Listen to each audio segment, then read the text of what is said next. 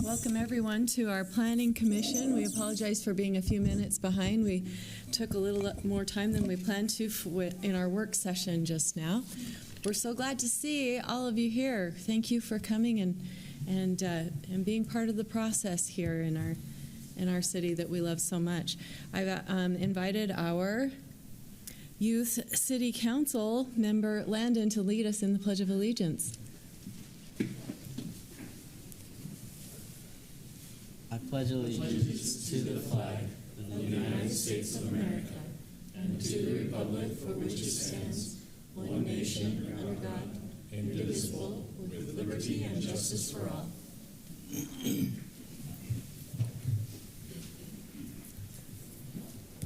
Thank you, everyone. Okay, we don't have minutes to approve from a prior meeting? Not this time. Okay.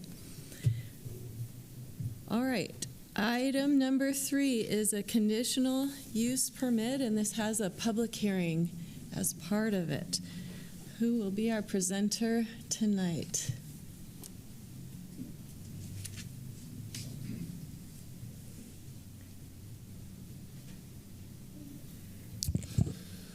Good evening.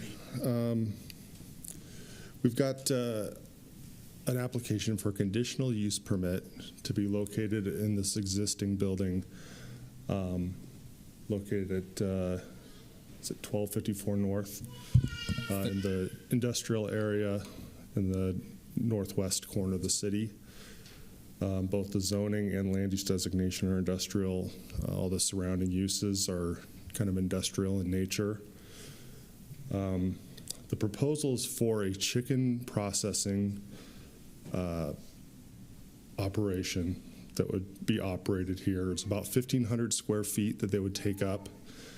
The operator is here tonight to go over the details. They did include a letter, I believe is in your packet, with a lot of detailed information about their operation, including the number of chickens that are processed, the extent that they go to limit noise, smells, anything that might be associated with a nuisance complaint. So they primarily are going to be bringing birds in once a week into the holding area and then processing everything inside, and then either refrigerating or getting rid of any waste. They are going to have a grease trap that is required to catch anything that might go into our sewer system that we don't want to cause problems with. But I think staff has reviewed this, the DRC reviewed this. We had a good conversation, a lot of good details and questions were asked, and staff is recommending approval of the conditional use permit. Thank you. Any questions for Mr. Mann? Commissioners, any? I don't have any. Okay. My question is, sorry, mine is, what were the conversations like with neighboring, with neighboring property owners on this? There wasn't any emails or comments from any property owners that staff is aware of. Not sure if the applicant has had any discussions with them. They are, I believe, leasing the building for about 2 to 3 years while they're waiting for another location that's outside of Spanish Fork where they'll relocate. But yeah, we haven't heard any opposition to this after notices were sent out. Okay. So I guess, so everything will be taking place inside the building. Nothing's outside exposed. Yeah, it's basically just the transporting the birds from the outdoor farm where they are to that holding area, and then on the cleanup and taking things to the dump is the only other time that would be taking place outside of the building. Okay. Thank you. All right, do we have the applicant here to present? State your name. Bryce Wilson. I don't know presentation. I was just here to answer any questions you guys might have. Okay.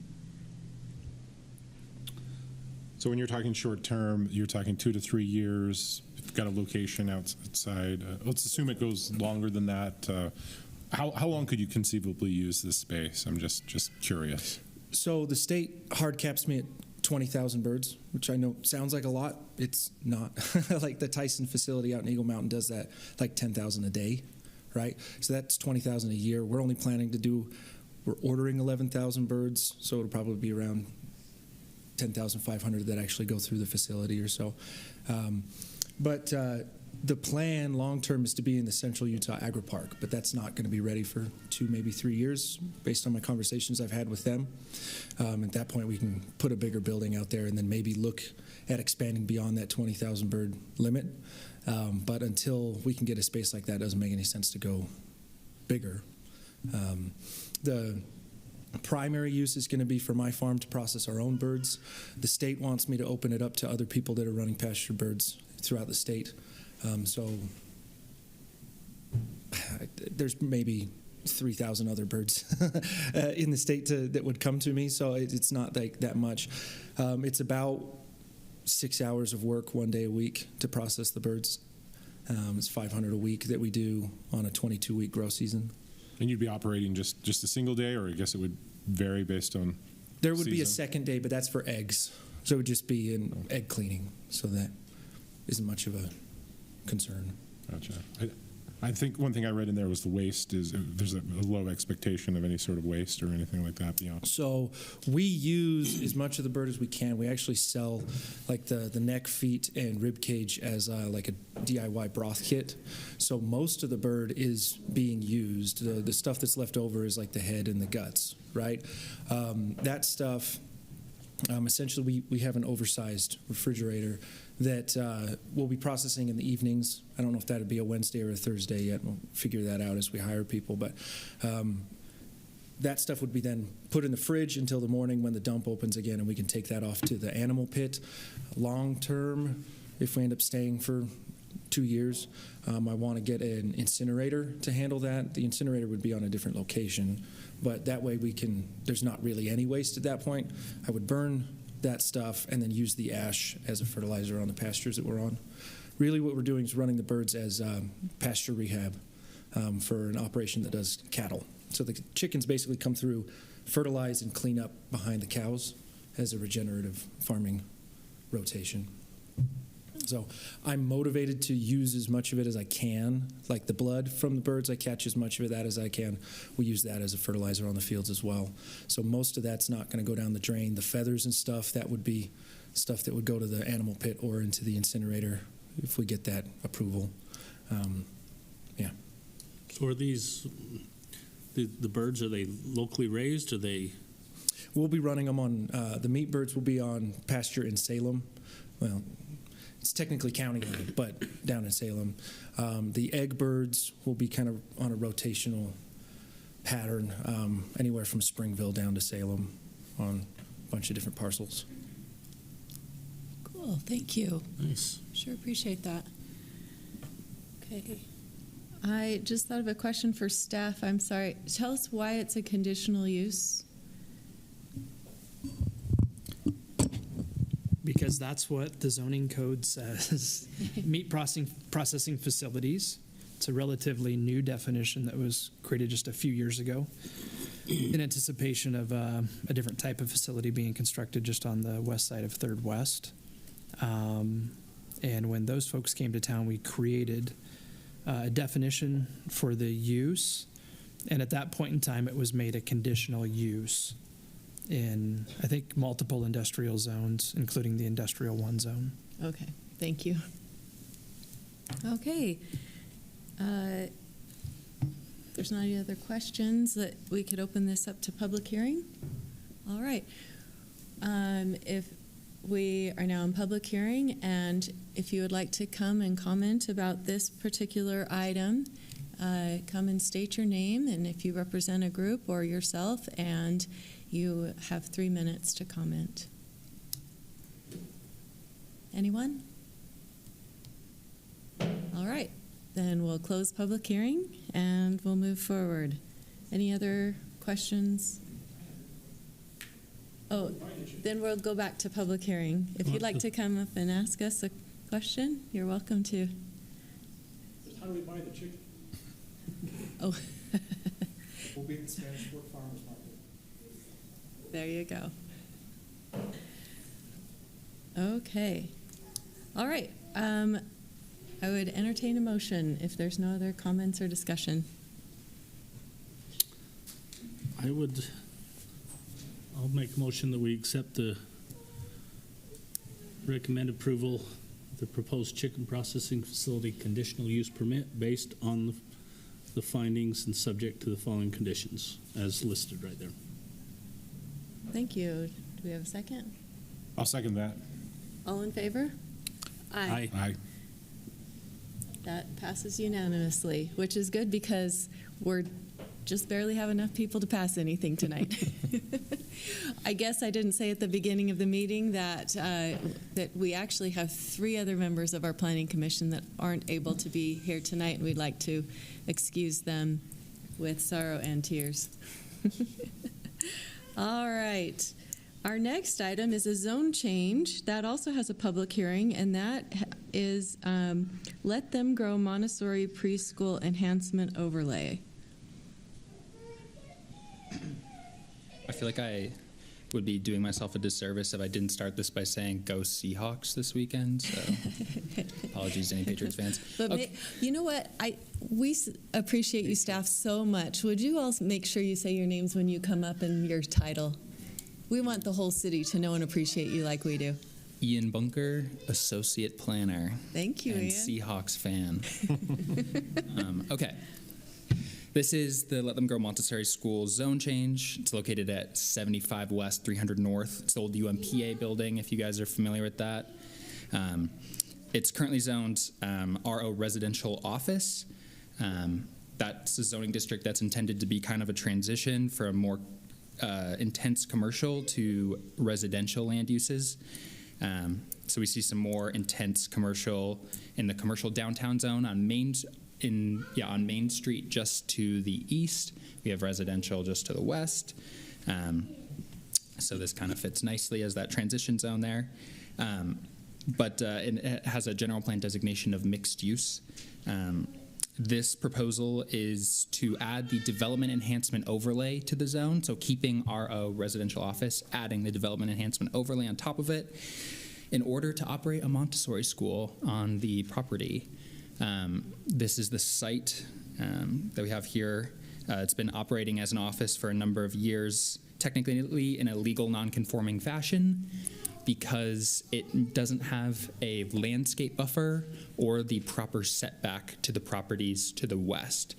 So And it it's is this one right here, Yep, correct? it's that one right there. So two residential uses, this non-residential use would have to have technically a landscape buffer as well as a 10-foot setback, which it doesn't have to this dwelling here.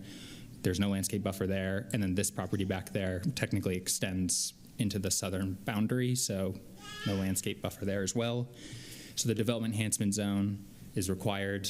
That's, just as a reminder, a tool that can be utilized for sites that have kind of specific development challenges, or they have site challenges that would make it hard for them to meet the standards, such as this. They do have, though, a 6-foot masonry wall that runs around most of the property, except for right here. It's actually a fence right there, but a masonry wall the rest of the way, which we think actually helps because it makes it is a mitigating factor in this case. So even though they don't have the setback or landscape buffer, they do have a wall to mitigate any potential nuisances to those residential dwellings to the west and to the south. The applicant has proposed putting a playground in the front also, which would be enclosed with the fence. So we added that as a condition at the DRC. It doesn't also technically have landscaped islands, parking lot islands as well. So this development enhancement overlay would account for that too. But the DRC recommended approval based on the findings and conditions that you see in your staff report. Any questions? Could we go back to the? Oh yeah, right, I forgot to go through the. Go to the next picture. Oh, sorry. That one right there. Is this a residence right here or a business? I believe that is a resident right there. Yeah, Okay. they're in technically in the commercial downtown zone, but it is being used as a residential dwelling. Okay. And it said in the report that this school is being operated close by this residence. Where is it Yeah, it's now? actually being operated, I think, basically at that, correct me if I'm wrong, applicants, I think right there on a really small property. Okay. So this would be much larger than that. And what kind of fence did the DRC recommend to have constructed No additional fencing. around the playground? Just a enclosed fence that would be, it'd have to be see-through, couldn't be site obscuring technically, I think was all that they had mentioned. Certainly that the applicant could choose from. But it'd be an open fence, not a solid block. I don't No. recall if the DRC recommended a particular height.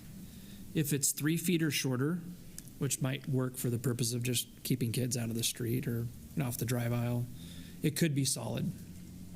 Or it could be up to 4 feet tall. If it's predominantly open, you can see through it. So this will be a short fence. It won't be a big old tall fence in the front. We haven't seen any submittals for it as of yet, but that would be my assumption. You could always ask the applicants that though as well. I believe they're here. You want security for the Don't want them in the road. right, and aesthetically pleasing. And aesthetically pleasing, true. What sense do we have on the traffic situation? Obviously, they've been operating on Main Street. Traffic is what it is on Main Street. What's the Yeah. expectation for traffic flows? They have specific pickup and drop-off times that I believe are quite staggered in order to alleviate consistent traffic throughout the day. So I believe around some of those pickup and drop-off times you would see an influx of vehicles, but then there would be very little to no traffic essentially caused from the rest of the business operating. I'm interested to hear about conversations with the neighbors. If they come and talk to you, or mostly with the applicant. We haven't heard Okay. from any of the neighbors as of yet. I assume we're going to. Yeah, potentially, we might. But as of now, staff's not aware of any contact with any neighbors. What are the hours that the school runs doing? I don't know the operating hours. You'd have to ask the applicant yeah. that question.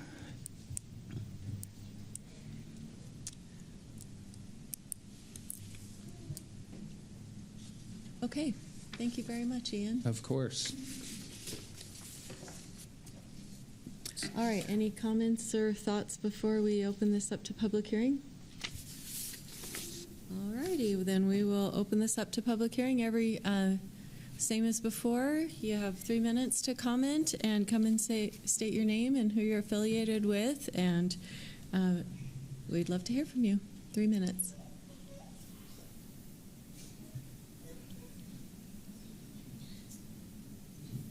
The applicant not here? Oh, I forgot to ask about the applicant. We can have public hearing and then we'll hear from the applicant. Public hearing first. Well, can we ask questions to the applicant?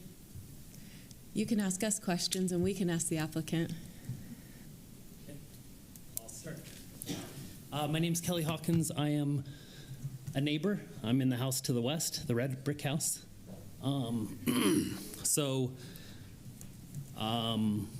I've lived there, I'm going to think really quick, 20 years. And you see some of the cars on the road. There are people that work at businesses on Main Street that do park there. Each of the houses usually has either 1 or 2 cars in front of there. And so my question is, in the parking lot, there's 13 parking stalls. If they have to do the islands with stuff on them. I don't know what they call them, but does that reduce the number of parking stalls? And like, how many parking stalls would they need? Number two, like the driveway that goes in, basically one car can go in and then it has to turn around and to come out. Like any school I've ever been to, there's no backing up. Like, that causes problems. The school on Main Street, from what I know, is for like little kids. I want to say younger than elementary school, and I don't think there's that many kids. But I think at this school, were they proposing 150 kids, like an elementary school plus? Because to me, if there's a school on Main Street for preschool kids, and then that's going to become an elementary or bigger school, that you can't even compare them. You can't even say that it's the same business, at least in my mind. So that's a concern. The other thing is just dropping off and picking up. Like, even if they stagger it, I think it's going to be very difficult, as they cannot pull in to the property. They would just have to stay out, and then the kids would have to cross the road. Doors would be opening. It just seems like it's too much traffic for, a residential location. I know it's zoned multi-use. But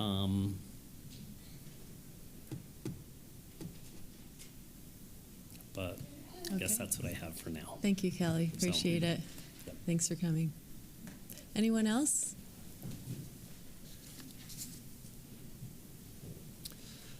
Hi, I'm Donnie Morris. I own the house to the east of this proposed. I have been a proponent of the preschool since they've opened. I love seeing the little kids. They walk down the sidewalk often. They actually currently play in that same front yard there in front of this building.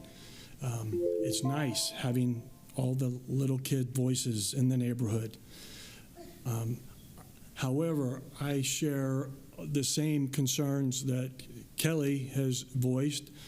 You're going from a preschool with 20 or 30 kids, I don't even know how many they really have there, to a much larger space. I've heard anywhere from 100 to 120 to as many as 150 kids. That's 300 cars a day on my street. I'm concerned. This is not a collector street. This is a side street. It's not designed to handle that much traffic. It's not designed to handle a school. Kelly says a drop-off location. Where? On the street?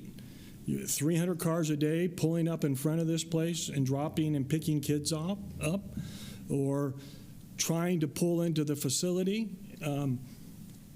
The last use of this property, I don't know what they did exactly, but they didn't have enough parking places, and so they were parking out on Main Street and taking up the parking in front of our houses. And we know the parking on Main Street is a serious issue, and so the businesses on Main Street couldn't park there because they were parking there, even though they have a parking lot, but they were expanded beyond their own parking. So if there are 100 kids there, how many cars is that for teachers, administration, and where are they going to park? I'm concerned about that. I own a business on Main Street. We just spent lots of money to pave the parking lot behind our businesses because Main Street parking is so poor. Trying to force employees and that to park out on the street, down the street a block away, and now all of a sudden you want to force those vehicles into that same space. We spend a lot of money in our public schools for child safety, specifically getting vehicles in and out and kids safe. I have very serious concerns about that. I have serious concerns about what it will do to the property values in and around a school. It's not like a regular school that has the green belt, the green space around it. Hey, a school comes in, playground, great, neighborhood. This is a whole different thing. This is 300 cars or some number, I don't know. It wasn't discussed by the city, even though they recommended it be accepted, but I want to know a lot more about the use and how many and what the limit would be. And Wonderful. Thank you. We'll ask those questions. Thank you. Appreciate you. Thanks. All right. Anyone else?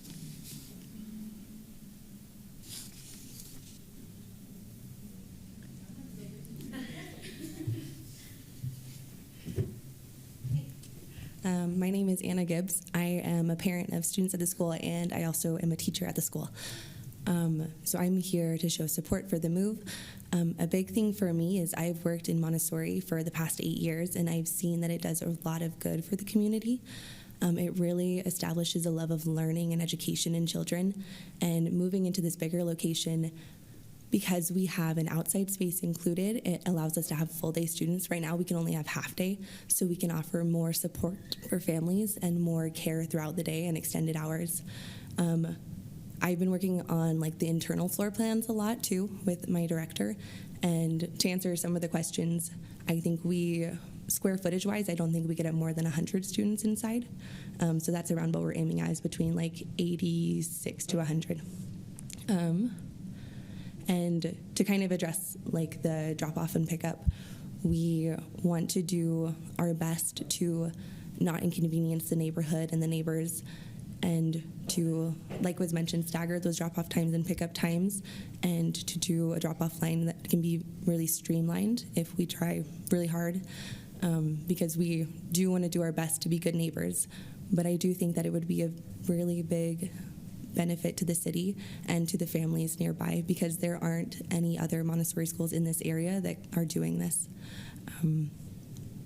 So I love this school. I've loved being a parent there. My children have all loved it. They're always sad to grow out of it. So we would still be doing the preschool and younger ages. I don't think we're moving up to elementary at this point in time. But I really, really love the school and what we're doing, and I think it would be a really great addition to the city to be able to expand and to offer more for parents and families. But, Thank you. That's all I had. Thank you, Anna. Thanks. All right. Anyone else?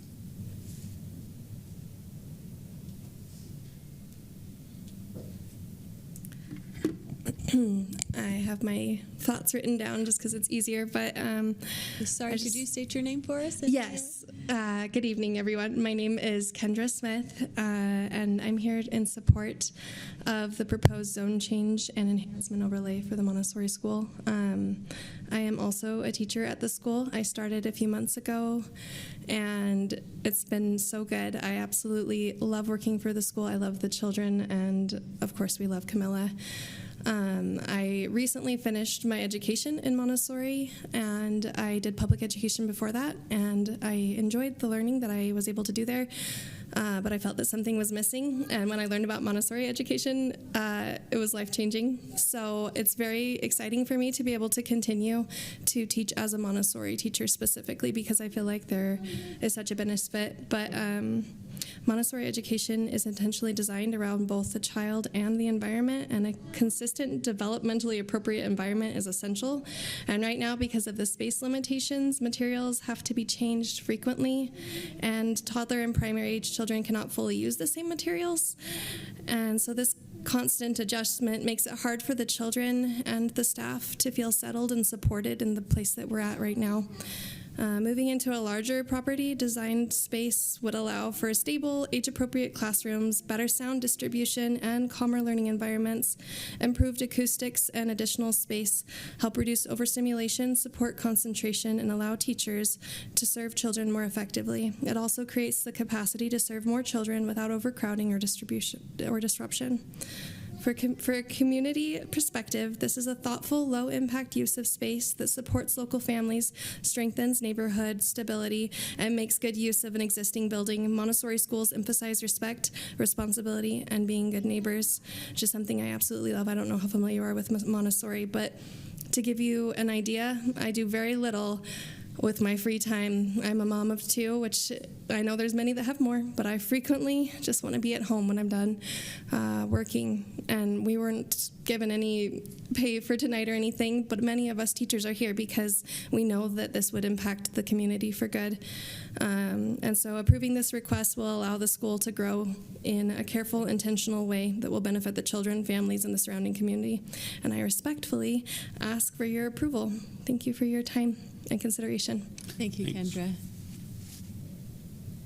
All right, anyone else? Wonderful. Good evening, members of the council. My name is Stephanie Grady. I am a parent of 2 children that currently attend Let Them Grow. I would like to speak first to the concerns about parking. We already have concerns as parents with parking. There is a very small parking lot behind the buildings as of now, and I think maybe there's like 5 parking spots, give or take. I think only one of them is zoned for Montessori for probably the teachers. The rest of them are for the Hive real estate. I think there's a clothing store. So we already utilize this side road for drop off and pick up. Main Street gets pretty busy from other buildings. So again, we're kind of already, I see parents parking along here, parking on, there's a tire center right there on the corner, people park. So kids are kind of already crossing roads, which isn't great. Parking on Main Street, getting my kids in and out on busy mornings is always a little stressful. So that would be very beneficial to be able to be set back from the Main Street. And again, we don't have a very large base at the moment, but pick up and drop off is always very fast. Pick up for my son is usually at 3 p.m. Monday, Wednesday. And I think I was there late at 3:03 at one point, and he was already the last child there. It cleans out really, really very, very quickly. So I think that's, while valid concerns, I really don't think you would see that much of traffic backup. I think we could be very strategic in making that flow very freely and move efficiently. I also have another mother who sent something. She's not going to be here, so if I could just read that for her quickly. Could you state her name? Yes, this is for Raquel Laking. Let's see. I would like to advocate on behalf of Let Them Grow Montessori Preschool. My son, 4, has been attending since he was 2 years old, almost as long as the preschool has been open. My other son, 2, was welcomed into the school when he was 18 months old. When my second son was born, it had become abundantly clear to me that my older should be introduced to the school and a social structure. As a working mother, I did not want to leave my son in the care of anything but the best. I went to plenty of open houses and tours at daycares and preschools around Spanish Fork and surrounding areas. Many of the schools I had gone to were overcrowded, under or overstimulating, and had little to no structure. I wanted to make sure that my son, as we all do, has the best opportunities in life and that he is given the best education in a truly caring environment. Prior to the school opening, the best options I could find were out of southern Utah County, and I would have driven the distance to make that happen, but the school came into our lives at the perfect time. The school has offered a sense of community, belonging, and care, some core values that Spanish Fork is based on. This school teaches not only standard curriculum, they also teach community, culture, and inclusion. To celebrate wins, they empower our children to make decisions, to try new things. This school has seen my children grow. They know them, they know me, and they do everything in their power as a school to make sure my children are given the best environment to grow in. This school has stood by us through a birth, a miscarriage, job loss, job changes, family deaths, and changes in a multitude of circumstances. As these changes have happened, the school has offered support in many ways, making sure my kids have received the emotional and physical well-being that they deserve. They have become a large part of our village. I think every child should have access to a great education and community. Allowing the school to move to this larger building would give more children and families access to better education in the community they already reside in. It would allow for a better parking situation, which we know can be difficult on Main Street, as I stated. It would also allow for our children to have access to a safe, dedicated outdoor space. Thank you for your time and consideration, Raquel Laking. I do want to echo that sentiment. My son 4, they don't currently have any space outdoors to play in. And anytime I pick them up, they do, I think in the morning and the afternoon, they will walk them all out of the building, down the street very carefully, which is nice, but again, it's still a trek with a lot of little kids. And they do play in that open area currently without fail. Anytime I ask him what his favorite part of the day is, and being a little, very high energy little boy, outdoor time is always his favorite. And I think that is a huge benefit for most little kids, having that space, especially a safe space, if that could be enclosed, would just be very beneficial to their learning environment, to the parents, to the teachers. Thank you so much. Yeah, thank you. Appreciate it. Okay. All right. Anyone else would like to come and participate in public comment?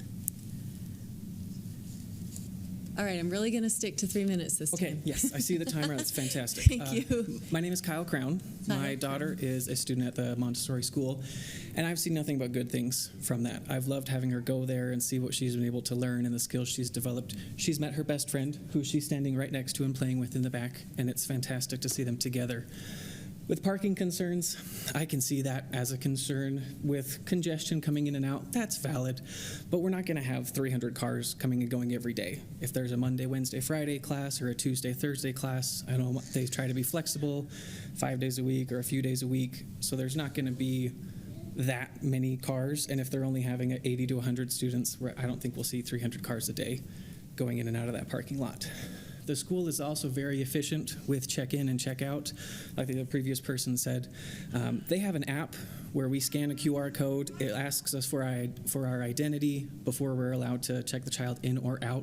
So it's secure, it's very fast, and very efficient. And I believe that utilizing that with the parking concerns would help to keep things coming in and out very smoothly. As the other person also commented, by the time I'm there, there's already half of the students gone. If I'm there 5 minutes after pickup time, or if I'm there, before for drop-off time, there's not congestion in the building because people are so quick of getting in and out using the app check-in. It's very secure, very safe. I also reflect the concerns that current drop-off on Main Street. I don't love getting my daughter in and out of a car seat on Main Street just because of safety concerns with the high traffic that goes along there. And it would be great to have that area that's just a bit more secure. Fenced-in play area would be fantastic, and I am in support of letting them move into the bigger building. Wonderful. Thank you, Kyle.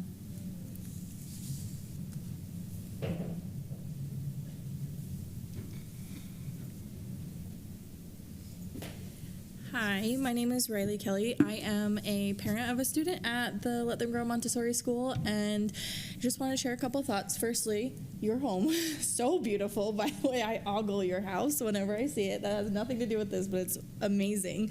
So anyways, back on the track. My son loves this school, and Montessori is something that was really important to me to try to find when I was looking for opportunity for education for my son, and it doesn't exist. There are some Montessori preschools. There are no schools in Utah County that I'm aware of that offer this education style, and it's a shame because so many world leaders have utilized this type of education. This is an amazing methodology and way to just bring up amazing children that have a hunger for learning. And I think that being able to offer this here in Spanish Fork is incredible. It would be so innovative because, like I said, it doesn't exist. There is nothing else. There are a few Montessori preschools, which is what exists currently, but continuing to be able to expand that and allow more children who may not fit the public education mold to experience this education model is amazing. My son gets to choose what his day looks like and learns so much. He comes and talks to me about continents and animals I've never heard of, and just does different things and has this spark of independence in him that actually gets snuffed out in typical standard public education. It doesn't. There's actually been studies that show that children ask about 600 questions in a day or something like that, and then they go into public education and it gets reduced. They actually ask less questions. In fact, when they were studying children asking questions, they had a teacher in public education say, "Don't ask questions, we're learning right now," which is just insanity, right? But that's not what happens here. The children get to lead what's happening, and they get to have ownership and community. They love each other and they love their teachers. And just listening to my son talk about how much he enjoys his day, I would love for every child to be able to experience it. And there are safety concerns with where the school is currently. I mean, if this is our option, this is our option. I'd love to keep it, but if we can do better and we can get them a dedicated play space where we're not marching them down a road or by Main Street or loading and unloading them on Main Street, I feel like that is the choice that should be made. So wonderful. I love the school, and I think I'm definitely in favor of allowing them to move to the bigger space. So thank you, Rayleigh. All right. Are any of our other comments adding any other new issues than what we've heard already? So I feel like I need to comment as well. My name is Kara Morris, and I live in the house directly to the east. And we do have huge concerns with parking. We've lived there for 32 years, so we know the direct impact of activities and businesses that are in the area, because for 32 years we have had people park in front of our driveway and in front of the house, and anytime there's a city event or things, parking's a huge problem. If this is approved, then there's no recourse or way. All the parents have said, oh yes, it'll be simple and easy, but they don't live right next door and have to deal with it day in and day out. We do as neighbors. And if it is approved, personally, I think there needs to be a limit on how many students and how many vehicles, because drop-offs and pickups are 2 times a day per child. So there easily is 200 to 300 cars a day coming to pick up and drop off. So I think the Montessori school thing is awesome. I have no objections to that, but it's mostly the traffic issues that are a big concern and parking issues. Thank you. Thank you, Kara.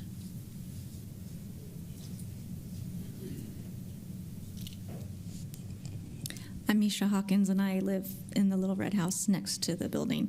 My concern is also parking for people blocking driveways. When I go to pick up my kids from Brockbank, I know a lot of parents block houses, driveways during that whole time as well, and I don't want my house to be blocked, so I can't get my kids to school because somebody else, I just have to, do that. And I'm okay.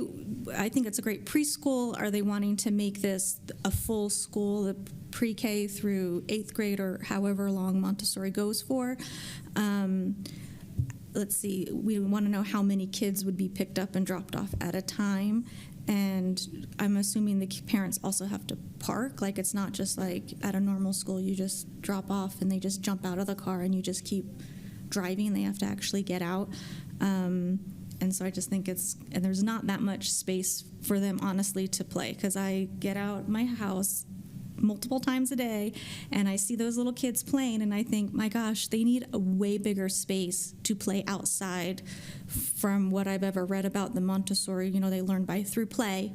So that's small. You'd have to build a fence. You couldn't, it can't be it'd have to be a chain link so you can see through, which I don't know if you really want your kids playing in a chain fence, but I'm just very concerned with how much more aggravation it would be for the rest of us on that neighborhood. Thanks. Thank you, Nisha. All right. Any other comments about new issues we haven't heard about already? All right. Thank you very much, everyone, for your comments. We'll go ahead and close public hearing. And we would love to hear from the applicant. Is the applicant here? Hi, I'm Camilla Pace, the owner of Let Them Grow Montessori. To speak to everyone's concerns, totally valid, I understand. Safety is of the utmost importance to me. It's the number one thing for me with all my students and parents. the space that we're in now, we've outgrown it times 4. We only have 15 students in a class per time, per time slot. If we were permitted to move into this building, I do have a very detailed, intricate drop-off and pickup plan. My plan personally would be to have parents drive in, and we'll have teachers out. Point out where you. There's a pointer here. You've got Sorry. one? Yes, show us your plan. So I would have parents drive in and loop around and exit that way. We'll have teachers or a teacher out front with a clipboard with our QR code, so the parents could scan the QR code, check their child in with their signature and identification, and the teacher can walk the child in through the door. That way we can avoid having lots of congestion. I have already kind of written up a contract for my new enrollments that if I were to get approval to move in, and would discuss with my currently enrolled parents as well that I do not allow parking on the main road. I understand how frustrating that is. I live in a space as well. I live in Highland personally, and where I live, people use my front yard as a parking lot as well, so I understand that frustration, and I would not permit that. Right now, with where we are on Main Street, there's nothing I can really do about that, just because we have 2 parking spots in our parking lot that are allotted to my business, and then the other 4 are for the other 2 businesses that occupy that same parking lot.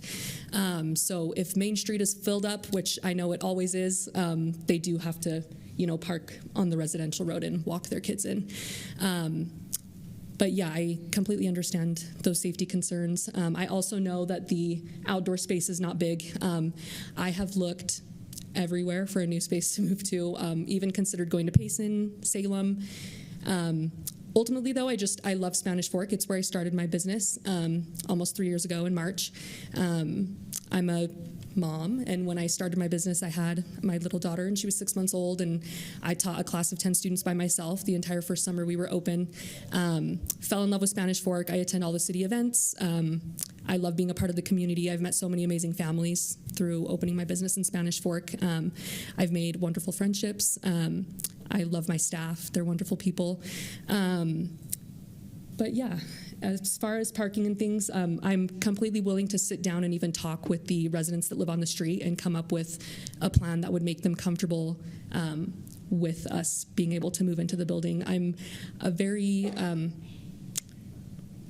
open-minded person. I'm happy to work with people on anything. I'm always happy to negotiate. I want people to be happy that we're there. I don't want to cause a disruption. I know it can be really hard because people have the mentality that, business is a money-grabbing thing, and Montessori has become a very elitist thing in our society. But I'm in it for the mission, for the children, for the education, and to be able to offer a alternative education model for the families in Spanish Fork. As some people have already shared, there are not other Montessori schools in Spanish Fork at this time. I was the first one to open up, and I'd love to be able to continue to stay here and serve the community. So for me, it's not a profit thing, and to be completely honest, we don't make much profit, and all of it's being saved so that we can move to a new building. It's really just been a passion project for me. I got my certification when I lived in China when I was 18 years old. I was assigned to a Montessori school there to teach English, and I just fell in love with how the children in that school learned. Came home and worked at an in-home Montessori, Waldorf, Reggio, Trio school, and then I had my kids, was a stay-at-home mom, and realized, wow, I'm really bored being at home, so I should probably do something. But yeah, then I opened the preschool. As far as ages, no, we are not doing elementary, junior high, high school, none of that. We are staying with the current ages that we stay with, which is our infant and toddler class, 18 months to 3 years old, and then 3 to 6 year olds, and then we will have an infant class as well. The state licensing does have like a cap allowance on how many children we can have enrolled. I don't know what that would be with our square footage. They would have to come through and tell us how many we can have enrolled at a time, and then how many we can have in the building at a time. That's based on the size of the building? It is based on the size of the building and more specifically our classrooms. So we do plan to, right now it's configured to be office spaces, so the rooms are really small. We do want to open them up, so I would have to, if we got approved, submit the construction, permits or whatever to change the interior. And so it's based on square footage. So right now in my current space, I think we have usable space is like 580 square feet, and we can have 15 students in at a time in our one-room building. And so we have half-day classes, and we do 3 to 6-year-olds Monday, Wednesday, Fridays, and our toddler class 18 months to 3 years old Tuesday, Thursdays. And we have a morning class and an afternoon class. What are the times for that? Right now, Monday, Wednesday, Fridays, 8:30 to 11:30 a.m., and then 12 to 3 p.m. I'm planning to still keep the same 8 to 3 p.m. time model. It looks like what you wrote here is drop-off times will be 8 a.m., 8:30 a.m., and 9 a.m., and then Yes. you'll pick up staggered times of 11:30, 12, and 2:30, and 3 p.m. So Yes, yeah, it'll be staggered depending on when they start their class time is when they'll be picked up. Yeah, so there'll be the afternoon class times and the morning class times. Okay. But then we would have the full day students too. So it wouldn't be all half day enrollments. So a lot of our parents have been asking for full day enrollment. So I think with our currently enrolled parents that want the full day enrollment, it would actually help the cause with drop off and pickup time, just because we'd have less of the half day pickup, and it would be pretty well balanced. Yeah. What's your full day hours? 8 a.m. to 3 p.m. Yeah. Okay. Anything else before we ask you some questions? No, I think that's it. I just kind of wanted to address what you're doing. Great. Thank you very much. Yeah. I just appreciate everybody's thoughts and comments. Commissioners, do you have questions before I launch in? You go. I'm sure I'll have some as we go. Okay. Yeah, I totally understand the neighbor's concern about the drop-off pickup, the congestion at the drop-off times. And so you're looking at a playground in the front? So I don't think playground's the right word. What my plan is where that tree is, I'm keeping the tree. There's currently, if we're permitted to move there, there's currently rocks, and then it's kind of like has like a landscaping barrier around the rocks. I would remove the rocks and make that a sand box or sand play area for some tactile play, and I'd perimeter it with like tree stumps so that they can kind of have like places to it's just part of the Montessori curriculum. But yeah, just outdoor activities. I would love a slide, maybe a small swing set. It really just depends on how much space there is. I don't think that we can realistically fit a playground, but we can fit things like a mud kitchen, sand, things that just encourage balance and movement and things like that. And I know it's a small space, but with all the options that I've looked at, that's the largest outdoor space we could find at this time with what we need. But so it wouldn't really be this giant playground that's going in. It'd be more like little designated. Your class size, what are your class sizes? Right now, 15. 15, Mm-hmm. and if you get to the new space, you would have multiple classes at the same time? Yeah. So, okay. And you serve this community. I assume your students are they mostly Spanish Fork? Yes. Are they from all over? Mm-hmm. I have some from Payson, some from Salem. I have one from Mona. I have one from Springville, some from Provo. So I do have parents that drive a little ways to get to us, but the majority are from Spanish Fork, yes. Yeah. I have a question about your I went and drove in there yesterday to kind of look and get a feel for that.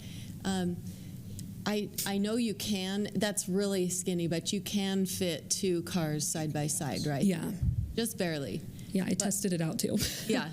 And my thing is this seems like if you were only picking up and dropping off right there, perfect. Mm-hmm. But then you have employees parking. Where are they going to park? Yeah. I don't know how that, I don't quite see how that would work with both employee parking and a loop with the parent drop off the way that configured is. Yeah, my thought process was kind of having employees, so I don't have many employees, and again, all of my employees are part-time, so I have one employee that comes 5 days a week. The rest are part-time, so we don't have more than 3 teachers in the building at a time. That'll obviously change because we'll have more than one class running, so probably 6 to 8 teachers in, and then me as well. But my hope, I don't know. I don't have a perfect answer. My hope was that we could all park, whoops, along this back area here. And maybe some of us right here, like side parking, and then utilize the rest of that space during drop-off and pickup times for parents to loop through. Again, I'd have to test that out. But Right. so if that doesn't work, then I think we'd have to, I would still love to do the drop-off. I don't want parents coming in for drop-off. I think that just makes things really hard and messy. We have a really good check-in, check-out process.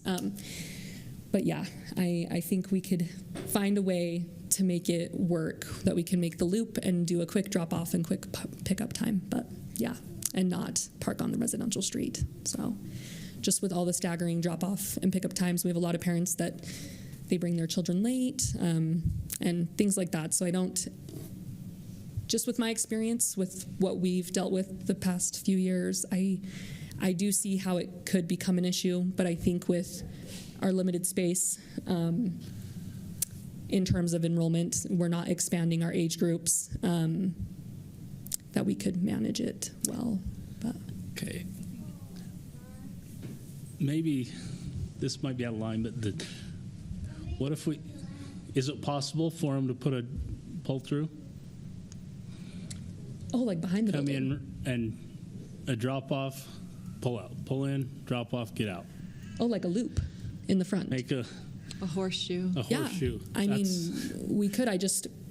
Then you wouldn't. How would we be able to be Might- permitted to get an And I outdoor don't even know space? if Could we? it's in code or what? This is how I think. Yeah, but I mean that's a really good idea. If I could be permitted to put an outdoor space in part of the parking lot, I would absolutely love to do a loop there. That would be the most ideal of all the circumstances. So My opinion still is that it's better to.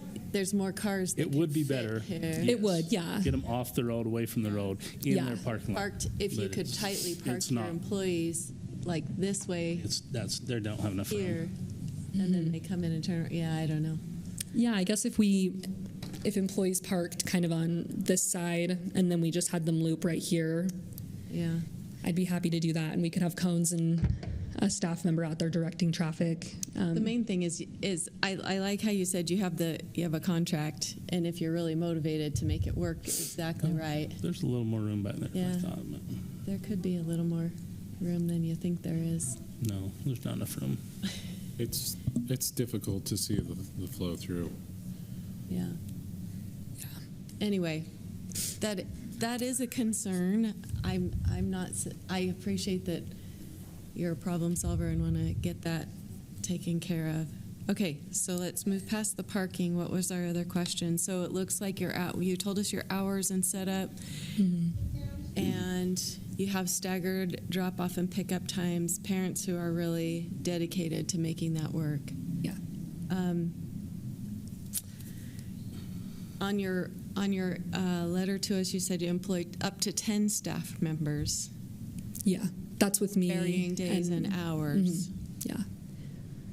And then fence the grass. Oh, the fencing was my other thing. I think that if you stay the whole night, which you probably won't, fencing is one of our themes of the night, and or it's turned into that. And my biggest thing is fencing materials to have it be more aesthetically pleasing than a chain link fence. I know that Mr. Anderson talked about something that we would need to be able to see through, because that's what ordinances are for front yards in the city. Yeah. So I'd prefer to see something wrought ironish or something that is more. That was what I was planning on. Yeah, I don't like the look of chain link, and I do care about aesthetics too with the business and just how it would make it look outside. So my plan was kind of the black wrought iron, and it would have the gaps in between it. And then during the DRC meeting, they did say, I can't remember what height they mentioned, but they said I could do a taller fence, and then for privacy do like a semi-transparent mesh thing, or part of it has to, 3 feet of it can be solid or something, and then the rest can be transparent, was my understanding. Obviously, like when the time comes to submit all that, if things go well, I'm happy to do what you guys would like. Work with staff on Yeah, that. absolutely. Okay. What other things were our concerns? Parking, fence. hours.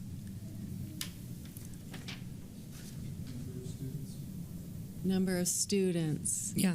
So I touched on that. Yeah, 30 students on my letter. That's and then the state comes in and says what your like official number of how many students you can have enrolled at a time and how many you can have in the building at a time. And I can't do an inspection until afterwards. But I'm again happy to right. And I think the thing with it has more to do with how many kids are being picked up and dropped off at a time. At one time. So like you have an 8 o'clock, 8:30, 9 a.m. How many would be dropped off at a time is kind of more a bigger issue and concern. Yeah.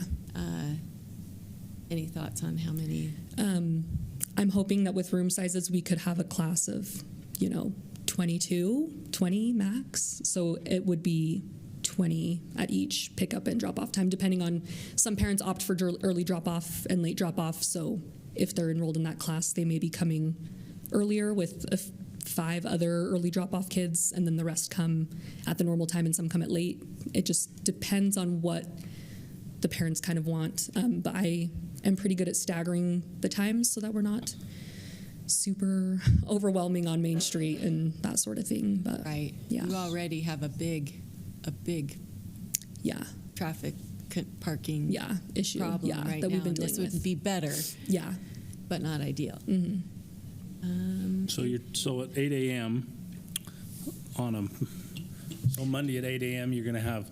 So 8 a.m. is when staff would come in, and they would have prep time until 8:30. So 8:30 is when class starts. So drop off at 8:30. Well, we have a couple students that come at 8, but majority of them come 8:30, and then there's some at 9. So there could be up to 20 cars right here waiting to pull in and come out at 8:30. Is that what I'm understanding?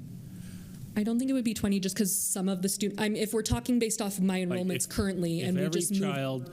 If every child was enrolled for 8:30 drop off, yes, but I can stagger it. Yeah.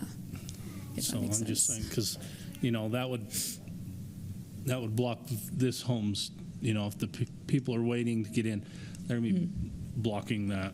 Yeah. I mean, I know because I deal with it at the other elementaries. Yeah, when you drive absolutely. By. Yeah. Just the nature of the beast. I could see that you could coach your parents to not block driveways, of course. And you can stack a lot. I think you could stack quite a few in there. Just that, where do you park staff if you're, it's a great drop-off pickup. Yeah. So where do you park staff? Okay. Do we have any other questions?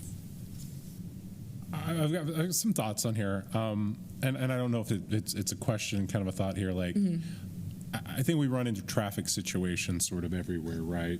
Yes. The thing is, this is a traffic situation that's during fairly set times, and I can't remember who made the comment, but said that they were 3 minutes late, and their kid was the last person there. I in doing a similar drop-off at elementary school, obviously it's not the same thing, showed up 5 minutes late, and it was a ghost town. So I'll just comment on that. I know it comes hard, and then it's sort of done. At least that's what I've seen with traffic flows. I'm pretty familiar with this area, or just areas generally.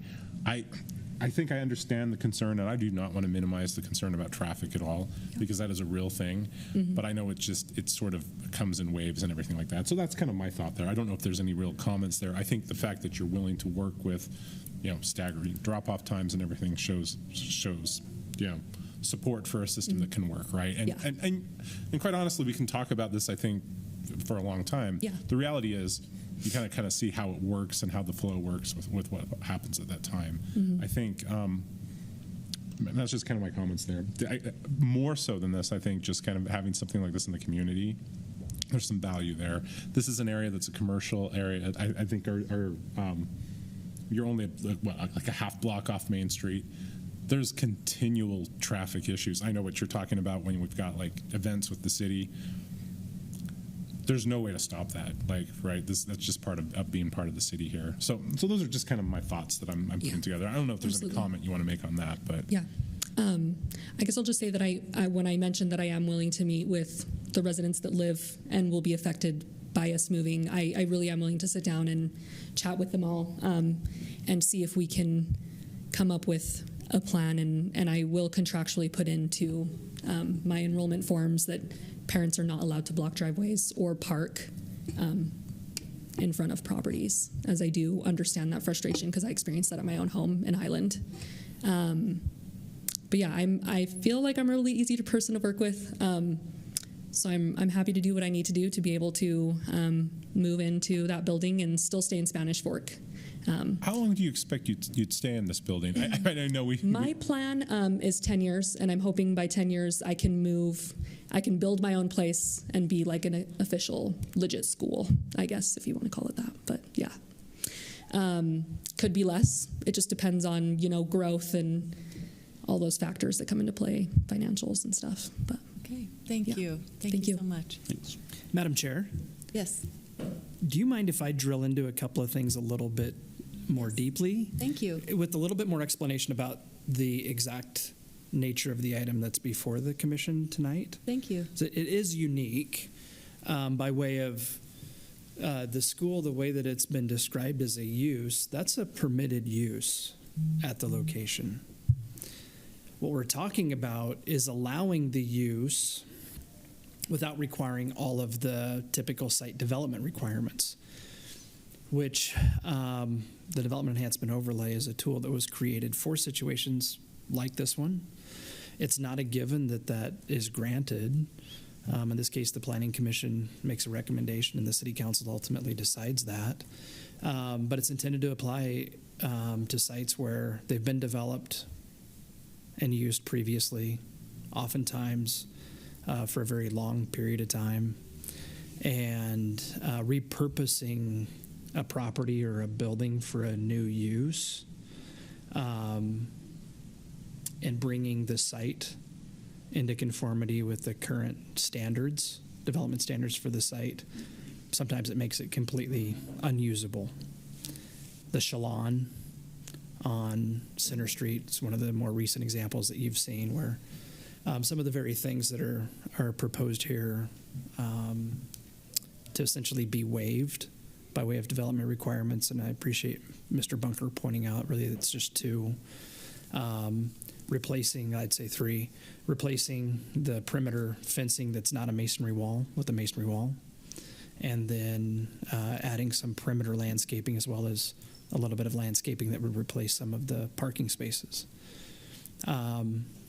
Which I think in our view as staff and when the Development Review Committee heard that, we felt like it's pretty minor accommodations to allow for the use there. I think we felt like it made sense for the use. And I think that's why the Development Review Committee's recommended that it be approved. That being said, part of the nature of the request really does provide the city with an opportunity to be very explicit and detailed in how the property is going to be used.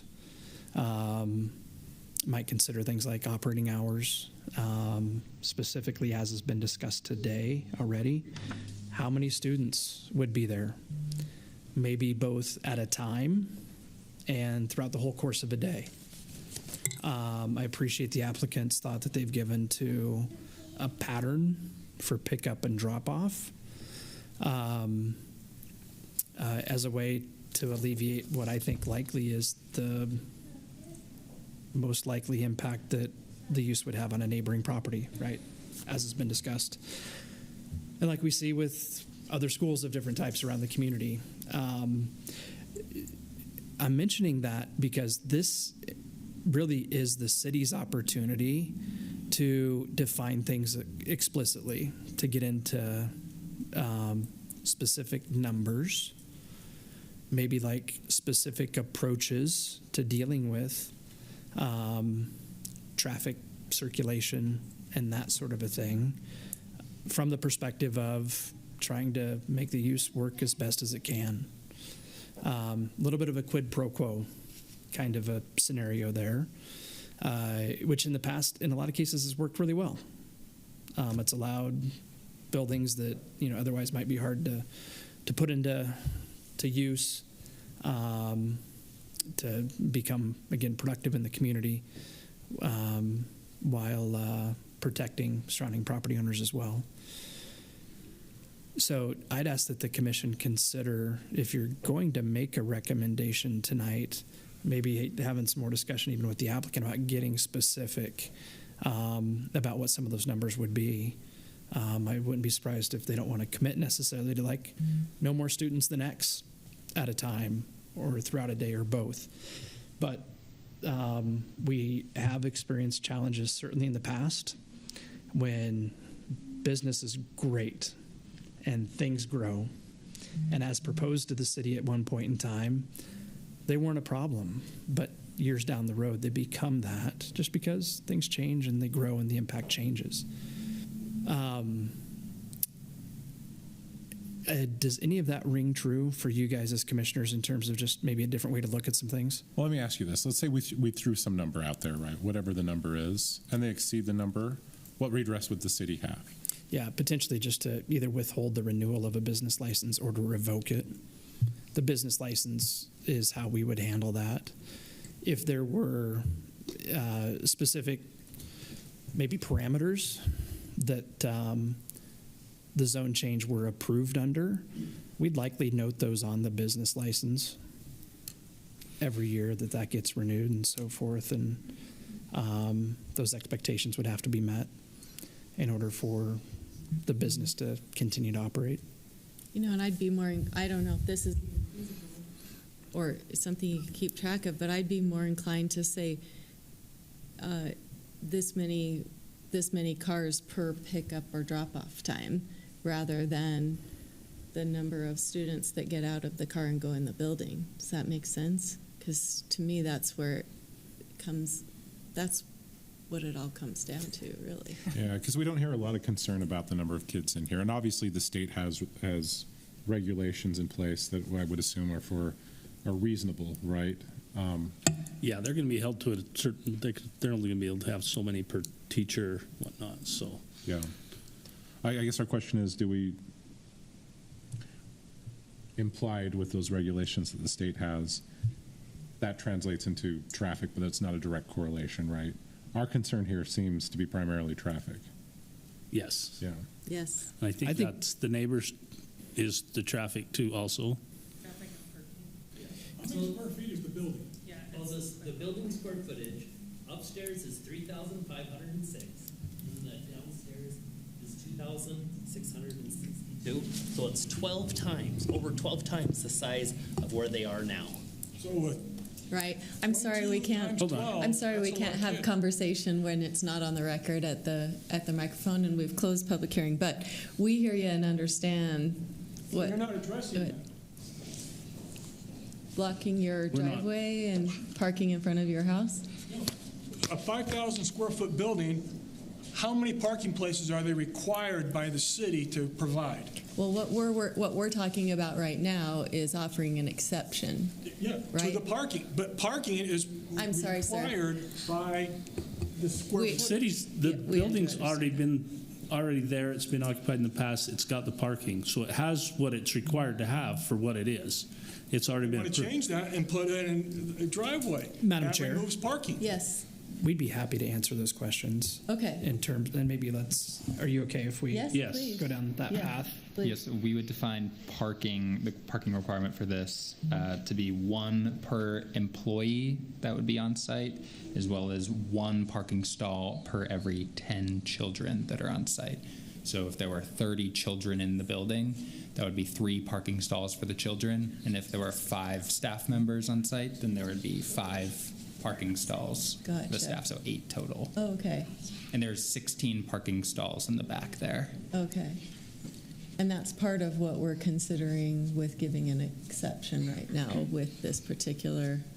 Potentially not, in fact. So we wouldn't have to do an exception for that because they've got adequate parking for their staff and their students. They just, Other things, landscaping it's the drop-off. and parking lot. Based on what has been provided to staff today, and this is where I think we just want to have everything as clear as possible so that there doesn't need to be discussion in the future. What was submitted that you have, I think, suggests that there will be 30 students at a time on site. And with 30 students there, and up to even 10 employees at a time. And I don't think that would be the intent with 30 students, but they would meet the parking requirement. But what I did hear was something about 22, and that would be per class. And if you have 2 classrooms, then you've got 44 students. Is that, am I thinking that wrong? Do you have 1 class at a time, or will you have more than 1 class at a time? 2 classes, right? Because you have your 8:30 and your 9 o'clock drop off? Okay. We would not have 10 staff members because we follow those state ratios with the numbers. Okay. So their parking's adequate. Parking. Well, I'll be honest. I'm concerned about there not being some type of limit understood by way of how many students you can have. And I put it this way, it's how I look at it. Might not be the best way to look at it in terms of number of students on site at a time, which our parking requirement, it's directly based in part on that calculation. And for me, throughout the day as well, like maybe how many classes do you have? I think that's a good way, maybe the best way to kind of measure just what the amount of traffic is in and out on a regular basis. What would be the high end number here, Ian? I could probably do the math, but let's assume based solely on parking. What's the high end number that we could have in terms of staff, students? Are you saying the high number that would meet the parking Yeah. requirement still? Yeah. Well, I have to do some math here real quick. Yeah, so I'm I mean, for outsourcing example, that if to you you. had 100 students on site at a time and 6 teachers, that's one way to do the math. And you could adjust more teachers, fewer students to some degree, but 16 parking spaces, 1 per 10 students, 1 per instructor. There you go, 16 parking spaces as one way to look at what the max would be, which is higher, I think, than what I'm hearing by way of the parking. Part of my concern, and this is the other thing I was going to bring up, I really appreciate the thought that the applicant has given into a travel pattern for drop-off and pickup. The challenges that we have with different businesses and schools and situations that are maybe similar to this is what we've heard from the neighbors, which is stacking, queuing up on the street that creates different concerns. Being able to get in, if the number is 15 at a time on site in a manner to where you're not stacking in front of driveways and that type of thing, or even just out into the street, I think that's great. That also certainly would impact the use of all the parking spaces that they have there. Just it would. So I think that's another thing that is worth some additional thought, likely more than what I think can be solved right here tonight. And I think you could handle that as the commission in a few different ways. If you want to recommend that this move forward to the city council one way or another, maybe with some type of direction that be given more thought and be presented to the city council in a more clear, deliberate kind of a way. I think that could happen.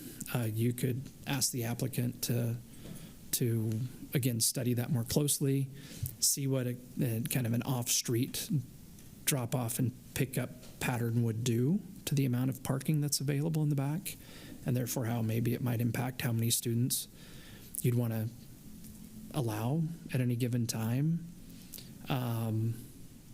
In my opinion, those are the issues that would most directly impact the neighbors. I think we've heard that, and that certainly does sync with our experience. And at the same time, I want to be clear. I mean, we talk to people about uses like this on a fairly regular basis. And there are a few of us here. You guys correct me if you see it differently.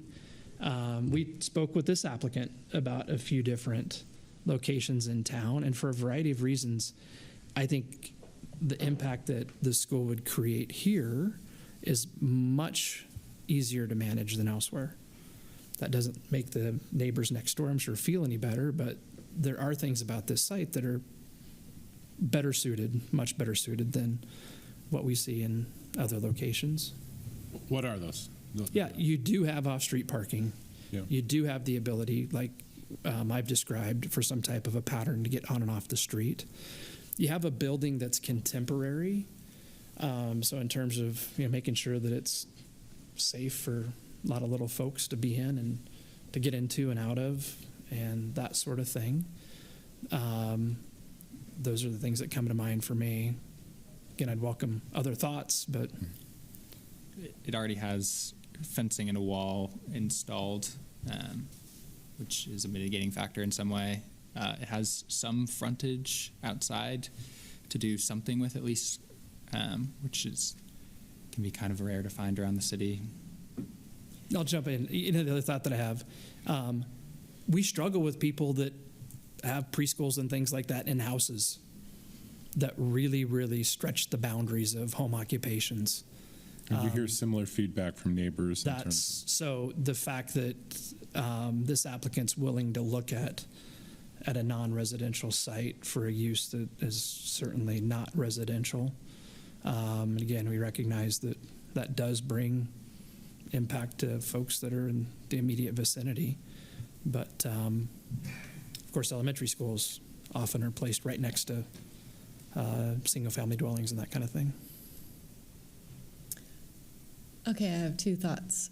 One is two thoughts just about parking and drop-off and pickup that could possibly be part of your solution, and that could be, and I know that this is more of a hassle for parents, but if parents are motivated for a Montessori experience, then do they arrange something like carpool options where there's more kids in a car, and do you, and this is probably a logistical nightmare too, but do you stagger drop-offs like every 15 minutes and allow 8 cars at a time, and some things and solutions like that? I'm kind of going back and forth thinking, okay, go and work out this, go and work out this and come back next month and talk to us about it, or do we say, or do we give some specific direction and pass it on to the city council? Like, go and work this out and then come back to the city council and really show them how you can park both your staff and do drop off and pick up. My thinking is right now they meet pretty much all the requirements of the city for them to have. Their biggest problem is the drop off and pick up that we're talking about, and the effect of the neighbors on the neighbors. And so I think that's something that the city, the owner, the applicant, the city staff, and even could take through a work group, figure something out, do it with the neighbors, take it to the council, and get it put in so that there's some boundaries on their pickup drop-off times and the amounts of vehicles or stuff. I guess to your point, the numbers, at least from a parking perspective, fit. But I think maybe we recommend with some tighter definitions on what those numbers actually look like from some sort of enrollment number that sounds reasonable. Now, I think the thing is we can't solve that here. I mean, maybe we could solve it here if we talk for a while, but we put some suggestion that the city council review numbers and look at some sort of reasonable numbers that take into account the concerns of the neighbors and just the concerns for traffic flow, and somehow tie that to an enrollment number. Mm-hmm. One thing I feel a little hesitant is I don't want to add more delay or anything to this process. This is a small business. This is, from the feedback we get from people here, providing a very valuable service, education. Right. And so my sense is not to rush through this, but also to do something reasonable in the way the city talks. I like what Dave said is, if we tie this to the business license, so there's some enforcement mechanism. Again, I don't know what that number is, right? But I would consider suggesting that some sort of number or some sort of limit be there that's reasonable, that can protect the community, the neighbors, and everything like that, but also allow this to move forward. Correct. I don't know how to say that, but yeah. Shauna could cover that. I could, huh? Yeah, you got that. If I'm running the meeting, then I could, you guys get to make the motions. Well, okay, I would entertain a motion, if anybody has one. I think I kind of was hacking through one of those You were motions hacking there through too. it, yes. So play with that for a bit. Yeah, I mean, Here you go. so I would create a motion that we move to recommend approval of the Let Them Grow Montessori school change based on the following findings and subject to the following conditions. The findings is noted, proposed modifications conform to the intent of the development overlay, existing masonry wall alleviates the buffer situation. The school is located 150 feet, proposed site, so on and so forth. But I'd also want to put a recommendation that the city council review the total enrollment numbers and consider that in relation to traffic and work through a reasonable limit if they so feel that limit is there before they actually approve this project. Again, that's vague, but that's kind of the sense of what I want in this motion. Maybe not just city council, maybe add city staff, work with city staff to present something to city council on that. Okay, yeah, I will say have Okay, city something staff like that. work with city council to set an enrollment number that can address traffic concerns. Okay, we have a That's the motion. I'll second that. All in favor? Aye. Aye. Aye. And that passes unanimously. Oh, we really want this to be a mutually beneficial thing for everyone in the neighborhood. And I'm glad to hear, is it Camilla? That you want to too, and that this will work out. Yeah, and I'd like to make a comment. I mean, I think it's great to see you out here supporting a community, or a business that really is a community business here. We all live in a community. We all have neighbors. We need to sort how to be good neighbors. But I think this business, which, I mean, and it is a business, right? But a business that's actually in the business of educating and helping children, I think is something that's very valuable towards this community. But, you know, and not to lecture here, but there's good neighbors here too as well. It's a beautiful part of town. You have an absolute beautiful house, and I think as much as we can do to support keeping that strong community here is worthwhile. So thanks for coming out and discussing this. All right, thank you. With that, we will move on to item number 5. Wait, yes, Title 15 amendments. And this is also a public hearing. Old Dominion, Title 15, Old Dominion. Thanks, everyone.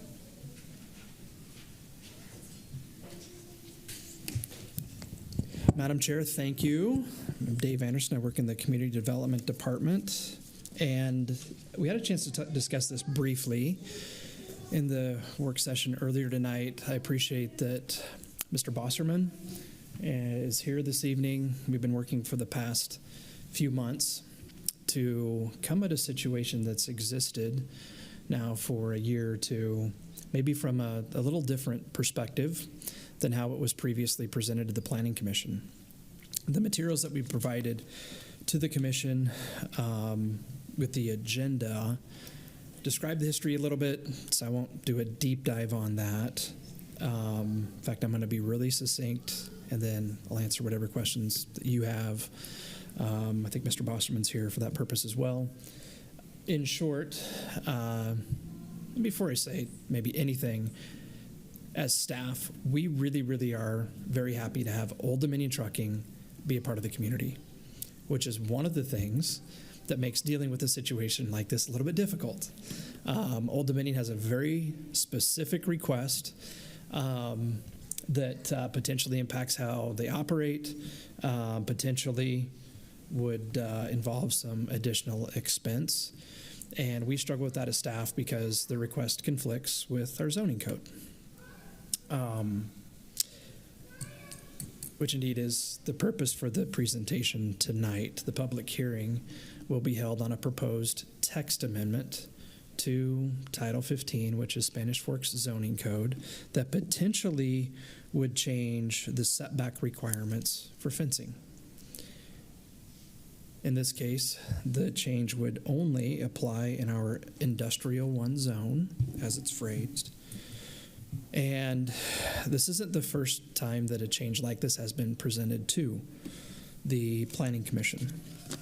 It's been a while, but back in 2024, December of 2024, the Planning Commission heard, as I mentioned earlier, a different version of what you're hearing tonight. And at that point in time, the Planning Commission recommended that request be denied. And it's my understanding that in light of the Planning Commission's recommendation, Old Dominion Trucking decided to not go any further. So that was not considered by the City Council. So I view tonight as something of a fresh look at the situation. There is one change that's been made to our zoning code since then, which addresses what was previously another issue. So tonight, again, it's just about setback for fencing. In short, the fencing that we're talking about was constructed. It was constructed in such a way that it did not match the fencing that was identified on the site plan. The site plan being a specific document that gets approved by the city's Development Review Committee that identifies where everything on a site is to be built, down to where specific shrubs get planted on the site, where parking lot lights get located, where fencing gets located, all of that kind of stuff. I think, or I'm at least inclined to believe that it was maybe an innocent mistake. Regardless, it doesn't match the approved site plan. And also, we didn't issue a permit for the fence. We issue fence permits. We don't charge anything for fence permits. For most building permits, there's some kind of a fee involved.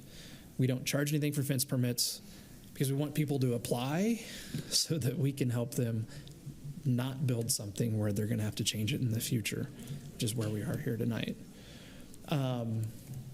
Mr. Snyder in our office is the most familiar with the site. So Brandon, please speak up if I have things wrong, but the yellow outline there exists to show where the fence was identified to be placed on the site plan.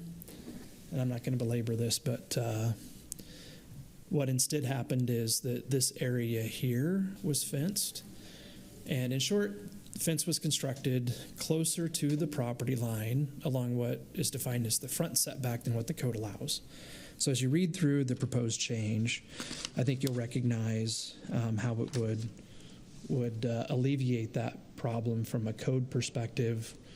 And I'm not going to speak for the applicant here, but we'll certainly recognize that we understand that not only do they want to keep the fence where it is and not have to pay to relocate it, but also part of their motivation in constructing the fence here instead of here was to be able to enclose this parking lot.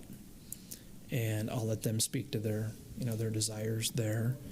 But that all being said, the Development Review Committee reviewed this proposal a couple of weeks ago, or a few weeks ago, and frankly, a very lukewarm reception on the part of the Development Review Committee. Our inclination to recommend that changes like this be approved is typically pretty light. We try to maintain a pretty consistent course when it comes to things like this.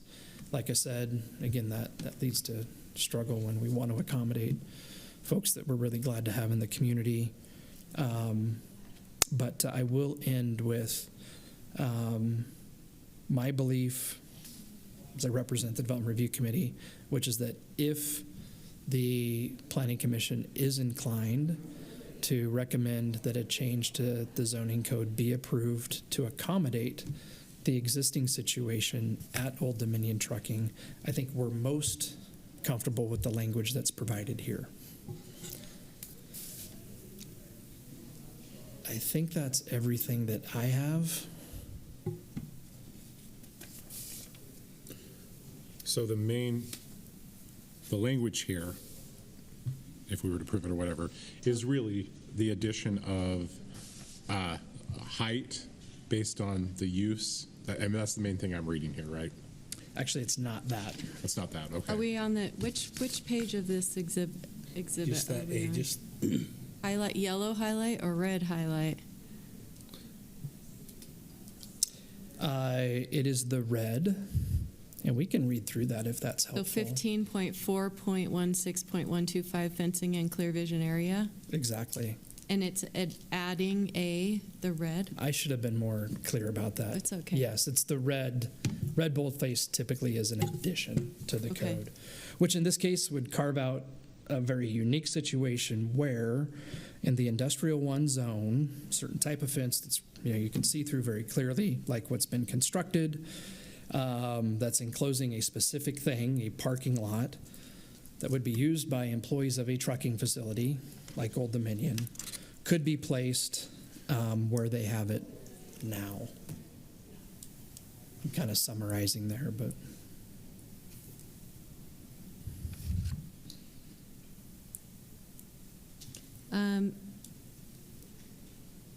question about if we don't add this text amendment, is there a avenue to make an exception for a different kind of modification that we would be more inclined than what is existing?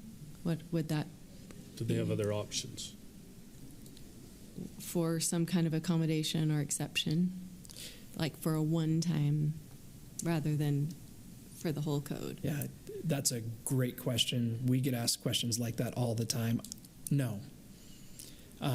We apply the code uniformly.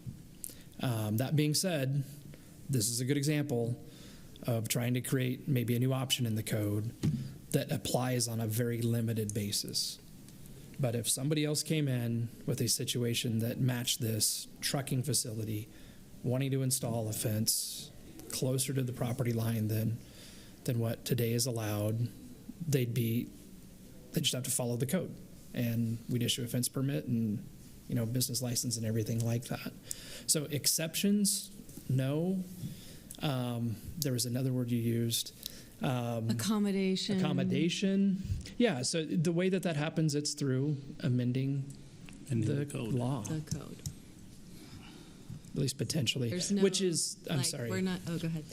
So that is something for you to consider, and the applicant might want to weigh in on that as well. If you're not comfortable with this approach, but you still want to be accommodating, then we can certainly talk about that as well, if there's some other avenue. So in adjusting the code in this way, making this change, does that open a can of worms with other existing businesses? Is that going to... I'd hate to try to predict that, but yet I think that's a great question, and that is at the heart, I think, of our reluctance as staff to fully support this. I think it's very reasonable to think that in the future people will say, well, what about that? Yeah. And, we're professionals, we're adults, we can have those conversations with people, but there's a certain distaste sometimes that comes from people feeling like they're not getting the same treatment as others. So, and then, so when this project was built, their site plan was approved, and the fencing was pre-approved, was approved at that time, but it's been installed differently than it was approved. Correct, yeah. And so this is one asking for forgiveness instead of permission type thing. That's what's been running through my head. That's a realistic way to describe it, I think, yeah. It's not a situation where we're talking about, this is new with a plan, but we're talking a year and a half ago, right? Or I guess just a year. Give or take, year and a half. Yeah. Ago. Okay. So it's not. All right. Do we have any other questions, or do you have anything else to tell us before we hear from the applicant? Do we want to hear from the applicant? I think the applicant probably wants to speak. Okay. So. We'd love to hear from you. Thank you, Mr. Anderson.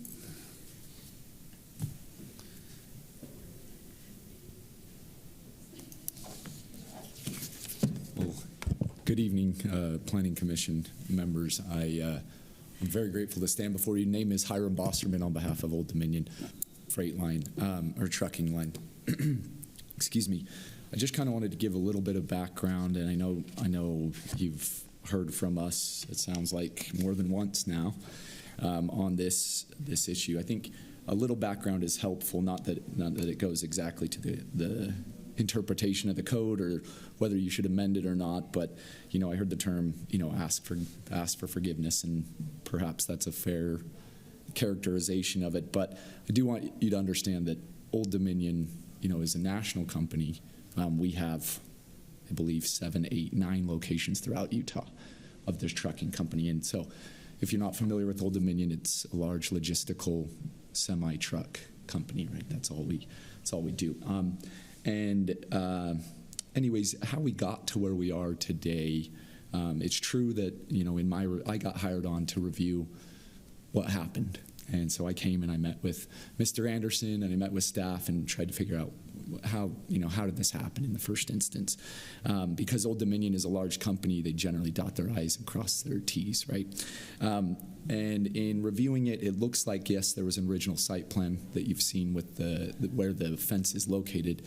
What ended up happening is when the building permit process came about, although it was likely incorrect, didn't follow the site plan, new plans were submitted with that building permit application, including a new fence plan that showed 8-foot high fences with barbed wire on top of it in the exact location that it's at. And those plans were approved, but the site, they didn't conform with the original site plan that was approved before the building permit, is my understanding. So there was, from Old Dominion's standpoint, there was some confusion there, and for whatever reason, our construction department that went forward with it just followed what was reflected in the building So plans. somebody who brought it in didn't say to the city staff, this is different than what our site plan was, and city staff didn't double check because they didn't say this is different. I'm not, it's or not throwing something the, yeah, like it's that. not throwing we the want staff. to assume everybody's good intent, Yeah, right? eventually it was caught, right? Eventually it was, hey, this doesn't actually conform with your site plan, and that's when everybody was like, uh-oh. But I think from Old Dominion's standpoint, and I apologize, I just got over a cold, so my voice sounds funny. I apologize for that. But I think that's where the problem came at. It wasn't, here's our site plan. We don't care about it. Let's build it. And I think it's important for this Planning Commission to understand the reason for why Old Dominion builds their facilities this way.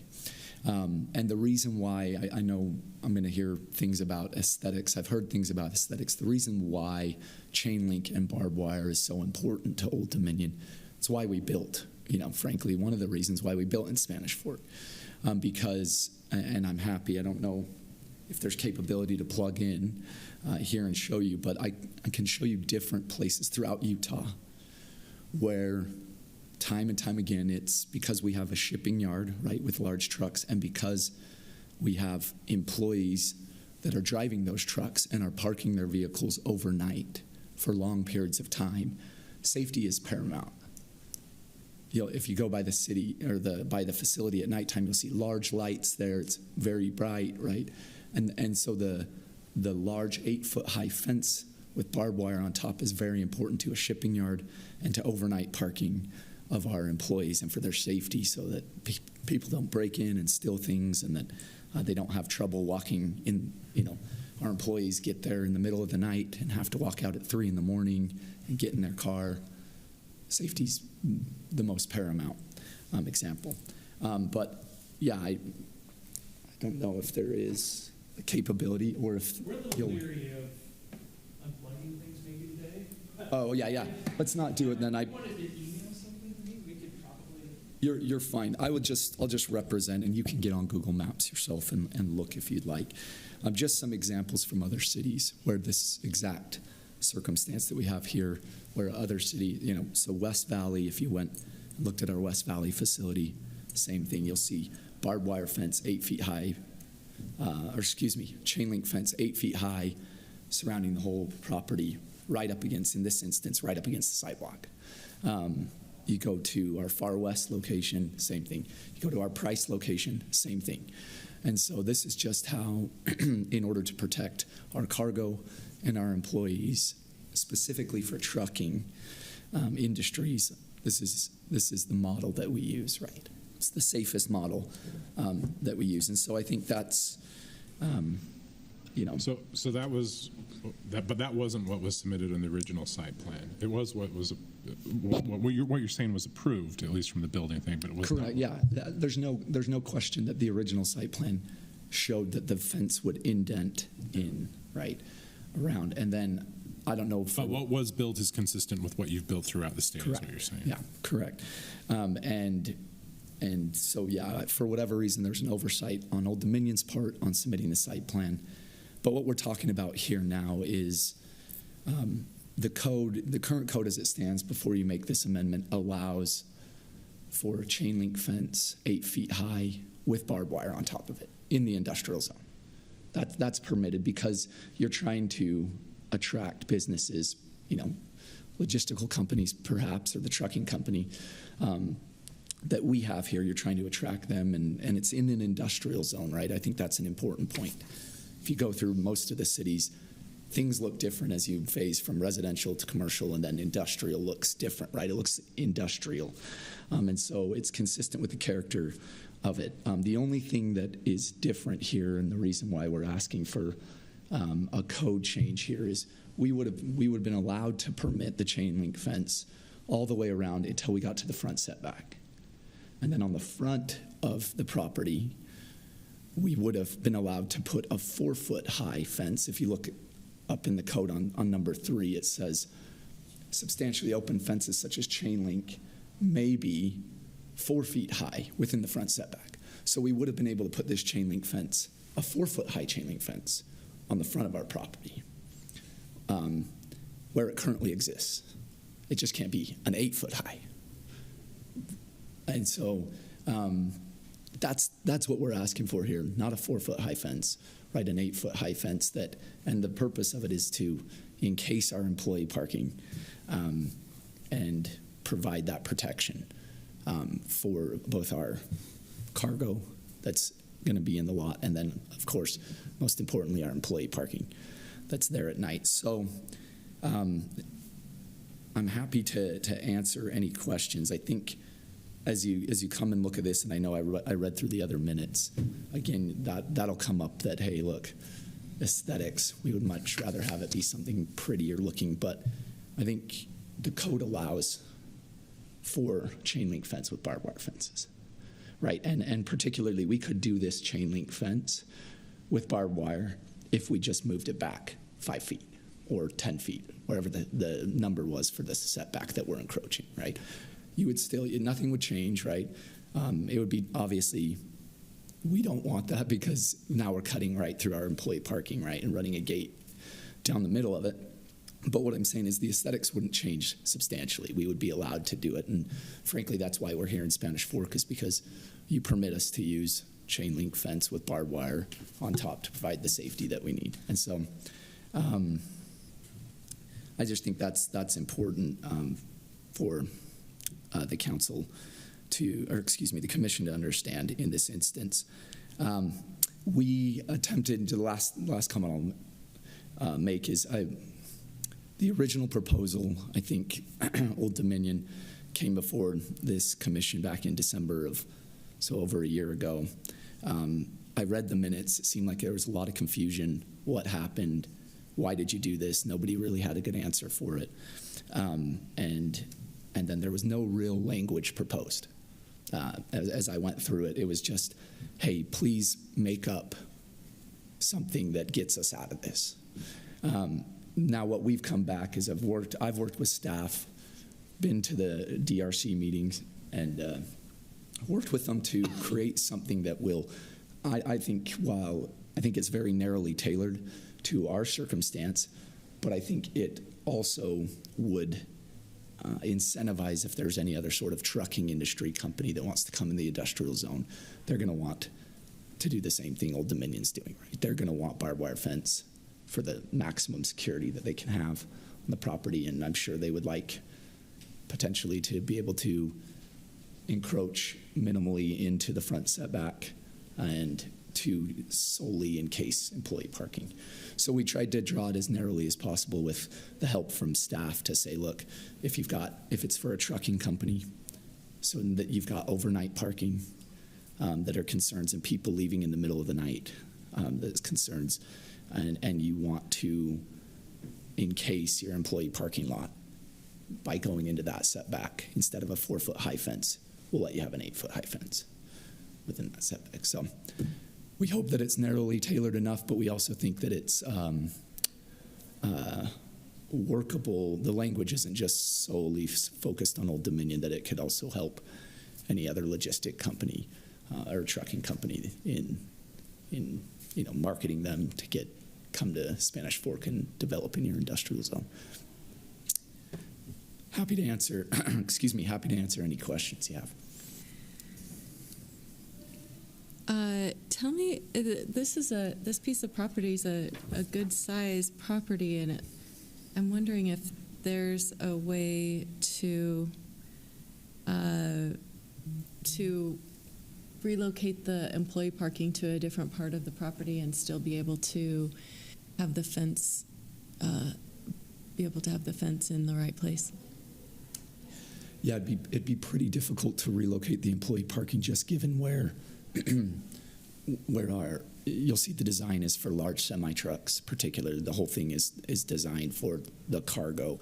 And so you'll have these long bays, and then on the side of them you'll have the parking structure for the narrow.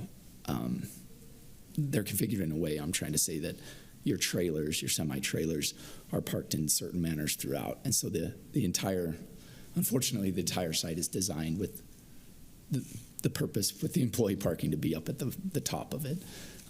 We've explored options on what it'd look like. I know, like, for example, it looks like some of the fencing would work or could, work to be pulled back down here at the bottom of the parcel up. So the front setback, you'll see where the entrance is. Yeah, this is the front setback. This is the concerning part of the property. But yeah, you could pull some of the fence back before you get to the employee parking without losing trailer and storage space and things like that.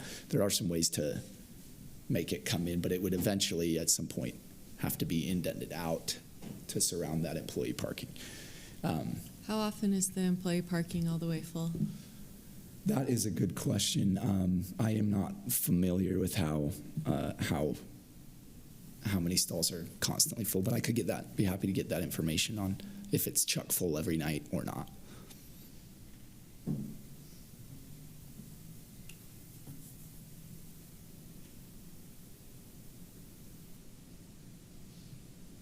So maybe this is a question for the city, but what's the purpose of having that large of a setback? Yeah, I really believe it is primarily aesthetic. Aesthetics? Really. Yeah. Other reasons for a 25-foot front setback other than just looks? Any thoughts? Just looks, right? I mean, we do have, as is the case here, so maybe the only wrinkle I'd add, I think I might have mentioned earlier, that oftentimes we do put power equipment and things like that within easements that we have in the front setbacks, and occasionally having a fence closer to a property line than what's allowed creates an access issue. I think that's something that can be overcome, but there's some of that as well. That could be overcome on a as needed for whatever easement basis. Yeah, I mean, maybe it's just a matter of our power department having, a key to a particular type of box or lock or that kind of thing. Yeah. Gate installed, maybe. Yeah, and in the DRC, it was brought up that, if there are any concerns with the utility boxes, we're happy to provide a man gate or whatever needs to be done here, right? It's putting in a man gate, substantially cheaper than tearing down a massive set of fence throughout this entire thing, right? Or we can look at jogging it in certain areas if we need to. What's the difference with security if you took out the chain link and put a wrought iron fence that's slightly more aesthetically pleasing in that area? Yeah, so just from my understanding with Dominion, this is what they do all over the country because they've had the best results with security. And wrought iron, you know, some people think it's effective in certain circumstances, but, you know, from an Old Dominion's perspective, it's the highest level of security is going to be your, you know, chain link. But in terms of scaling, chain link with barbed wire at top is more difficult to overcome than the wrought iron. Also, in this circumstance, because, you know, the whole property is surrounded in chain link, I don't know how aesthetically pleasing it'll be to transition from chain link to wrought iron just in the front. Maybe it would look fine, but it would be a little inconsistent. The only violation we have here, aside from, you know, not getting a fencing permit, but I think we've overcome. I don't think there's anything else, and you can check with city staff that we're in violation of. It's just this setback. We would. Is there a fence right here on this? This is the property line, is that right? Yes, I believe so. And is that where the fence is right now? I think the fence is against the. Or is yeah, the I think fence it's right here? yeah, I think it's back there. Fence is up against the problem. If I remember correctly. It encases the barbed wire fence does encase the entire facility. So on that setback along the front, the 25 feet, you've got your chain link up. The chain link is there in place now. Correct. And so it's not affecting any power boxes or any utilities. I'll let the city speak to that. I think in the DRC they mentioned that there may be a box that's out there. On the inside of the fence versus the out. That's what our power department mentioned. Yeah, I believe there was a mention about that. Now we're happy to provide access, build a man door. You do have the front gate that's, you know, generally we have somebody staffed there that can open that. Oh, thank you. Sorry, it's difficult to listen to me, I know.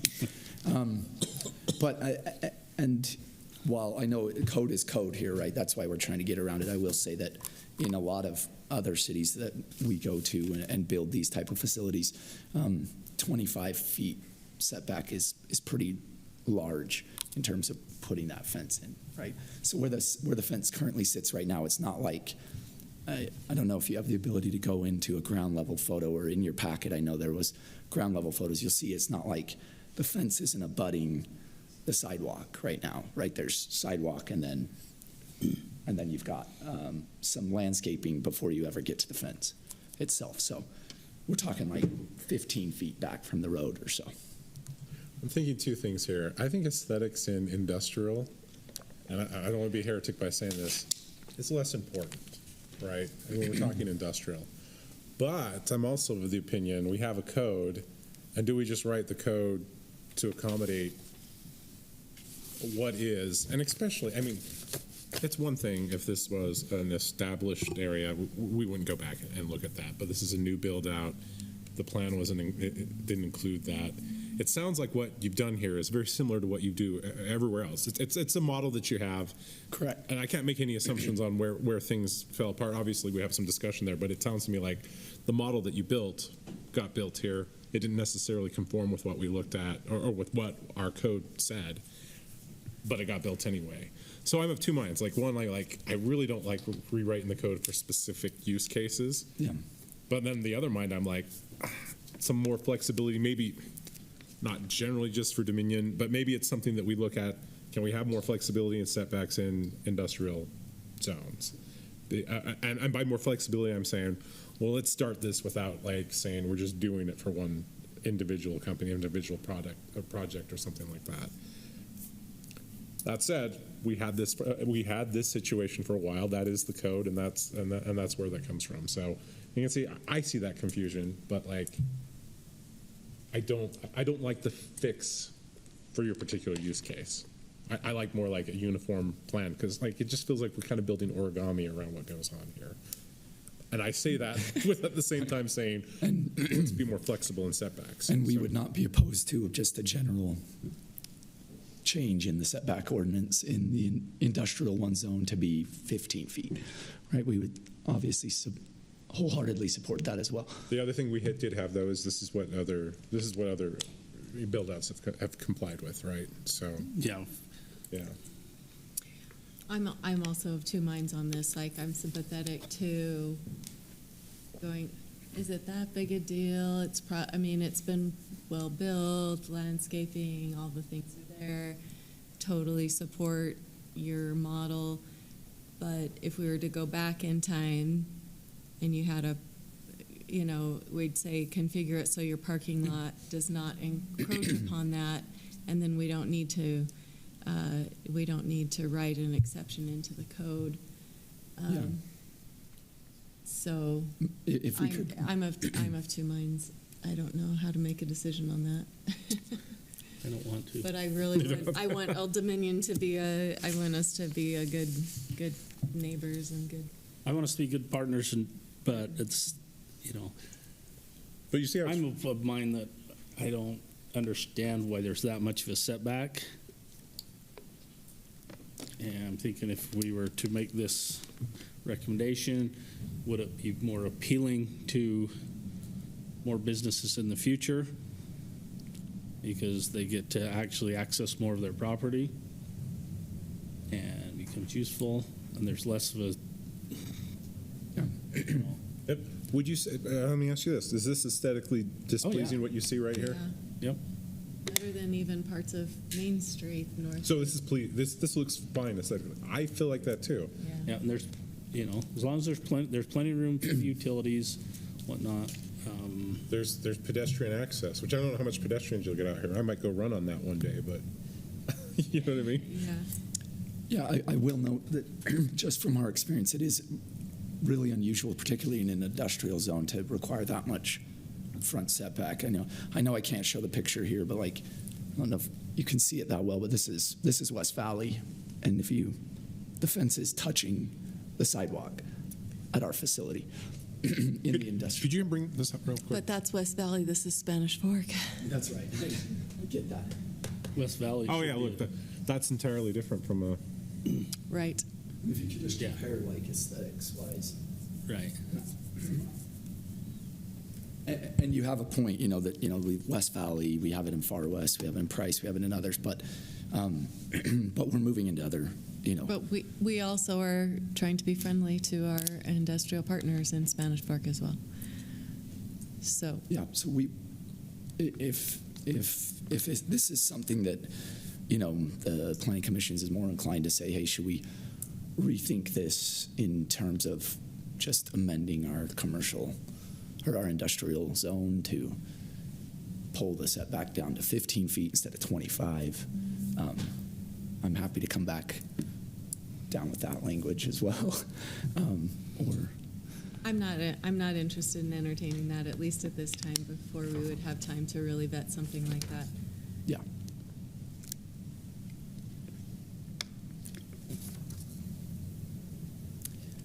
Well, I'd entertain a motion or do we have any more questions for our applicant? Public hearing. Oh, yes. I'm just sitting back. Thank you, I Mr. appreciate Anderson. it. Thank you for the time. Thank you very much.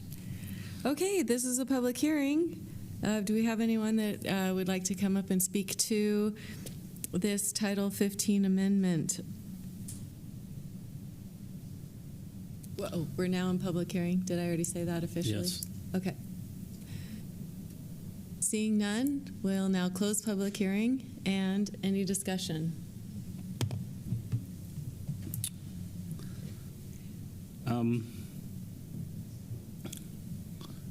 Personally, I think I like the idea, the way this is written up. I mean, it's kind of pointed just at this facility and that, but it also allows for other companies to come in and use it. And I don't have a problem with it. I'm just wondering about are there any unintended consequences that we're not seeing with this? And that's a good point. That's I should say that's probably my biggest hang up is, what are other existing businesses going to do? I'm concerned that the process wasn't followed here.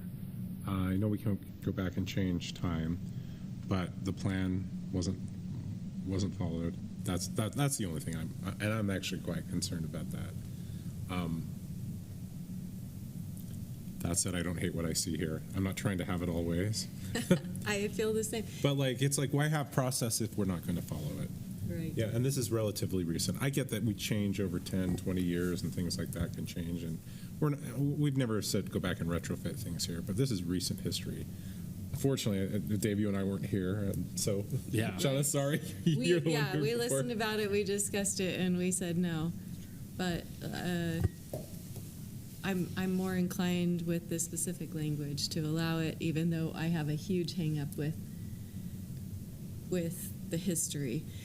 You know, youth city council member, do you have any thoughts on this, Landon? I didn't know I was allowed to talk. I think it's all right. I was a little concerned that he was saying that that this was normally in their plan that they would have this in most of their other locations to protect the safety of their drivers' vehicles and everything. So I was just a little concerned why that wasn't originally in the plan, if it was meant as a sort of constant thing in most of their locations. Yeah. That's not an unreasonable ask, right? No. I mean, protecting the security and everything of the location, not unreasonable. I just wish that would have been asked initially. Yeah. Right, or highlighted initially, or perhaps it was an oversight. So maybe I missed. That's a good point. Did I understand right when he explained that they had their plans approved, the site plan approved, and then they did an addendum to it and changed the site plan, but it never went through the approval process? Is that what happened? No. It was at the No. building permit? Yes. And we did a pretty deep dive to understand exactly where the applicants were coming from on this and to see if we did miss something on the part of staff. And I'll be the first to say that occasionally we do miss things or just make mistakes. In this case, I don't believe anybody did. The site plan, that document gets approved, I kind of mentioned it, by the Development Review Committee for all of what we call horizontal improvements on a site. All the utility lines that are underground, like I mentioned earlier, shrubs, lighting fixtures, all of that kind of stuff. That is site plan approval, and again, it's a specific body, that's the Land Use Authority, that approves those. And sites get developed according to that. Building permit applications get submitted for the construction of buildings on sites. And it's just a building inspector that reviews those plans for the buildings. And our building inspectors review the building plans that get submitted for building permits. And there is an exhibit that gets submitted with building permit applications. It's a site plan of sorts, or a site layout, plot map, and a lot of different phrases that get used to describe what those are, that basically show where the building is going to be built on the site, and a lot of times how utilities are going to come and go from the building and that sort of a thing. To the point that Mr. Bosserman made, there was a plan submitted with the building permit application that shows the fence, at least close to where they built it. But our building inspectors don't look at that, and that's not part of the approved site plan. But that's what they apparently somehow, I'll take it at face value, went off of when they installed the fence. So does that help in terms of? Yes. But one more thing, they did not ask for a permit for the fence. And that's kind of, for me, the bottom line. You know, that would have been our check in this regard to make sure that it was right. It's not a financial mean, it's just sort of, you get it's a check, right? Yeah, that's it. Yeah. So maybe one clarification for my sake. The fence, I believe, is installed 10 feet back of the sidewalk, yet the proposal as written would allow basically somebody to do a fence right at the front property of 8 feet. And so that may be something for consideration, which is if you're inclined to make a recommendation to approve it to the council, that maybe a reduced setback be explicitly stated instead of having a situation where somebody could build it right up to the property line adjacent to the sidewalk. Oh, that's a good point. This allows it to be on the property line? Oh. Why for your sake, Brandon? Why did you say for my sake? Because I wanted to make sure I was reading it the same way everybody else is. Because if I was to make a recommendation to the city council to change this, I would say, have a setback for the utilities, but, a 25-foot setback seems a lot to me. It's currently 10 feet. That's what we're measuring on the map. Is it looks like feet behind the The fence is 10 feet. And on another hand, I'm in construction. I've worked on a lot of projects, done stuff, and I've had project managers, superintendents tell me, put that in, do it. I'm like, it's not to the plan. And he said, I'll deal with that. And sometimes we've had to redo it. And I've actually been charged for it because my dice did it the wrong way. They were told what to do, and they didn't get it in writing. And it comes back on as a problem for me to fix. So, that's why I brought up earlier, is this a case of they asking for forgiveness instead of permission? It was easier. Hoping they could get it to fly. And that's just speculation. I have no idea on that, but I think we need to follow what was recommended in the beginning. If we didn't make something changed, I don't know, but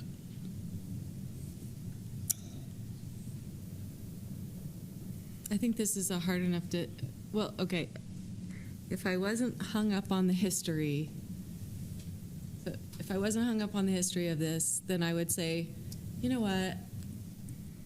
Looking at it, looking at the pictures, yada yada, 10 feet setback, making sure to add a 10 feet setback.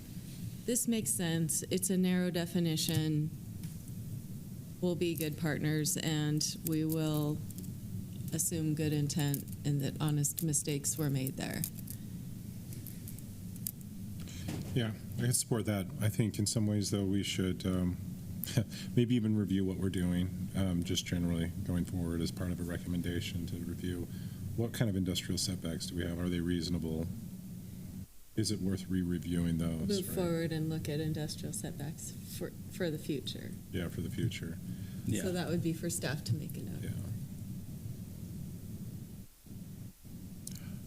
We don't want to make it hard to do business, to build things here. We also want to have code that is followed. Followed and it makes enforced. Sense. Yeah. Yeah. And that said, let's have simplify the code if that's necessary, but also make sure it's followed, right? Let's not be overly burdensome, but let's also make sure that what we have is reasonable, makes sense, and actually serves our purposes, right? Instead of making exceptions all over the place. I guess one final question, I don't know if it's the final question, but how often do we come into concerns with industrial setbacks or anything like that, just generally? Is it sort of just something that happens and there's not a lot of questions? Front setbacks in the industrial zone? You're talking about bigger sites, at least often are. We had the conversation with the Utah County facility. We had the conversation with Amazon. We had the conversation GLH. It's usually the bigger sites that have the questions on fencing. And it's a debate over distance and fencing, similar to.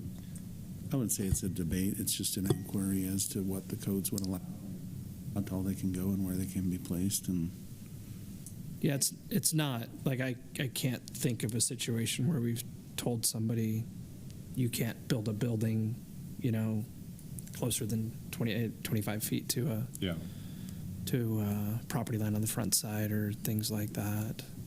And I'll mention, I agree that we are sensitive about people using property efficiently. The city definitely has something to gain in that regard. So, all right. Any other discussion? Are we ready to entertain a motion, or is this something you want to? Well, here's a question I've got. We've got 3 members. We're missing 3 members. Right. This is a change to code, basically. Right. Is that something that we should do with a short staff? That's what I wonder too. Well, we can do something with a short staff as long as we unanimously agree, right? Right. I mean, we could definitely do it, but I wonder if it's I don't know. Do we feel like we need consensus of everyone to make this kind of change? Or do we make this approval and let it go to the council and let the council?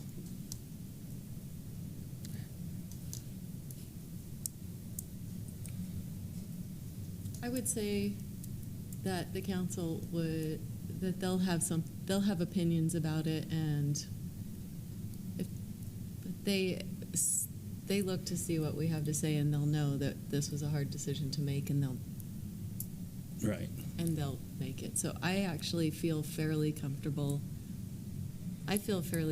Comfortable recommending it to the council. Yeah. I think I can get on board with that. I think the only concern, obviously, I stated concerns I had before there, and I don't like to muck up the process, but let's be careful going forward in terms of how. Let's not write code to what is. Let's write code that's reasonable for what's going forward. This is an unreasonable. What I saw for the site plan, the way the site is set, not unreasonable. Security for cars, not unreasonable, right, based on where that sits.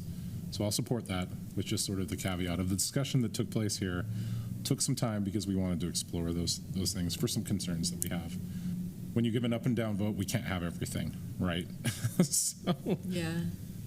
But I appreciate that the council has commented to me that they do watch this. Sorry that you're 3 hours and 20 minutes into this now. Hopefully you're watching it on 2X. So. All right. Well, I'll entertain a motion if there is one.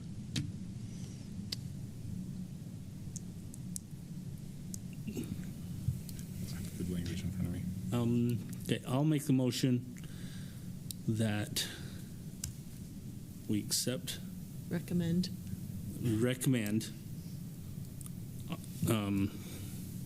3-A industrial zone as it's written in the document here. With including a 10-foot setback, or? No, I'll recommend what they've got written down right here. Is what I would make the motion on. It's how it's written. Okay. I have a motion. I'll second. All in favor? Aye. Aye. I actually oppose. Good. I would support it if there was the 10-foot setback, but if anybody else has a motion, otherwise we will move on. Would it help if I offered an alternate version of that has a 10-foot setback? Sure. I'll read it right fast. There's more than one way to handle this for sure. So for A, and I haven't read this yet, I hope I typed it well. In the industrial 1 zone, the front yard setback may be reduced to 10 feet for a substantially open fence, such as chain link or wrought iron fence, up to 8 feet in height if the fence encloses parking in the setback for a trucking facility where employees frequently park their vehicles overnight. Everything else is the same. So I don't know if that... I could get behind that. I'll make a motion that we support the change to this language, which is a 10-foot setback with all the language staying substantially the same. And we recommend that. I'll second that. All in favor? Aye. Aye. Aye. Okay, that passes unanimously. Barely. Thank you. All right. We have another Title 15 amendment proposal. This is also a public hearing. Temporary storage yard.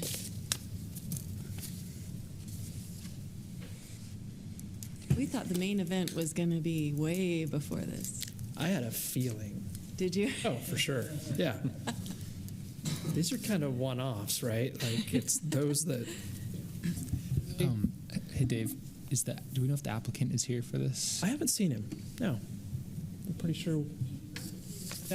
Yeah, he mentioned that to me as well. Situation's not entirely different here, even though the applicant's not here. Genuinely, we want to welcome Omega Morgan to Spanish Fork. I've heard nothing but good things about them as a company. They have a national presence. It's a very capable company. They have tremendous construction capability, and they'd be employing just one aspect of that with the facility, or will be. I don't think there's any doubt about them operating here in Spanish Fork. I think they're taking occupancy of a building that's located on one of the building pads that's shown here. I think it's, well, honestly, I'm not sure. But on that site, there's a 500,000 square foot building now that's finished. And that's where Omega Morgan will be. There we go. They'll be there. So just west of the Spanish Fork Airport. Mentioned earlier, it's kind of a big deal for us. It's the first company to land in a finished building that was constructed as part of VERC. And something I think worth celebrating from that perspective. That's a big building. It's half the size of the Western Distribution Center that's at the mouth of Spanish Fork Canyon. And what Omega Morgan would like is the ability to construct some space to store some material over here on 10 acres on the west side of the building. And the particular items that they want to store, it's machinery, and Ian, will you go to the staff report? There's a couple of images there that I think are worth looking at. It won't be kept in a building, so it'll be kept outdoor, and that is at least part of the basis for the discussion. So these are some images that were provided by Omega Morgan of how they want to use that space on the west side of the building, 10 acres. I think this is a fairly representative image because they just want to place gravel on the yard next to the building and store crates that oftentimes are shrink wrapped, like we'll see in the other image, that are kept there both before and after some amount of processing is done in the facility of that equipment. Incidentally, in this case, that equipment then is delivered off-site and somehow is used in the construction of data centers. That's the specific mission that Omega Morgan would be operating with here in town. This one's really tricky for me. Like I mentioned with the other item, we talked about this a little bit. We are really concerned about light industrial development. And I think to some extent in Spanish Fork, we stretch what the Industrial 1 zone, our light industrial zone, allows. We allow quite a bit of manufacturing, some pretty heavy manufacturing in our light industrial zone. Zoning districts, in fact, light, medium, and heavy. If you look at the zoning map, pretty much everything around the airport is light industrial, thousands of acres. All but a few parcels that are part of our project that we're doing with the Inland Port Authority are zone light industrial. And one of the things that I've used over the years to distinguish light industrial uses from heavier industrial uses is, does everything happen inside of a building? Storage and keeping things outside, that's a little different than maybe doing some type of assembly work outside or any kind of machining or that or any kind of processing outdoors, and that's not proposed here. But the conundrum that we ran into and that we've talked with the property owners and Omega Morgan about is that when we see things like this on a plan like this and they say we're going to keep things out there, we say that's outdoor storage. And I think it is outdoor storage. Now we're going to start to use things in term of art contexts. And when it's outdoor storage, we require a masonry wall to enclose it. I think that's worked really, really well, particularly in our light industrial area, to keep things screened, keep things neat and clean, to make it so that neighbors have some tendency to coexist better than they would if things were maybe less sightly, or if there wasn't that just simple screening in place between uses sometimes that are different than one another. This is a 10-acre site, so to enclose that with a masonry wall, there's a more significant expense involved than if it were a smaller site. Omega Morgan requires a certain level of security. Their clients do, the people that they're constructing data centers for. From kind of cradle to grave, they have a custody expectation with everything that ends up in their data center. So security for them relative to everything that happens on site is a really big deal. So they need something surrounding the property, but they have requested that somehow Spanish Fork City amend its zoning code so that they don't have to build a masonry wall around that site and rather can do chain link with barbed wire. In this case, they'd like to do black vinyl coated chain link and to put black slats in it so you can't see through it as well. Maybe my least favorite kind of fencing, by the way. Slats tend to not wear well over time, in my opinion, and can look bad. It's my opinion. But also, I think that, presumably, certainly would meet anybody's security need. The proposal that we have tonight, Ian, if maybe you can just go to the language as a way to try to accommodate Omega Morgan's request, and while we absolutely, like I said, appreciate them making the investment that they're making in the community and being a part of Spanish Fork, we're not really excited about making a change in this case. Again, I mentioned earlier that we've consistently applied the requirement to build masonry walls. I understand the nuance that we're trying to play on here by distinguishing, keeping certain things outside from the things that normally we're trying to screen from public view and that type of a thing. A lot of other folks won't understand that. They, I think, will probably instead view Spanish Fork as maybe picking and choosing who we apply certain rules to. Yet, like I said earlier, we're adults and we're professionals, and if this were a route that ultimately the city council is comfortable with, we can get on board with it and we can apply the rule like this. But indeed, we've crafted this language. Omega Morgan's folks have reviewed this.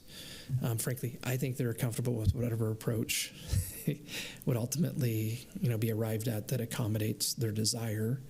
But they're supportive of this. And I think there is some rational basis for looking at an area where people are keeping certain things outside from junkyards, to use maybe the worst case scenario of why you would want to have a masonry wall. And I say that yet, we wouldn't allow a junkyard in our light industrial zone either. So maybe that's not a good example to use. Maybe other things that, as we look potentially to tighten up the definition of an outdoor storage area, some of those types of things that generally are less sightly. I could definitely go on. I feel like I probably would just speak and not say anything more meaningful. Okay, well, we have questions for you, so. You want to just dive into that then? Let's launch in. Well, actually, let me ask my first question. Is the applicant here? No applicant. Okay.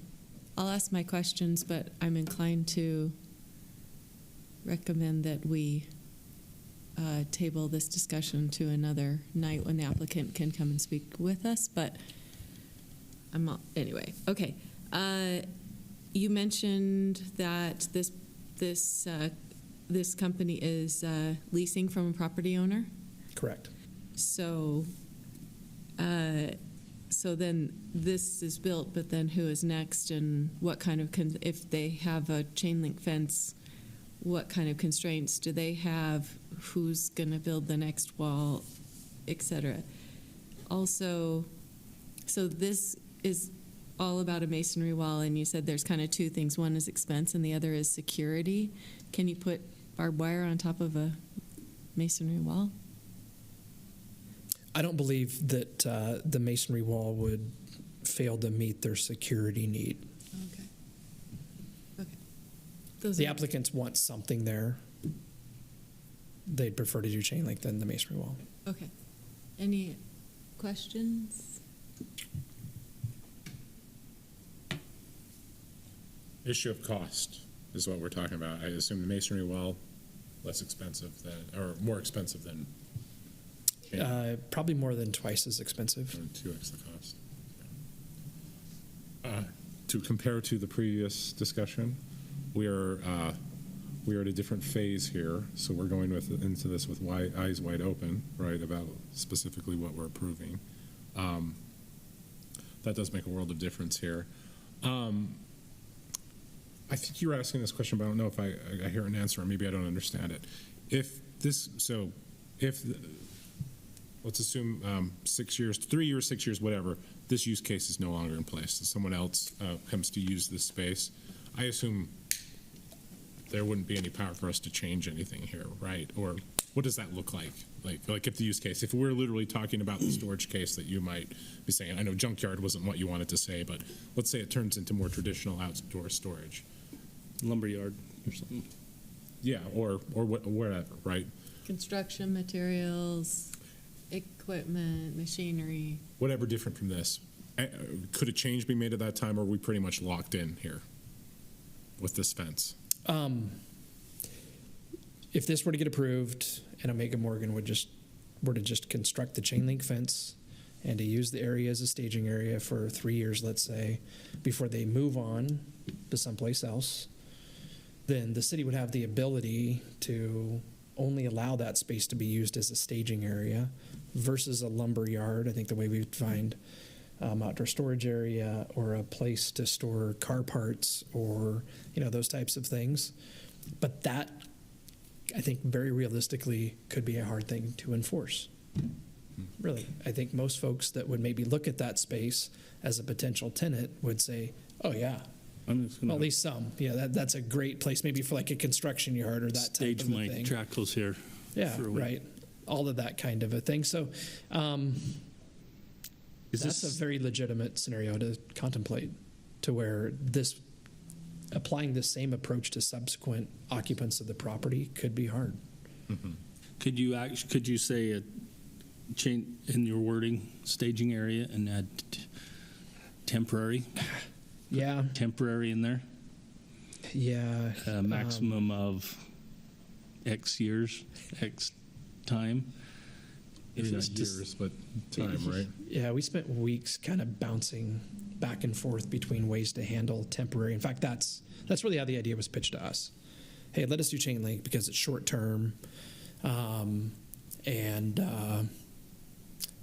I have found that temporary things simply become permanent, and we don't have, as a city, good mechanisms to force change after the fact, right? Once we issue a certificate of occupancy for a building or a business license, or maybe we release some type of cash that we're holding, maybe to try to encourage something to happen, after the fact, it really becomes tough. So in theory, absolutely. I think it would be a great way to look at it. It just is, it's really hard. Requirement to put a bond up or something? Absolutely. Thought about that. Yep. Instead of paying another $400,000 for the wall, post the bond, which I think if we were to do that, they might just build the wall. Yeah, they might weigh that and just, I don't know. But. Okay, do we have any other questions for Mr. Anderson? If not, then we will go to public hearing. We'll open our public hearing. Would anyone have comments about this Title 15 amendment? Seeing none, we'll close public hearing, and if there's any other discussion, otherwise I would entertain a motion or not?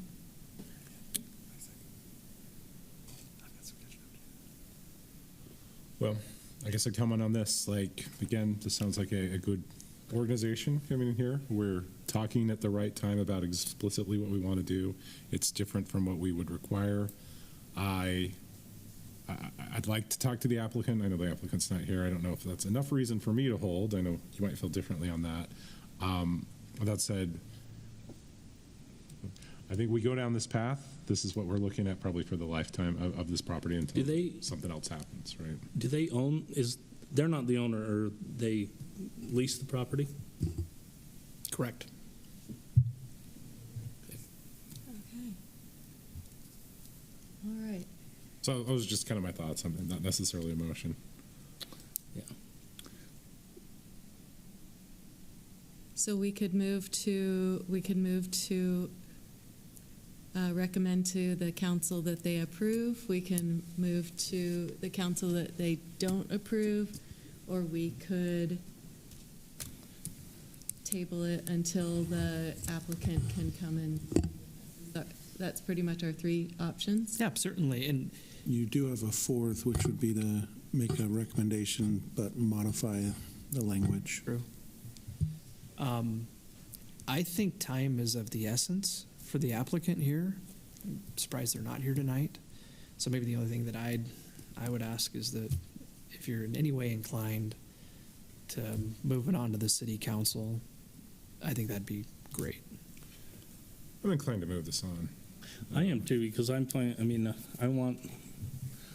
we need to be good partners with the businesses that come in town and give them, what we can. And I like that they're asking for this at this time. I guess I'd ask the city council, in this recommendation, do they feel like this is a compelling enough reason to keep our requirements in place here? But I don't have any reason why I would say no on this. Obviously, it's up to them to say no if they choose to say no.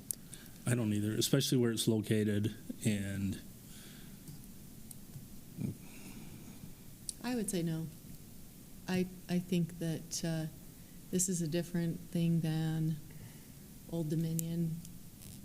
This is someone who's leasing this property, and if it changes to a different lease, then the use could easily change.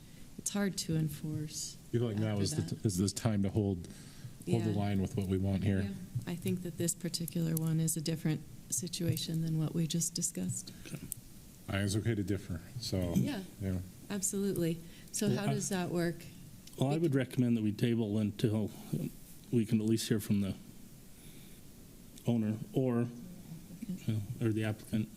I feel different. I feel like moving it forward. I think all three of us feel a little different too here. So if we're all kind of in disagreement, then it fails. It would fail. No it action. Would go to the city council. The city council would have access to the conversation that you guys are having. And they look. So I think they understand where you're each coming All from. right. Do we need to legally make a motion and then vote and then it fails? How does that work? Or just let it die. Or just let it die?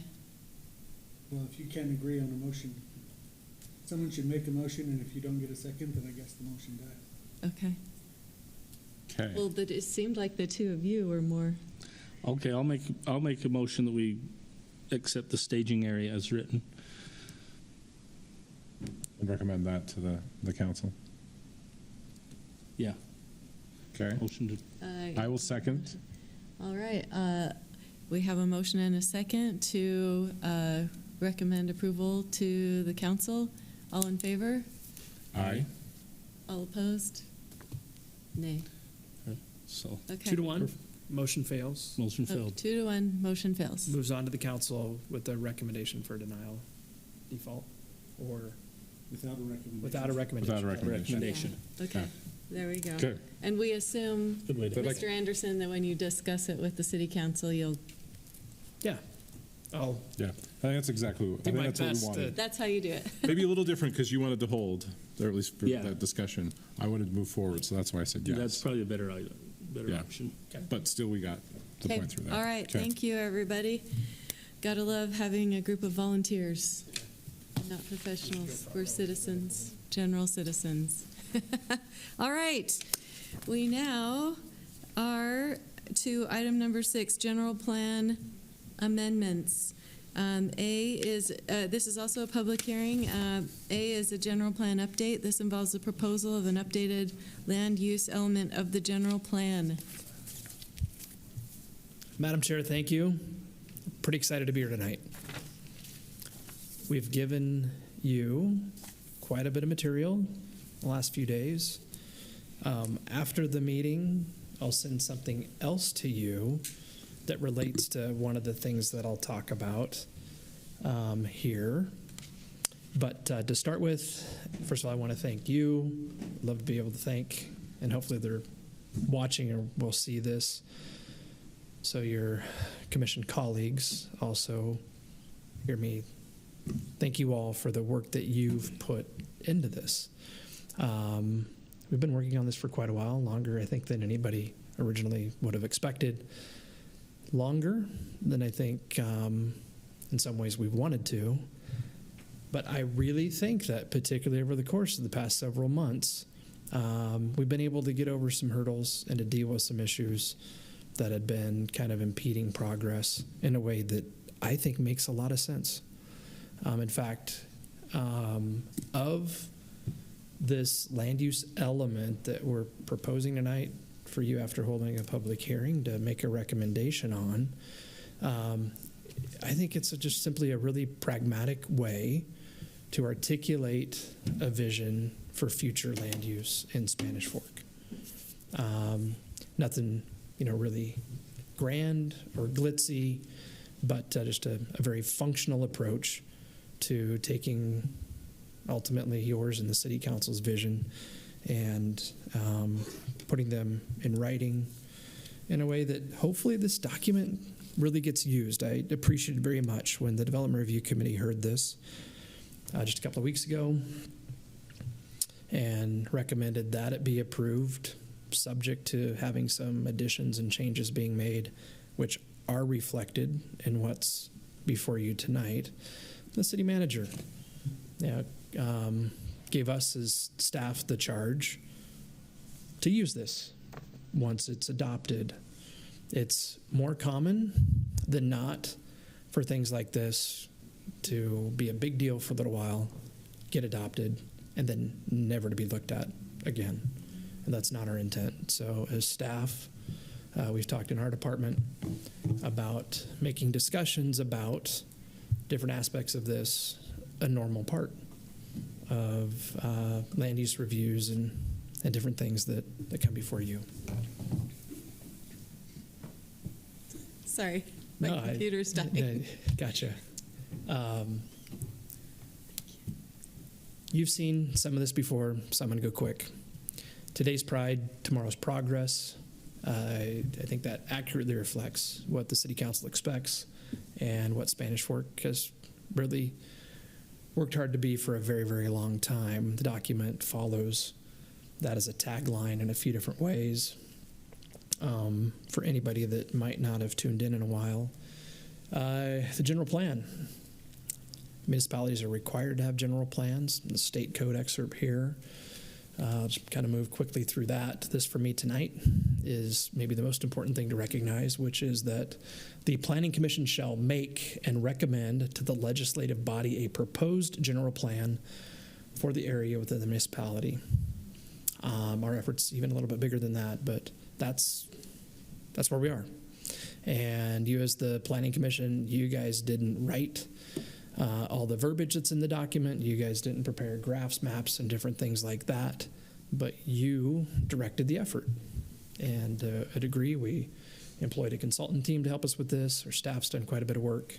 But ultimately, we do look to you as the Planning Commission as kind of the owners of this. And of course, that being the case still, we have a city council. They're the legislative body, and their role is to review what you recommend and act accordingly.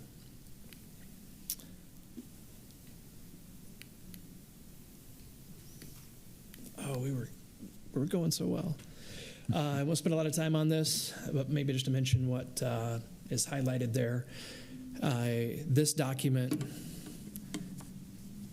from a high level perspective, can be broken down into two main pieces. There's a land use map. That's what everybody focuses on. But the narrative that couples that land use map with policy and direction is really critical. And by design, that narrative and map are not intended at all to be hyper-specific. This is a comprehensive effort looking at, in a typical case in ours, a community as a whole from a relatively high level to provide some broad guiding language that helps you and the city council make decisions when you have a site-specific situation before you, when somebody maybe is proposing a zone change or some type of otherwise development or that type of a thing. But again, intended to be high-level guidance. So to build on that, long-range vision, it's part of what the land use element is. It's a policy guide. The map's a big part of it in terms of describing what land use relationships should look like. Where should certain things go? How should those things maybe orient to different land uses, different facilities, maybe transportation facilities or the like. The land use element should help a community promote what it wants to be in the future. We've listed there preserving community values. And the land use element, again, it's part of that general plan. It's not the only part of the general plan. In Spanish Fork, we have a moderate income housing element of the general plan. We have a transportation element of the general plan. I think now we're calling our parks plan our parks and recreation element of the general plan. All things that are specifically prescribed in state law, incidentally. So we're not winging it with respect to what we accomplish with these different parts of the general plan. Each community can and typically does develop things like that in their own way, and I'd say that's definitely the case in Spanish Fork, but we're not alone. This is really important, I think, as well, to be mindful of. The general plan, it's not zoning. If you were to go back and look at the city's general plan in 2008, there's a general plan map, and in my opinion, in a lot of ways, it mirrored a zoning map. And almost every time for a few years when somebody proposed a zone change, proposed change to the general plan accompanied that. One of the two at that point was redundant and unnecessary. And by state law, it's supposed to have both. So in 2011, a significant effort was made to create a general plan, a land use element with a map that didn't focus on current conditions, but rather the future and what things should be in the future. And to do that in a way that allowed for, like I said earlier, the Planning Commission, City Council to be advised by the general plan, but yet to use common sense when making decisions about specific proposals. It became more broad. General plan, it's not specific relative to any particular project that might be approved or proposed. And the general plan does not prescribe a timeline. The land use map that you'll see with the draft element of the general plan does show a vision for future land use that extends out theoretically to the build out of the city. We don't know what that looks like in terms of years. We don't know what that looks like in terms of sequence. But there is a plan included that can be followed when decisions are made. I keep saying it about land use, but also when decisions are made about how big to design water tanks or maybe sewer lines, power facilities, different things like that. Is it the storm drain master plan? What are we teed up to start on next? All of them, actually. Okay. We're kind of waiting for this to get solidified, and then we're ready to redo our transportation master plan to kind of match what's in the general plan. Sewer, water, and storm drain. Yeah. So they're You guys understand pretty what old, that so- means in terms of the information that's contained in this draft? When the city council acts on that and it becomes adopted, put into play, then that becomes the basis of the city. I would call it updating, not starting over, but updating our plans for, I'm sure, well into the tens of millions of dollars worth of infrastructure that at some point in time will be built as it becomes needed. So, it's an advisory document, but yet it does have meaning. And I'll just leave it at that. Prior to tonight, there has been a lengthy effort to solicit the community's input. Projects like this. 1 second, Dave. Yeah. I think the other thing, too, about the advisory document is that it's also a living document. So it's not static, right? As time goes by and things happen, it can be modified as needed. Yeah, I don't think very many years have passed without a proposed change to the land use element having come before the Planning Commission and City Council. And that's referred to in this. Sorry to interrupt your I really presentation. appreciate you pointing that out. That absolutely is a real part of things and necessary, right? We understand that there are all kinds of things that will give people in the future a different perspective or reason to maybe look at things differently, and things that would warrant a change to the vision. But I also think that, I'm sorry to keep interrupting, but I also think that the general plan itself is a great foundation for looking at the entire general plan and what the intent is before future planning commissions and city councils make changes. Like, it's a guiding star. Okay, go ahead. Thank you. Once again, thank you. I'm taking time that I told Dave I'd give him. So try to be a little bit quicker. But we've been through a long process, and it's been multiple steps of process before we get here tonight. Most recently, just a few months ago, we provided the community with an opportunity to respond to an online survey that we had. We received a healthy response to that. We've provided you with a report on the feedback that we received. We'll correspond with the people that responded to that survey. And I appreciate not just the effort that you and the city council have put into this, but also the community. I mean, truthfully, to have more than 3,000 responses to that initial survey, that does not happen often. That was remarkable. But I think anyone that reads through the document will have to recognize on a very regular basis that in different ways, the guiding language in the document ties back to the community's input, what the community values. And that's the only way that these things work over time. It's a big part, like I mentioned, in terms of what typically gets airtime. This is the map, those different colors. They represent different ways to use land, different land uses. Maybe talk more about that. This map, you have a hard copy of this. We're in the process of getting this on the city's website in a way that's easily legible. I think there's an image of this up there now. This is a refined version of what we shared with you in the city council last summer, of changes that were proposed to the land use map at that point in time. This simply includes some additions that we've been directed in one way or another to make since then. Does that make sense? You guys all recognize this. So the number identifies something that's different on this from the currently adopted map, and the verbiage there describes what those changes are.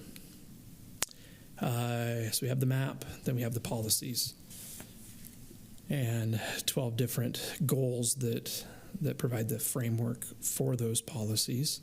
I like to note that this is not a plan about housing or office development or industrial development or any singular thing like that.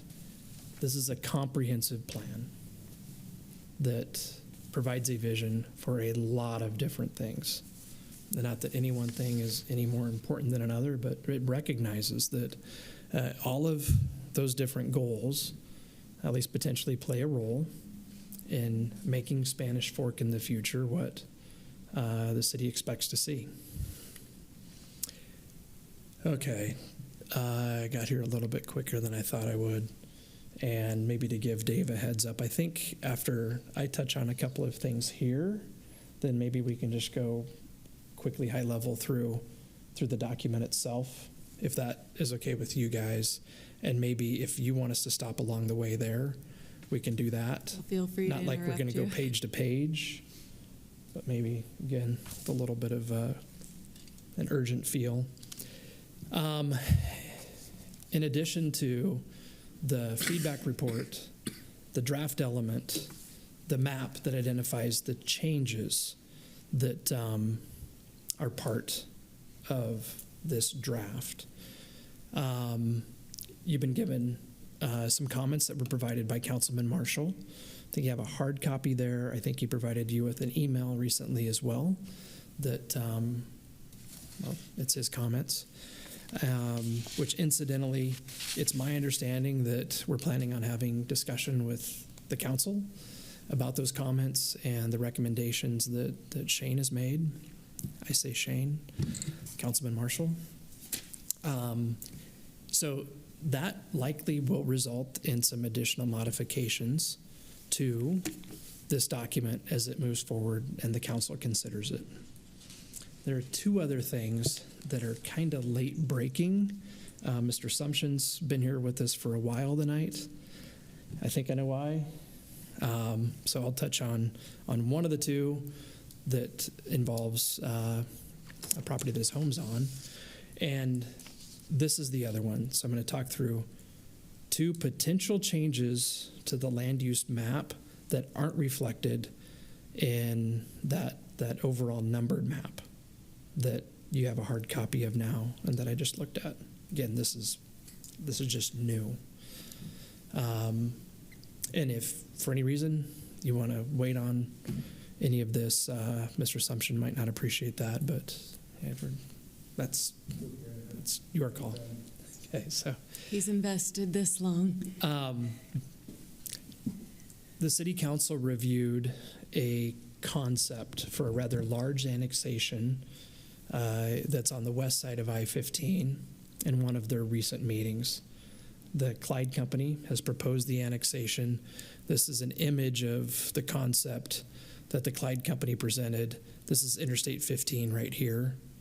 This is the westernmost set of railroad tracks that's west of town, the easternmost parallel I-15 right there.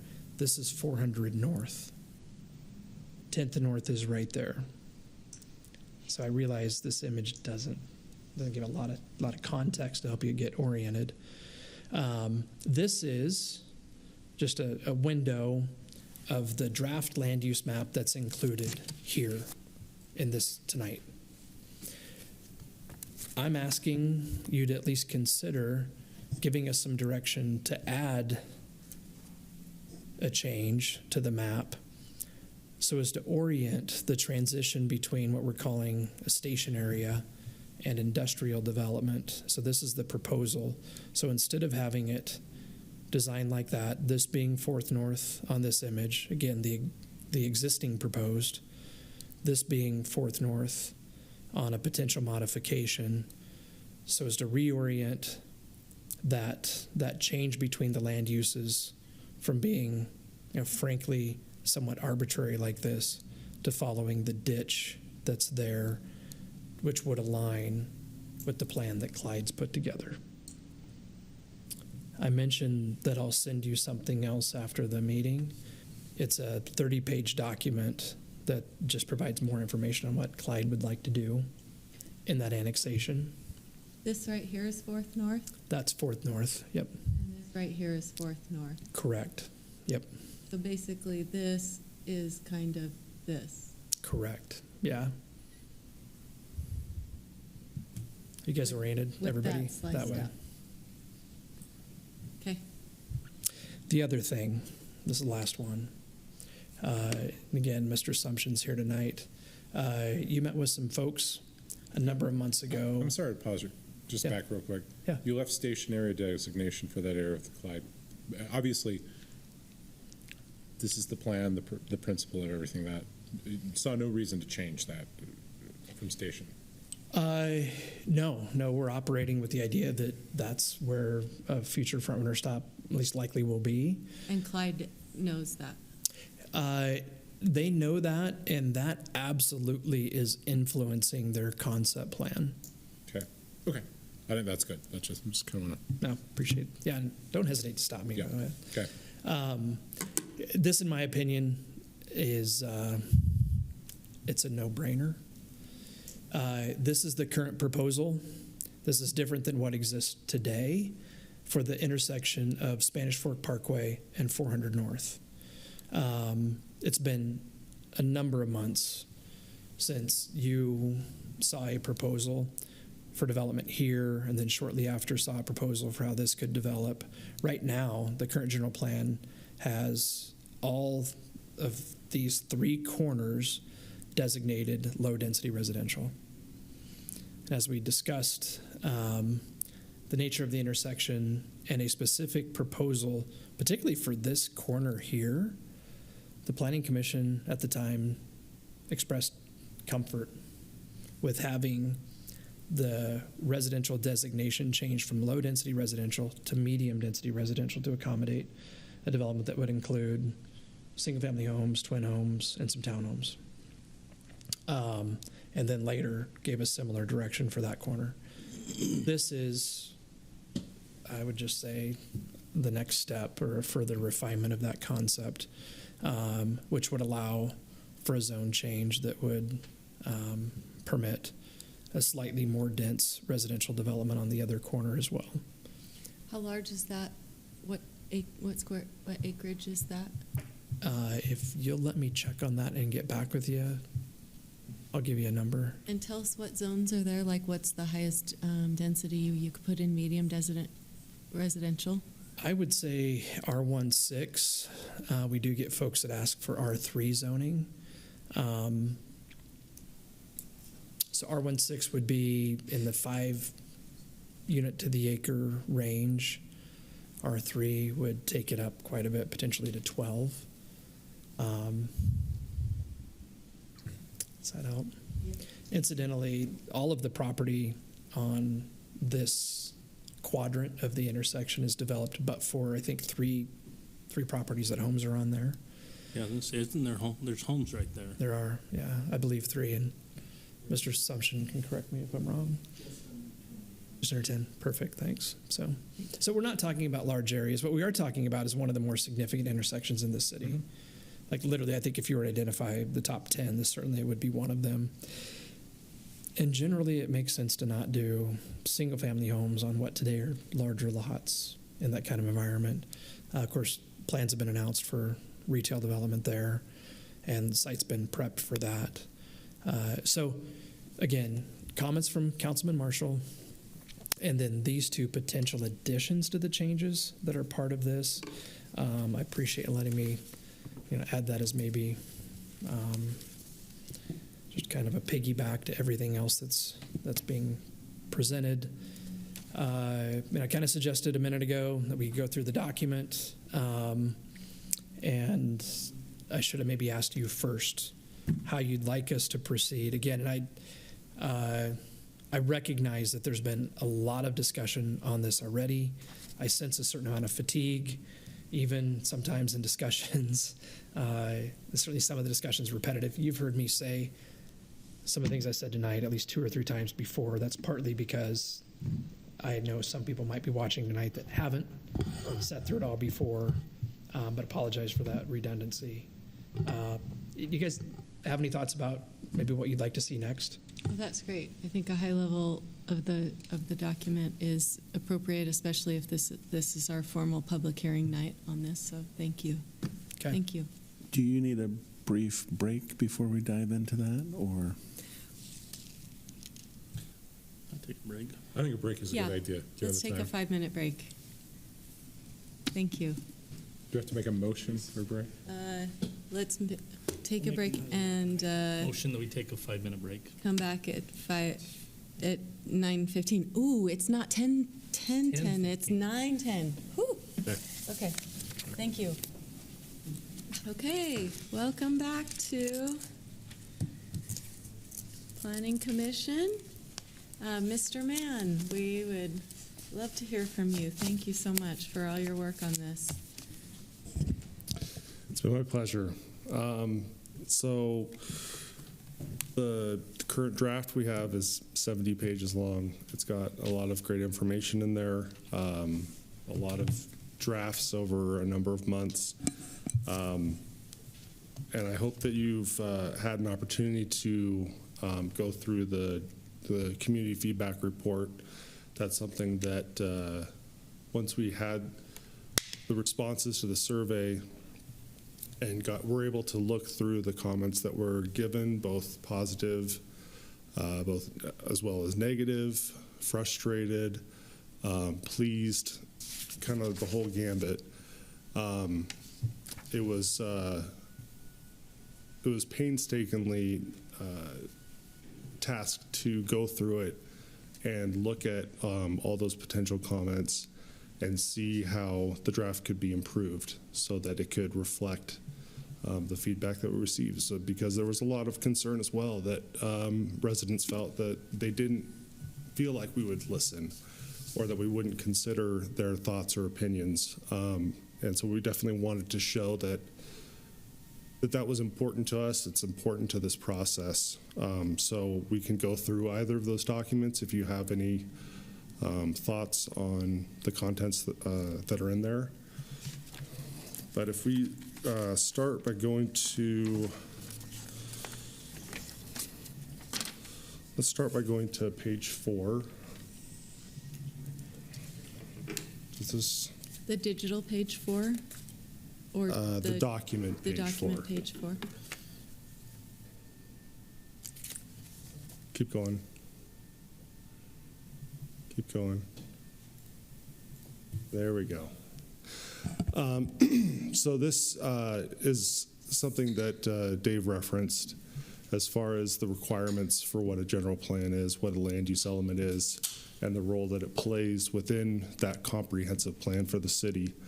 So we wanted to make sure that that information was clearly spelled out and it acts as a good reference point for future planning efforts, like updating the other elements of the plan as well as other plans like you, Shauna, had mentioned the downtown Main Street plans that have been done and other plans that haven't even been considered yet.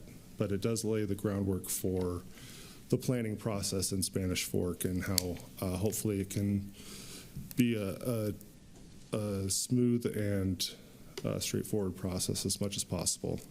One thing about that, Mr. Mann, is that the station area plan is part of what we have chosen. The Planning Commission has chosen to make part of the general plan. That's an optional part. There's other cities that don't put a station area plan, but we've chosen to put that station area plan in there because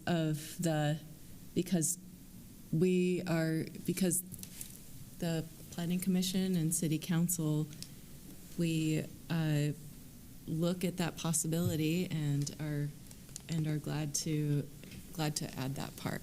So anyway, thank you. Yeah, and that's something that's relatively new based on state requirements to have a station area plan when a station is present in the city. And this Spanish Fork, as well as some other communities, are in a unique situation where there isn't a defined station with a timeline and a budget that's been taken care of to extend any line here. but it is an opportunity to evaluate a potential location and go through that exercise of looking at things in a very conceptual and forward-thinking process so that we can set kind of that framework for when and if that does become a reality, we have something to build off of. That is being considered. Thank you. You can go to the next page. There were some comments about items that were not well understood. One thing that was highlighted was the term infill development.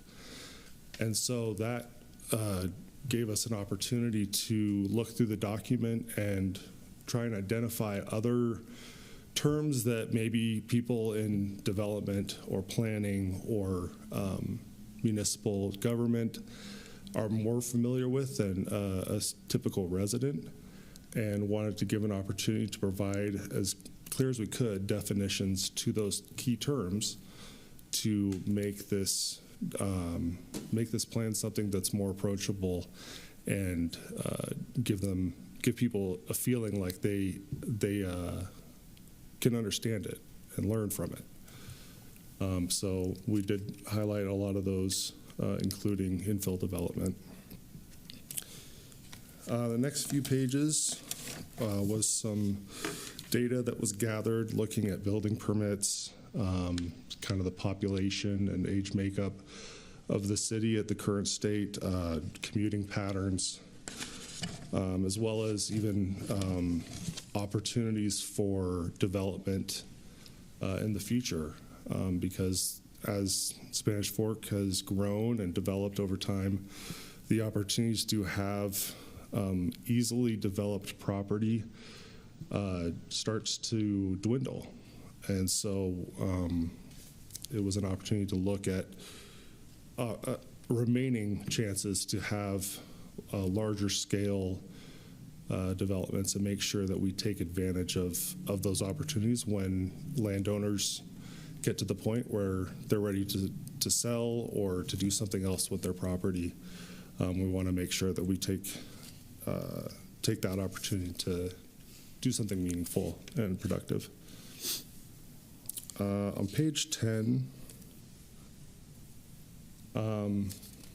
there was also a comment about the term gateways, which was used a few different ways in the plan. It was a little confusing, and so we wanted to kind of pull back and find a way to better explain what the intent of the different uses of those terms. So gateway now only refers to the land use designation that's on the map.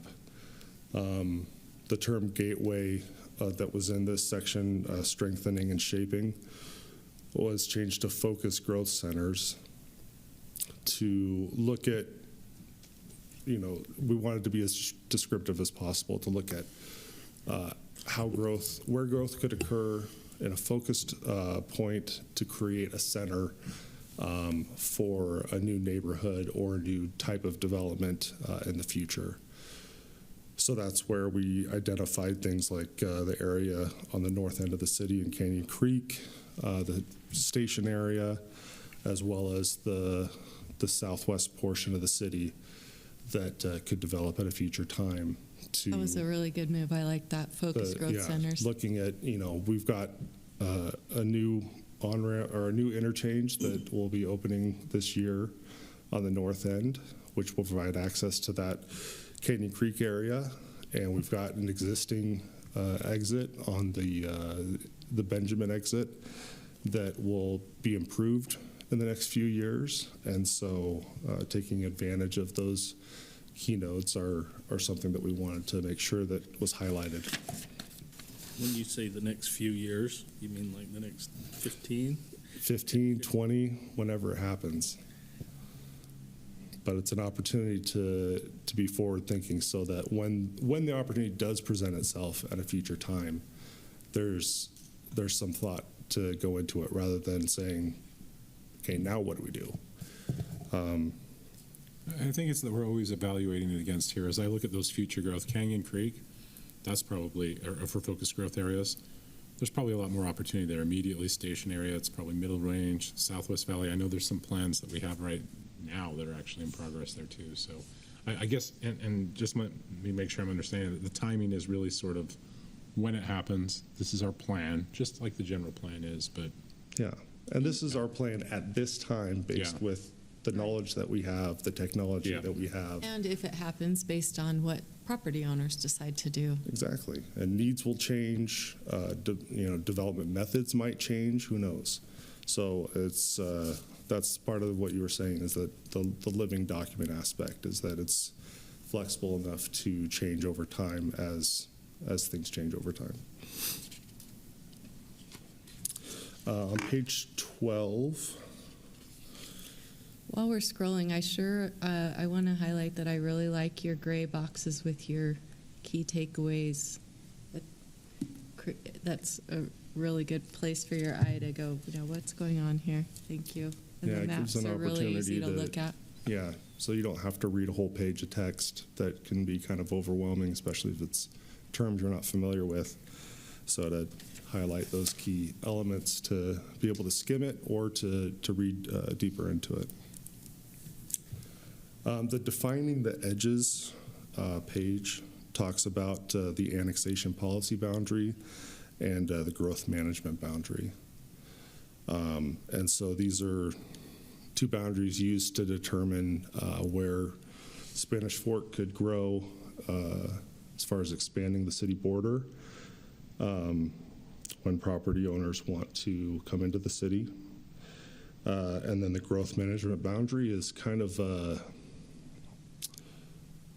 a way to determine when properties are ready to be developed, whether it's based on property owners' intent or desire to sell or develop, or if it's infrastructure that needs to occur or transportation that needs to be improved.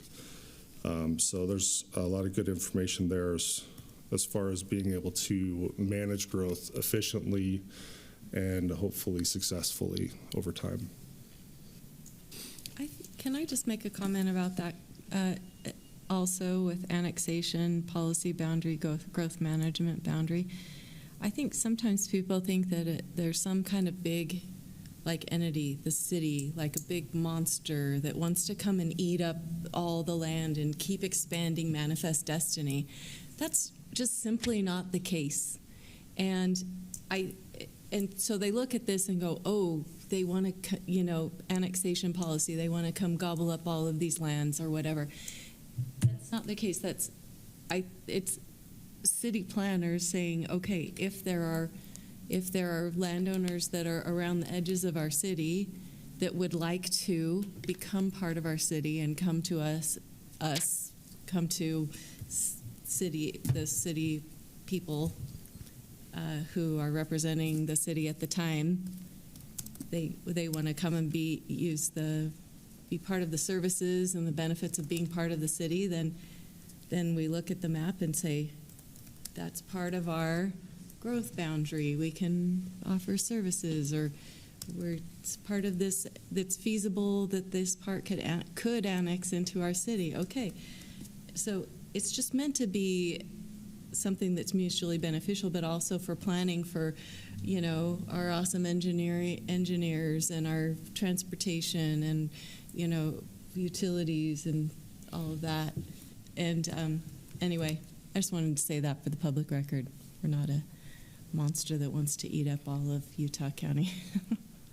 Yeah, I think I get that a lot from people. So yeah, growth management I think is something that is important to focus on as a city, especially a city that has grown the way that Spanish Fork has over the past few decades, is to make sure that we're growing at a pace and in a way where we're not overextending services or needlessly spending millions of dollars on infrastructure that is only intended to serve a small neighborhood that's kind of off, separated from the rest of the community. So I think those are powerful tools that can be used.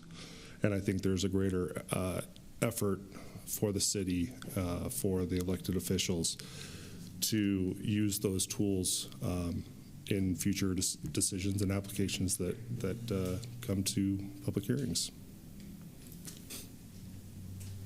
On page 14, this was a green space map that was a suggestion by one of the council members to highlight kind of some key amenities for the city, both visual, both functional, both existing and future. So looking at agricultural land that has environmental sensitivities, identifying existing parks, schools that can be used as open space, as well as looking at opportunities as the city grows and develops to include future parks and areas to serve future residents. So I think that was a great addition, and then showing the network of trails, both existing and future, as well, and how they all connect and function to support different ways to navigate the city and to use the amenities that are available. So.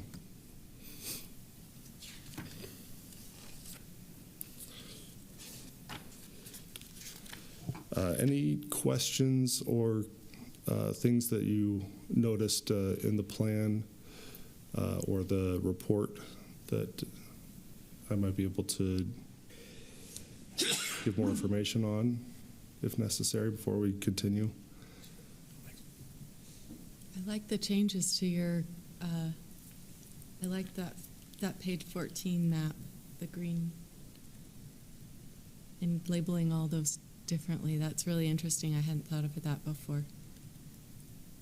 Yeah, it was something that we didn't initially know how we were going to accomplish, but I think it turned out as an important part of the overall plan. The next section is primarily focused on the land use map and the different designations. You saw, and you have that key map that shows all the different changes and edits that have been made. I remember it was probably about a year ago that community development staff got together and had a big printout of the entire city and just basically went block by block and looking at what the existing land use was, what the potential future land use could be, how developments had grown and changed over the past 10, 15 years. And then being able to define what those different designations mean for future developments that could come online. So we wanted to be as clear as possible to give simple definitions and visual references for the types of development that could occur based on those designations. Could I, on the station area plan, page 15, I think that's a great description. I wonder if there should just be like I don't know what you guys think, but could there just be like a really short verbiage in like the purpose and context or something about something like Spanish Fork City's preparing a station area plan to explore a future front-runner station located west? Or is that making it like we're really, I mean, investing a whole lot into a station area plan. We're planning to have a station area plan. It's not for sure because it's not been allocated by the legislature or funded or anything like that, but we are very much planning to have it.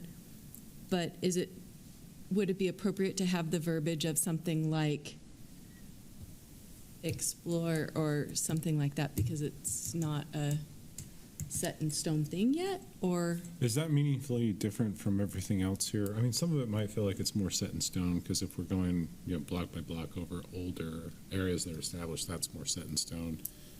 I guess what I'm asking is, are we putting kind of an asterisk here that says this is very forward looking? Is that much different from like the rest of the plan? Yeah, and I think the intent and one of the reasons that it was also based on a suggestion that we received from the survey about where the station area was kind of discussed in relation to other parts of the plan. This one individual feeling like maybe it should have been brought closer to the front rather than he felt like it was kind of left in the back as an afterthought. And I think these 2 pages have had a lot of consideration. They've been moved in the document a few different ways. And I think that the intent at the beginning was for this to be kind of a placeholder for the station area plan as it develops and potentially gets adopted in the future. I think there is potential to add language to make it more, highlighting that there isn't a specific location that's determined right now for the station, but it is an exercise in, looking decades in the future and trying to set a framework that could be built on at that time when if it does become a reality. Right.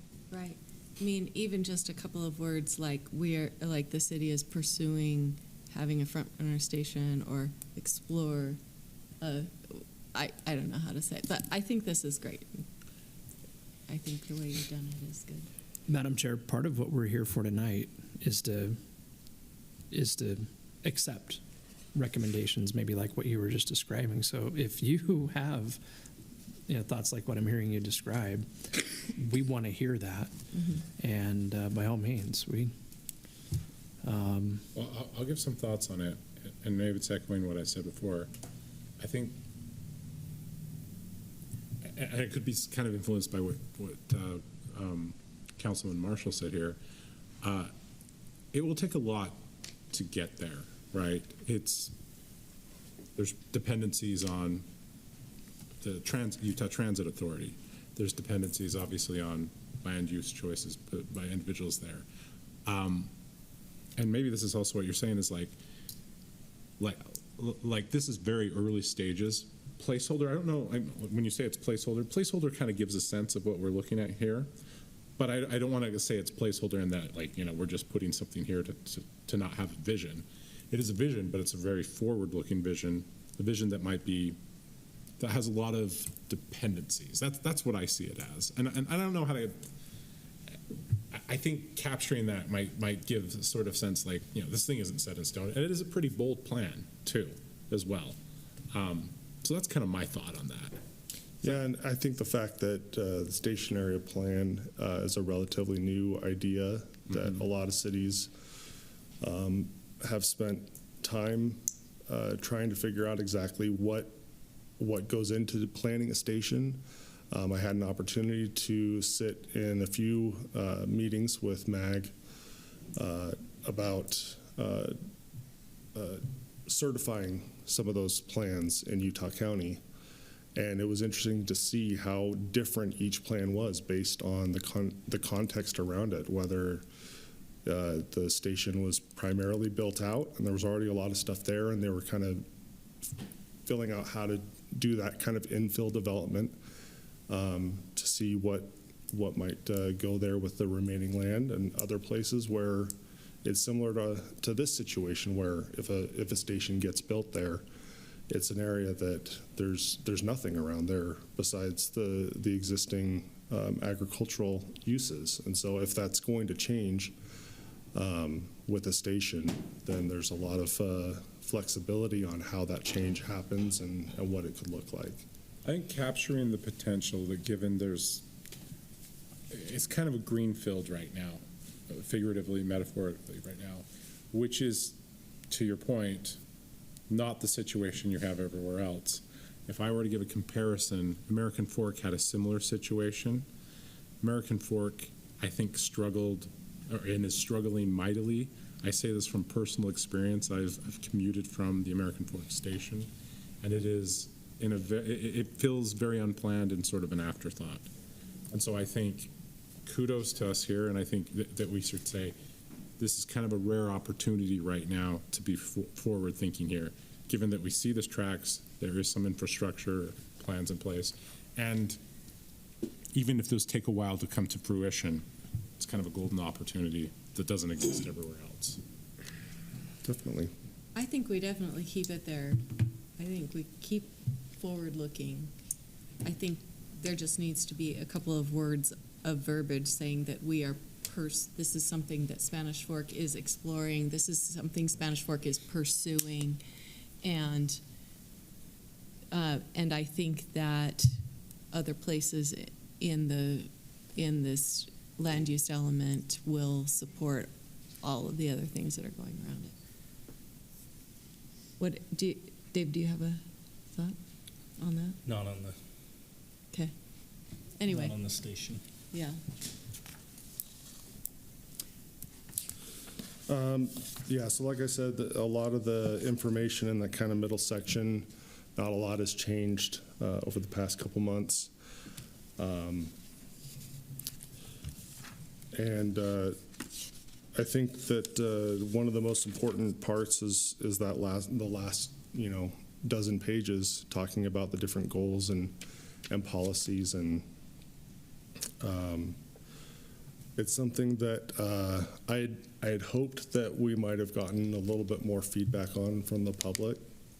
I think that if more people had taken more time with that section, it would have been an opportunity to have some really positive discussions about things that the city can do to plan for and reflect the desires and feelings of the community as a whole. But they're highlighted with clear goals with supporting strategies and objectives. There was an additional strategy that was added to the agricultural preservation goal, talking about coordinating with the Utah Department of Agriculture and Food regarding agriculture protection areas. That's something that we've spent a lot of time this past year looking at. Both, as a city, we've had an opportunity to review, and there's been one that's been created within the city boundaries, as well as others that where there's no agricultural production taking place, to have those removed. And so being able to look at those from two different points of view, and the importance of making sure that record with the state is kept up to date so that we can plan accordingly. So where you bring up the ag protection areas, I noticed there's no ag protection area down in the Southwest Valley page. There's no ag, where we have landowners that are asking for it, and it's not. It's just not labeled on the map? It's not on the map. It's all commercial and medium density. Page 39 is what we're talking about. Yeah. That's the biggest blow up of it, but. Oh, on the quadrant page? Yeah. Yeah, so, like we said, the land use plan or the land use map is intended to look at how properties could develop over time. It's like Dave explained, it's not a zoning map, it's not a build-out timetable, it's not something that the city is going around and knocking on people's doors saying, hey, we want to have commercial here. Right. You should probably sell to a developer. When they see that, that's their first reaction is, oh, that's my only option. That's what people see when they see this. Okay. And, we've got ag here and in the river bottom, but I know we've had property owners in this area asking for it. Yeah, it should be on this map as ag protection. So we do have a map that we are considering adding to the plan that because we have that updated GIS map from the state based on some recent creations of ag protection, both in the city and the county, as well as others that have been removed from ag protection. Now that that's been updated, it's an opportunity to visually reflect that in the plan. It's also reflected in the growth management boundary and how that policy would be addressed, so that people that have property that are in ag protection, if they don't have a desire to develop anytime in the future and would like to continue operating agricultural activities and businesses, then they're free to do that. And it's something where if a development proposal comes in on those lands that are outside the growth boundary, we'd say, because of the direction that we've received from the city council, from staff, it's not something that we would consider at this time. It's something that would have to wait until a future time when that growth management boundary is considered to be adjusted. So, yeah. I just want to bring that to your attention. I know we'll watch for that. Also, along 900 South right here, medium density, medium. You got estate density out here. All along this 900 South, from 1500 West, that's already estate housing. It's established neighborhood now. Why would you change that to medium density and not leave it low density or estate housing all along there, that whole neighborhood, that's what it is currently right now. And the way it's built out, somebody would have to come in and buy those, knock everything down to build medium density in that area. So I would recommend that we, before I would vote to approve any of this, I'd recommend that we at least discuss changing those areas to low density or estate density. Well, especially if they're already 'Cause established neighborhoods, right? Right. And that's one thing that we've talked about is keeping established neighborhoods what they are already. Because I look at this and I think, oh, shoot, they want to take my neighborhood and completely change it. I don't see any reason why these two especially this is agricultural right now, right? Yes, there's a handful of homes out there. Right, but that would make sense because there's not an interchange there. That's just an overpass, so it would make sense to me for those to be estate density residential. And then how much of this over here? Am I pointing at the right thing? That's an overpass, Yeah, right, Dave? Yes. I don't want to jump in too soon, but Commissioner Woodhouse, you brought up a couple of issues I think we really would be best off to kind of talk through. So I'm going to go back, if I can, to the ag protection. Okay. And in the meantime, I'll ask, Ian, I don't want to quite go there yet, but if there's anything that you want us to add to the draft plan to be more explicit about anything, including ag protection, we can do that. Dave, I think in previous versions we had a map that wasn't entirely up to date that showed ag protection areas. I did see one. I have seen the map that shows a cutout and for I think protection down in this area. We wouldn't. So I apologize. I'm going to take a step back to describe a couple of different things. But for example, the image that we're looking at there describes land use designations, which is a specific thing, designation being a term of art, and agricultural protection is not that. Agricultural protection is defined in state code.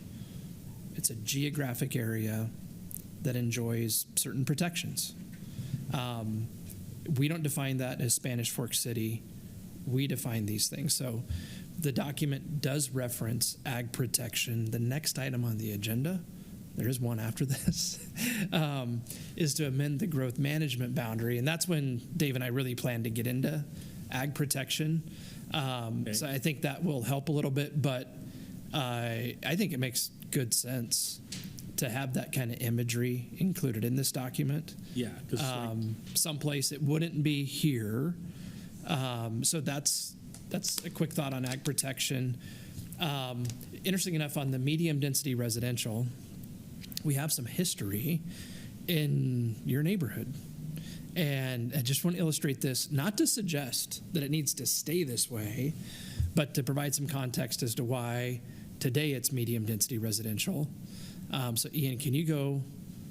This is the current land use map for your neighborhood. The colors are a little bit different for the different designations than what we have on the proposed map. So in this case, that yellow hue is medium density residential. And it's been that way for 15 plus years. So, but just because it's been that way doesn't mean it needs to stay that way. So if as part of a recommendation that you guys want to make tonight, it's to change some part of that medium density yellow to something else, that's what we're here for. But I just wanted to mention that we're not proposing a change as part of this effort, hence that's why it is the way that it is. I'd propose to have this be estate density residential. There we go, Ian. Here we go. Zoom in on that. What's the green? That's environmentally sensitive area. Oh, okay. That's so, the floodplain. Oh, yeah, gotcha. we zeroed in on that a lot more closely with this project than we have in the past. But if, for example, and I'm not putting words in your mouth or trying to, but if what I'm hearing you say is that you want the properties on the north side of 9th South. Density residential to match these, or do you? Well, I would say estate at density. least low density. Estate's fine, but here and over here, especially this side, more estate where it's open and their houses there are on 5-acre plots, or some of them are smaller, 1 acre, I think. But there's but both sides of 900 South, right through there and over here, I would recommend estate density. Your property in your immediate neighborhood, I'm just going to be maybe a little bit blunt. I'm really, really comfortable taking your advice with that intimate knowledge and awareness of where you're at.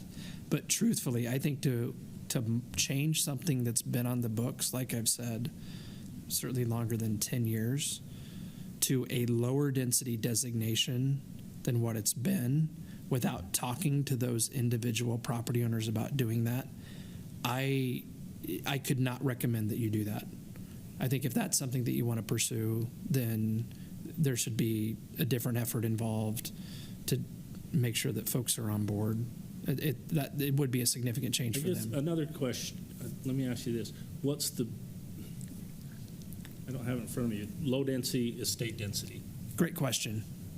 Let Ian maybe go to the official low density residential up to 3 units to the acre, medium density residential 3 to 8 units to the acre, 4 to 8. Estate density residential? Less than 2. Because the other thing to remember along here, just about everybody has livestock. In those that live there have livestock on their 1 acre or 2 acres or 5 acres. We all have it there. So. Which, of course, that's today. And it's really easy to think in different time frames. Part of the thought that's gone into, I think, designating certain areas of the community for higher density, it's looking down the road, and it might be 30 or 40 years down the road. Looking at that 9th South corridor, I think there's reason to believe that is at some point in time going to work differently than it has to date. It's going to carry a lot more traffic, and it might take a lot of development on the west side of I-15 to make that happen, and that's not going to happen in my lifetime. So we're looking way down the road, but nonetheless, again, we're here to get your thoughts and comments and direction. And so the reason that that's proposed to be on both sides there, medium density residential, is because it's right by the freeway and along a corridor that is going to be have increasing traffic. Historically, that's been the thought, for that corridor as well as one that'll run north-south through that area. And that's, it's based on previous history of as the city has grown over time. You can recognize patterns of how, the transportation network could grow in a logical way so we don't make traffic worse than it already is in some places. We've got the zoning map that tells you what you can do on your property right now today. So this is an opportunity to have a planning exercise to say what could it look like in the future? Is it likely that that's going to be a bunch of medium density residential there? Could be. It could change in 20 years when different insights or different thoughts on transportation modes or building techniques, a lot of different things could come into play. But at this point in time, that's our best estimate of what would be the highest and best use at that location. But there's always room for that to change in the future. Yeah, I know we'll have to address that because I know that I think everybody in the neighborhood, that's what they want. So. Well, and that's why we have these public hearings. And right. I just want to bring that up and get it on the record. So. I appreciate that, and that's something that we're always looking for feedback like that to consider as we go through this planning exercise. And I think what we might be seeing here too is that's what people want. That's what's sort of there right now. There's other parts of this map. I mean, this whole area right here that we're looking at right now, there is going to be substantial change there. Maybe if it's not in those exact lines, like I'm just saying, what we're looking at right now is going to look quite different in 10, 15 years. If you go right and go up into town and we're looking in, where we have the mixed use and medium desert residential completely north of this, I think the likelihood of that changing is much less, right? And you've captured that here, but that's an area that's much less likely to change. And that might be the hard thing to sort of parse out if you're looking at this. Like, you're on a 5-acre land with livestock and everything like that right now. That might stay for the rest of your life, but there's probably going to be there could be some change there, right? Sure, down the road. Yeah, but if I'm like looking at these neighborhoods around here, like literally right outside, I mean, I guess right here on the city block is different, but if I go up a couple blocks there, it's a different story entirely, So. Okay, thank you. We knew you were meaning to just do a quick overview of this, but I think it's a good thing I think for I've us pretty to much covered, the main points, so we can take it from there, and any further questions, we'd happy to address those. I think one thing for us to talk about, just to do a quick overview ourselves, is of the goals, because that's something that just a really quick overview. So growth management, if we look at page 47, I really appreciate that the pattern of these to be goals, objectives, and strategies. So the goal is growth management. We want to manage the growth well. And as people, as landowners, decide to either keep what they have the same or to change, to make sensible decisions so here it says Spanish Fork embraces well-planned, balanced growth that strengthens neighborhoods, supports the economy, and sustains a high quality of life. The city manages expansion through growth management boundary when considering development proposals and annexations. The city will take an active role in planning and directing where and how growth occurs.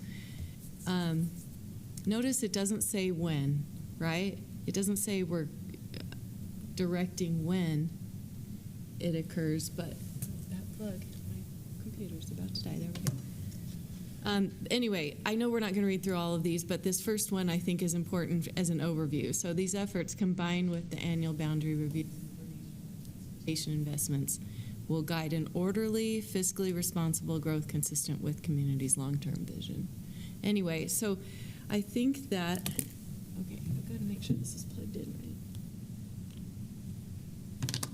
right. So, everything is changing on my computer. But I appreciate how the goals, we have the goal of the housing in neighborhoods, and how we want to maintain high quality, connected, attractive residential neighborhoods, that we have a transit oriented development, because my goodness, Front Runner Station can really help our city, but we make sure that we have mixed transportation, because boy, traffic is getting, we all know that we're getting lots and lots more traffic, so looking at different ways to maximize our transportation. I have a few comments about, in general, about the land use element, but before I jump into too many more of mine, do either of you have any more comments about, you had the issues with the map there. Any other comments right now? No, I think I've captured them as we walk through this. Okay. And I do appreciate the work you guys have put into this, and it's really nice to have and to see. It will help a lot.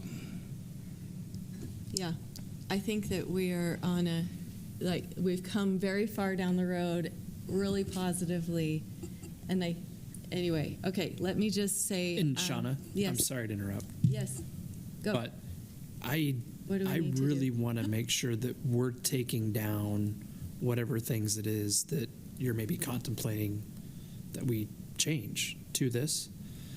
So I don't know if you were planning on finishing off or how you want to go about that. That's a good question, because I just realized we also need to have public hearing. Do we need to do our recommendations now that we have decided we really want to do, that we've given you comments on right now? Thank you. We're going to have more afterward. It would certainly be most appropriate to have the public hearing first. Yeah. I just realized. Yep. Okay. Yeah. These plugs up here, do they work? Does what work? The plugs? I didn't know otherwise. I've used them in the past. Let me see if this will work. You're running low? Yeah. Okay, let's try. I apologize. All right.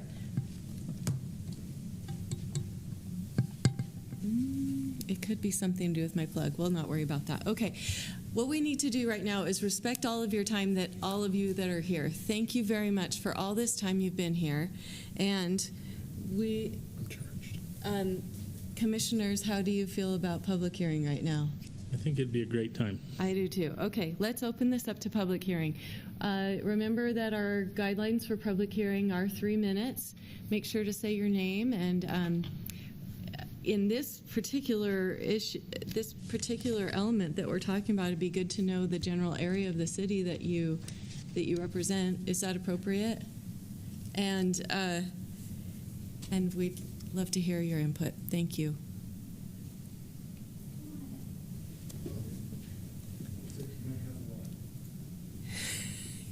My name is John Sumption. I live on the southwest corner of 4th North and Spanish Fork Parkway. And I'm grateful that you are open to what we desire there on that corner. We want to taper toward the commercial, and I think that the thing that you showed earlier about the adjustment, I'm very much in support of. One other comment about the general land use, I want to emphasize the keeping the biking pedestrian corridor open to the front runner is really important to me. I know that there's a lot of traffic that's going to go that way, but I also want to advocate for having bike access to the station. When I go to the station, I'm not going to be driving a car. I'm going to be riding my bike, and it's important to me to keep that access open. That's all I wanted to say. Thanks. Thanks. Thank you very much.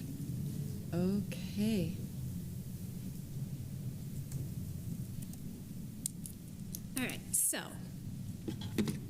I wish we had this conversation sooner because, as you can tell, I don't know what time you got done with it, but 3 a.m. is when I went through this. Lots of issues. Cannot get done in 3 minutes, and my family owns a significant amount of property out there. Dave, appreciate you very much so for what you said, because that is absolutely representing what a lot of us feel. To add to that, if we want to talk about past history, in 1992 is when the Leland area annexed, and my family was a significant part of that.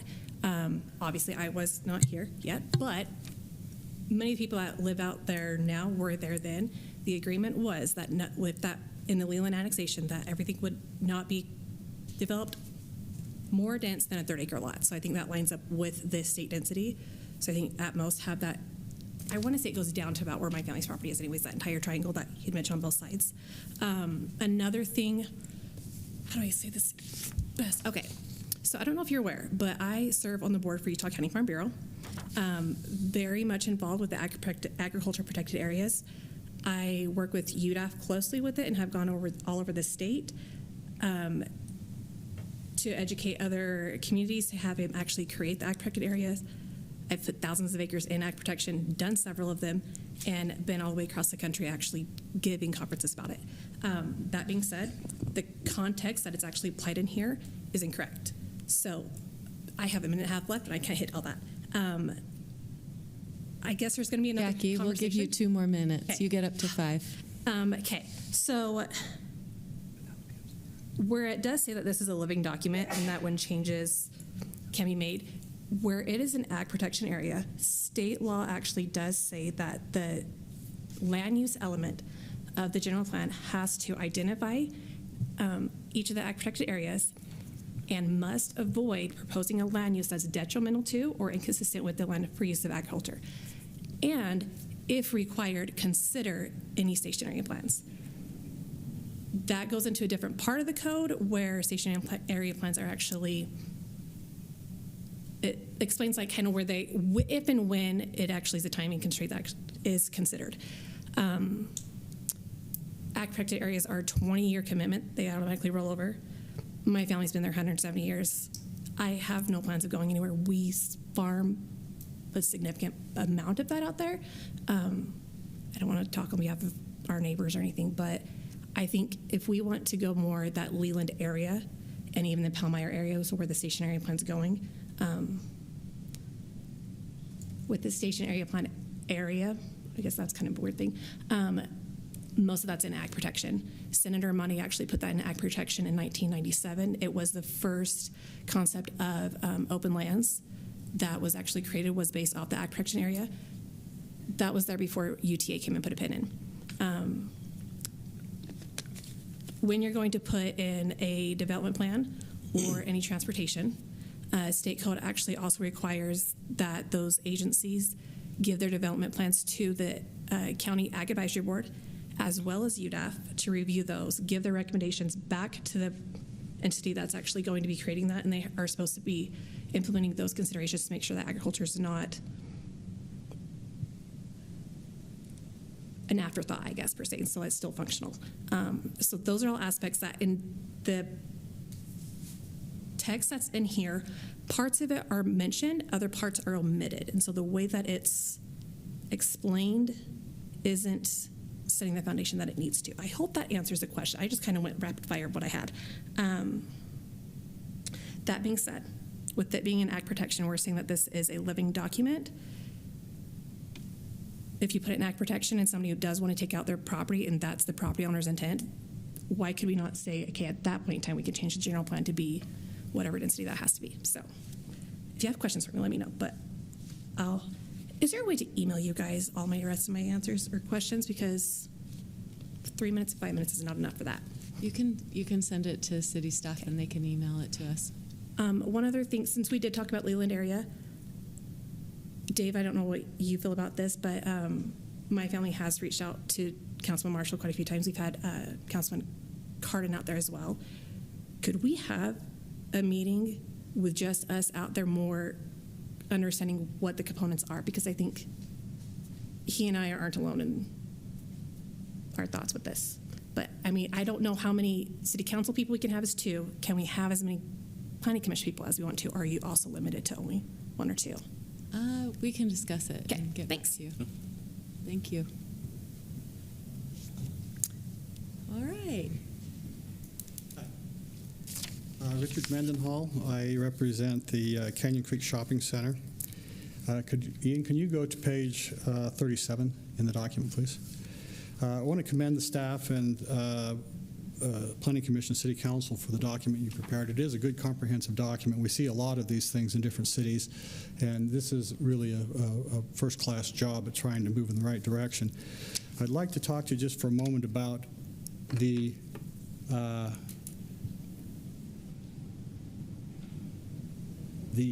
Canyon Creek corridor. You have a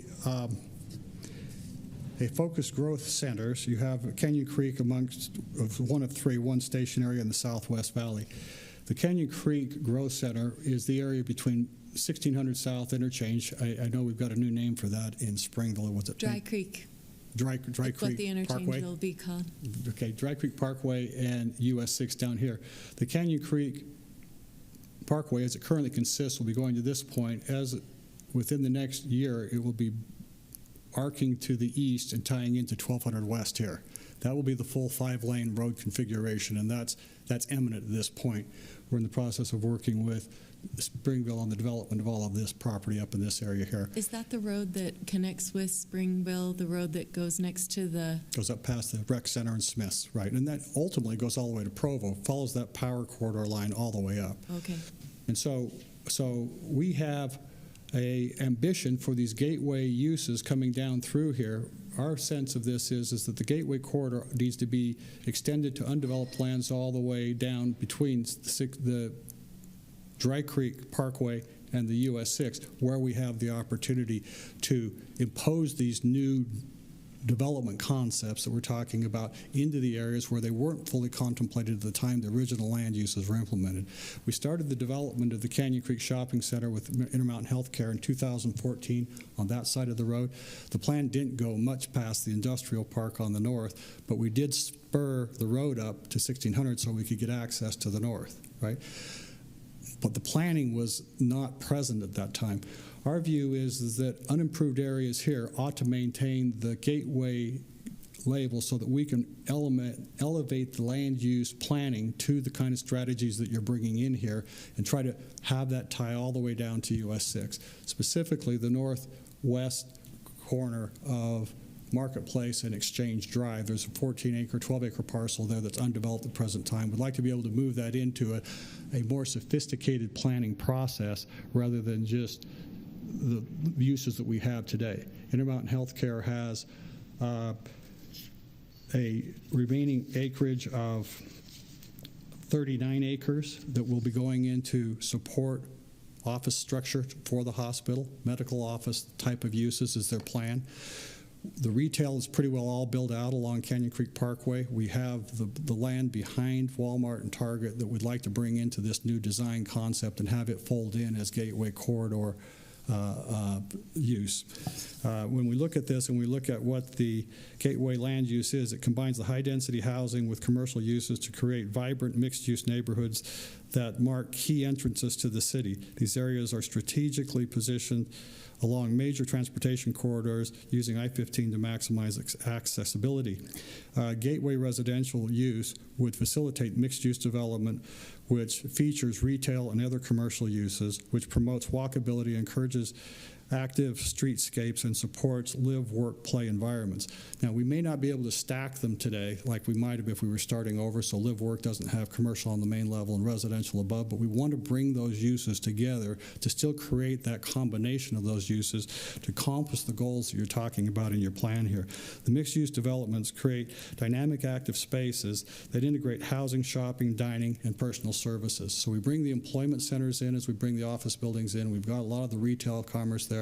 We want to bring the residents into that and then create that interactive element to bring that element of the Canyon Creek focus area into this new planning era as much as possible with what's remaining.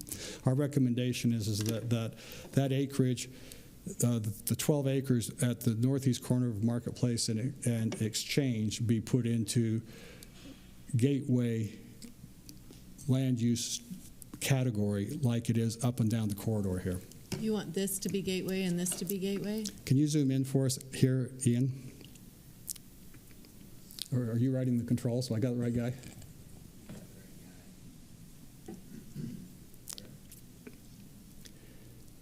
It's a little hard to see, but underneath here, this area right here, the road comes up past Lowe's and banks over like this. There's 12 acres right there that is currently unimproved. We have 25,000 cars a day running in front of Walmart. Up in this area towards Dry Creek Parkway, we have 6. As the freeway opens, you'll have about 25,000 cars a day coming off. The majority of those are going to turn down and then go up Spanish Fork Parkway to the bench that way, is what the traffic studies are showing us. So we're going to see a material shift in these traffic patterns. We want to try to embrace these gateway concepts and bring them all the way down through this entire corridor and try to help fulfill the expectations of the plan as you've conceptualized it here, and see what we can do to elevate the design, the land use, the integration of these uses all the way through that corridor. So change that 12 acres from commercial to Gateway. Gateway? Yes, that would be our request. Thank you very much. Thank you. Mr. Mendenhall. Can I add something to this area? You're going to like it, actually. It's very confusing. And a change of tone here, Ag Girl. Why is that general plan to agriculture right there in an island? Because that doesn't make any sense. It's not. Access. It's transportation. cut by the railroad. Now, second part of that, since there is a rail going through here, you have somebody there who's like, they bought all of Williams' property through there. They want to develop it that. Why not try to target that as your station area plan? If the state code requires it to have the rail line in the city, that's the only place that has it in the city boundaries. Just a thought. Thanks. Thank you.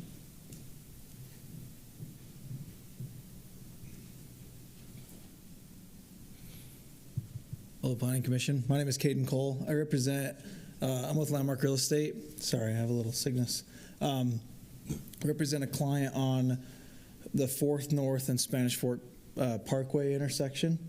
I don't know if you're able to pull that up, but essentially the north part, so it's the southeast corner of that intersection. 4th and Spanish Fork Parkway. Right there. Yeah. Yes. So I represent the southeast corner of that. So the MDR little corner surrounded by the LDR. A kitty corner to that. Correct. Scott Hansen's piece. We've been in conversation with Dave Anderson, and I think we're on the same page. But we'd like to just request that a commercial component is considered on the northern end of that property as well.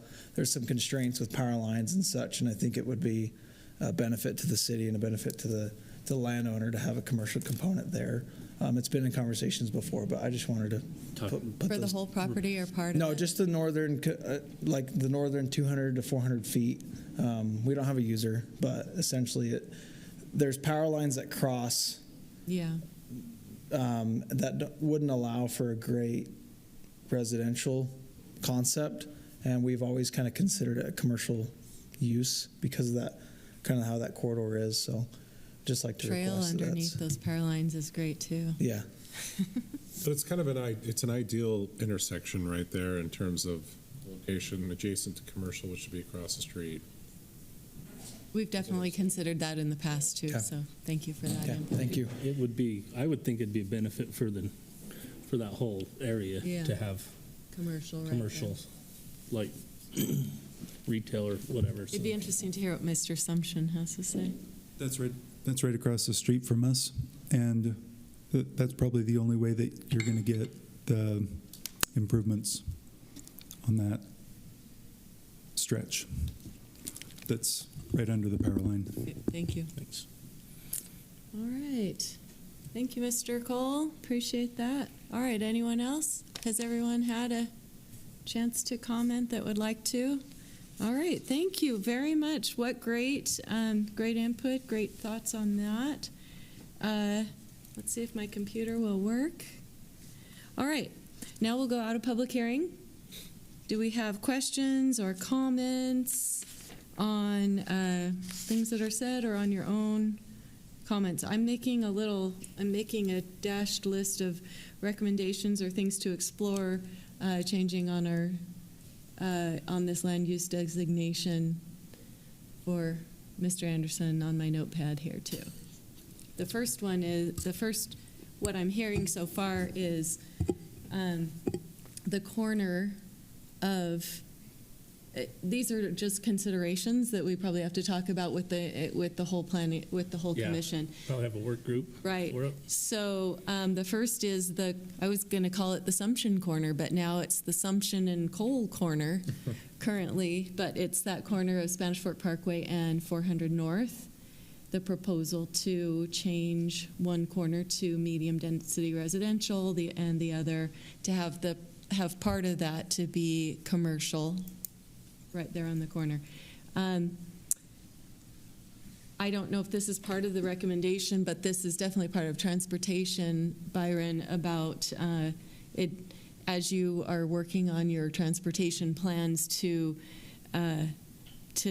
I assume that it will be a biking and pedestrian pathway of some way to get over to, as part of the station area plan, to get to the Front Runner station from this part of town. Does that make sense? I think it's already in our trail master plan, but it's something we can relook at for sure. That would be something that we'd be probably be interested in. Yeah. Also adding verbiage to that station area plan, something about explore, pursue, as we look to the future. I personally am not, I know that Councilman Marshall wanted that moved to a more prominent front part of the land use element. I don't know that that's particularly the right place, but I'm not sure where the right place is for that, but I think it's fine. And just double click on the pursue or thing.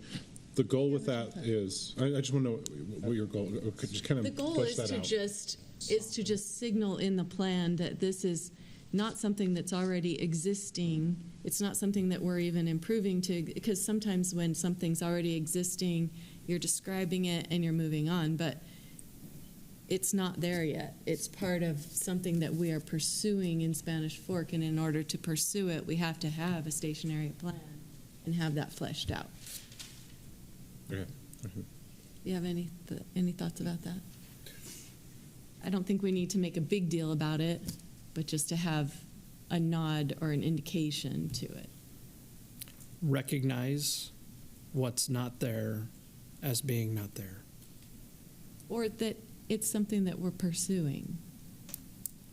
Okay. But not something and that the something is the plan, or it's front runner? The plan to have a station area and front runner. Yeah. Is that, did I even say that? We intend to have a station area, but it's not for sure that we're going to have it. And there's a lot of factors that are still in play that would make us have it. So okay, that helps. So make it clear that the future's uncertain, but yet that UTA, UDOT, they are telling us that there's a really, really strong likelihood that front runners sometime will come to Spanish Fork and it will be here, and therefore they want us to plan for it. Yes. And we've acknowledged that there's value in planning for it. Yes. But it's not funded yet, and it's not absolutely for sure yet, but we'll plan as if it is. Would it be helpful as well to describe everything that's happened that indicates that there's some likelihood that it will, like environmental studies, investments in that type of a thing? There's almost like rail infrastructure there right now. Status report. Yeah, even the discussion about plans at other growth for Springville and everything like that. Just status report on where it is, given its location, that it's You know, it's sort of that unique, rare opportunity where you can plan for something quite forward-looking. How to say it, but you know what I mean, it's just. I'm really just trying to make sure I'm hearing you guys. Like Yeah. I know I can word it how I view it, but that's not. Right. But if what I said a second, and like I'm hearing you, well, I didn't hear you guys say that actually about the status report, but maybe that's my reaction to what you're hearing and how we, maybe put something in the document that would provide clarity as to where it is in the process. I'm going to take one quick stab. Okay. I'm getting a little tired, so I might be slow here. Sorry. But UTA has the rail corridor. We have agricultural land that could potentially be developed there. Given that, and potential modifications to the freeway as well, that which could include another interchange or other infrastructure that's sort of in a state where development is likely, timing is undetermined. There's lots of dependencies that would need to be resolved. But given that situation, it's something that the city is actively pursuing and planning for, with maybe an undetermined timeline for when it would actually come to fruition, given all those dependencies. There was a lot there. Did that capture what you were thinking? I think so. And it can be said in a really succinct way. Yeah. I feel like I need to say that to the ChatGPT and have it summarize what's going on, but. And I think that's worth not being succinct on even, really. Dave used the word placeholder when he talked about this, and that really is the intent with what we're representing in this document and that type of a thing. But I think being as explicit as we can be about just our understanding of the reality, maybe. And I think the state is given, if I'm to interpret why the state even wants these stationary plans, and obviously MAG doesn't approval, is because the potential for development around here is something that is so unique that you don't get anywhere else. You can do the sort of high density, commuter first style development that's not really possible. Because, quite frankly, you can have people live there without cars. If that's what actually happens or not, I have my doubts, right? But that's one of those places where you have that potential. Absolutely chicken and the egg, right? Because if Front Runner is going to be any place, wherever it's going to be, you don't want to put low-density residential around it. Because then Front Runner doesn't work. It doesn't work like it could, and it should. And I know I'll say the state, I would say the legislature has clearly shown how concerned they are about making sure that Utahns make appropriate investments in land use to support investments in transportation infrastructure. Front Runner, new interchanges, whatever it might be, they don't want to make the kind of investment that it would take to have a Front Runner stop near Center Street and I-15 if a community's not going to complement that investment with appropriate land use, which is likely some pretty intense stuff, whether it's residential or retail or commercial, whatever it might be. Intensity would be the key. Yeah, intense and perhaps unique in ways we haven't seen before. Yeah, right. Oh, certainly. Yeah, I think that'd be the idea. Okay. Hey. Thanks for letting me talk that through. So that's really helpful. Thank you. Okay. I have a few other thoughts on a document here. I really appreciate that you sent us the community feedback document for us to review. That's we're hearing from a few people that are here, really valuable comments. Good to hear what people's responses were yet again, because as a commission, we've been able to review what the community feedback has been at every stage. And then it was nice to review the last one that you just that just happened. Again, responses are all over the map. Thank you to the public for responding. There's voices and opinions on every side. So, I know there's about 3 people that will watch this broadcast, but if you'll notice, the community feedback report at the end of the land use element document shows how the city staff and council reached out to gather the voice of the people. It also shows comments gathered by our citizens and on one side, and then efforts to address comments. So specific comments, and then on the other side, here's what we did to address that comment. Like, that's incredible. It's long. Thank you. It's documented. And so when people comment that we're not listening or responding, or the city staff is not listening or responding, nothing could be farther from the truth. And it also, and I think the other thing to notice here is that when people say we're not listening, it's not that we're not listening, it's just that you listen and then you make your best recommendation, and because there's opinions everywhere, then you're going to come down on a side where somebody's not going to agree with you. I really appreciate that the staff has done their due diligence and your professionalism, so thank you, everyone. Thank you for citizens that recognize that we must manage growth in a way that will keep the spirit of Spanish Fork and who we are as a community. Thank you to the people who not only gave feedback but offered to help or offered solutions. Like, appreciate all of you here that offer solutions. I really appreciate the part of the document that is the goals, objectives, and strategies of the second half of the document. That's the vision of what we're all the different pieces that we're trying to do in the city, and then how we're gonna do that all together. So thank you. I'd like to respond to people who say that high density increases crime, or in higher density. That's possible. There's probably data that shows that there are increased crime, but I do have to say, higher density also brings our teachers, our city employees, our nurses, our firefighters, our law enforcement, my grandchildren to reside with us, who were lucky enough to buy our homes when prices were much lower. That means a lot to me. And so I greatly value our residents of all income levels. We lift and support each other in this community. And as I've said many times before, I greatly value my diverse neighborhood. So I respectfully disagree with the people who say we don't want to have growth and we don't want to have density. I'd also like to talk about the people who have a concern with roundabouts. I am now a roundabout person. I actually prefer them to traffic lights and stop signs because they keep traffic flowing decently well. As long as they're the right size.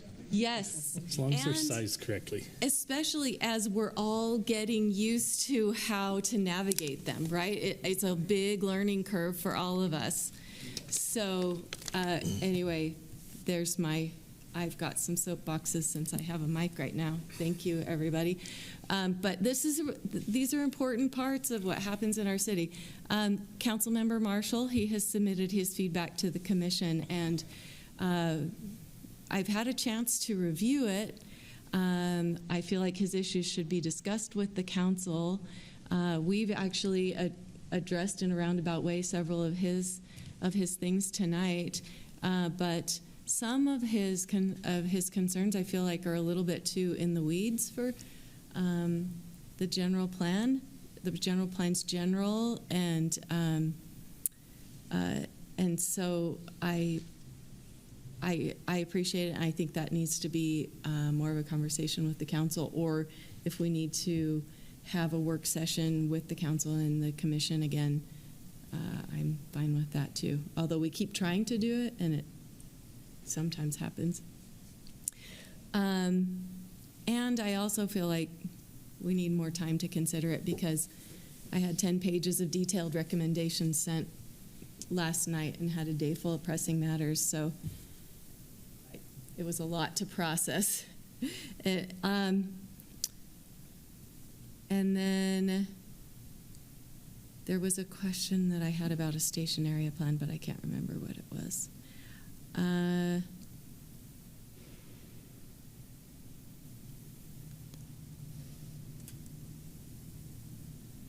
I think that's all my comments for now. But I do support you, Commissioner Woodhouse, about looking at that area of your neighborhood to have a lower density. If it's there, I can understand where you're coming from with if your neighbors in the future sell their land, or their children do because grandpa died, how does that look like to be developed? Maybe. Well, and I'll explain a little more about where I'm coming from. The city manager and I met just a couple of weeks ago with a longtime property owner on the south side of 9th South that was extremely concerned about their designation on the general plan changing from medium density residential to something else, something less dense. He's not the only property owner on that side of 9th South that I've talked about that has that feeling. So that's where we generally don't operate to where we make an abrupt change like that without having, some kind of process and communication involved in that type of a thing. On the north side of 9th South, frankly, I think there's less development potential. It seems like, I don't know how large of a property your home's on, Dave, but maybe 3 to 5 acres, something like that, or so it's a little different there. I think that it'd be easier to justify a change there maybe than on the south side, in my opinion. Yeah. And I'm thinking, well, the whole area too, but definitely even on the south side of 9th South, on where there's homes with a little bit of property on, they're existing, they're built, they're there now, and give them a little bit of peace of mind that, they're. But they ultimately could choose to do what they would do with their property. Right. I mean, and I think we're not. And I don't want to. I'm not disagreeing with you on this, but I'm thinking we still respect property rights. We respect the fact that, and there's no sense that we wouldn't do that, but this is sort of a forward-looking plan on what could be. Yeah. I think saying 30, 40 years, if there's an emphasis 30, 40 years, that kind of materially changes that. That 30, 40 years, I don't know how many of us are still here, right? Right, but it's also be nice if we could give a little bit of protection to, because we talk about the heritage of Spanish Fork, what we grew up with, that's why people come here. And it does mean a lot. It does mean a lot. Yeah. And, and I agree with you. I want a place where my kids can buy a home and live. And right now they can't quite afford it yet because they're just getting back on their feet and stuff. And it's tough, housing's what it is. But, I'm not a big fan of the high density housing and everything. I know it's necessary and what we need. And, but I would like to protect a few areas. I feel like I need to add something too. I think there's a perception out there that Spanish Fork City really promotes high densities, and there's a large perception of that. I don't know why, from the city's perspective, there would be a concern about maintaining a half-acre minimum lot size or something like that for the area. The idea of having the estate density residential along the Mill Road corridor seemed like a natural. I think it was 10, 12 years ago when that designation was created and assigned to a few places in the community. So when I talk about my hesitation, like when I'm maybe saying, hey, pump the brakes a little bit on a change from something like medium density residential to something lower, it's not because as a city employee, I'm looking out for the city as an organization or anything like that. I would expect pushback from the property owners that almost always when we meet with people, property owners, they want higher densities. That's where the push comes from. It's not us. If anything, we're the ones meeting with them and saying, oh, I get it that you want 5,000 square foot lots, but the minimum lot size in the zone that you're going to get is 12 and that type of a thing. And I know it changes because I can think along 100 South when the Fieldstone Homes came in and did all that, I remember the neighbors across the street, it just broke their heart because they'd get phone calls. They got the cops sent them in the middle of the night when they were irrigating at night or when they were cutting their hay and stuff. You know, and they couldn't farm. They could no longer farm because the neighbors across the street were complaining and giving grief. They ended up selling. Ivory Home come in, build that all out. You know, and so that's one reason I'd, you know, if we can protect areas, let's protect them. And that one sounds like a perfect, I mean, obviously they sold, but it was a perfect use case for an ag protection zone, right? And they made out like bandits when they sold, but they did not want to. Yeah. It'd be a different neighborhood if it were 12,000 square foot lots. Yeah. Right? If we're talking about the same thing.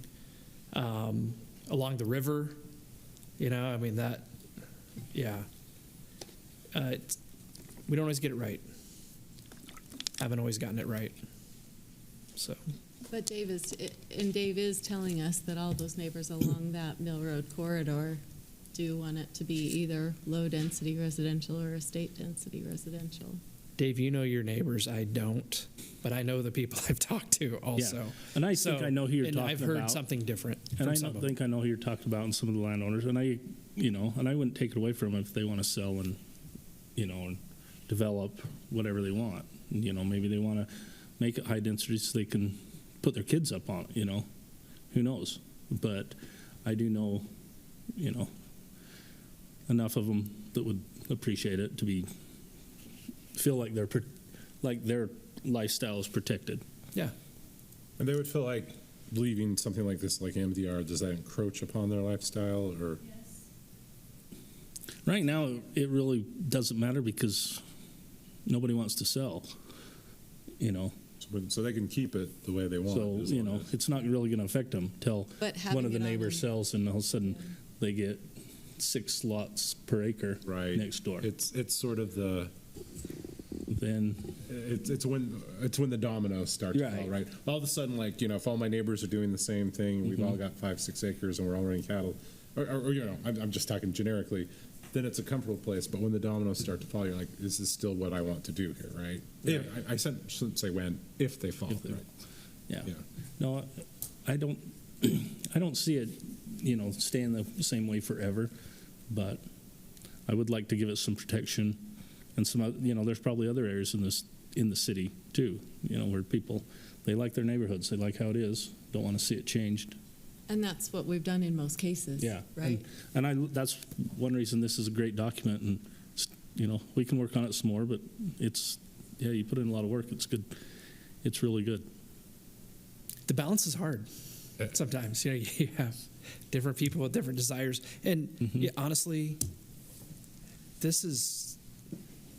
there are nuances to it. Maybe it's a little bit of an art in some ways, but it's not rocket science. And again, from a city's perspective, property developing with 12,000 square foot lots or 9,000 square foot lots or 8, 6, that just doesn't make a huge difference.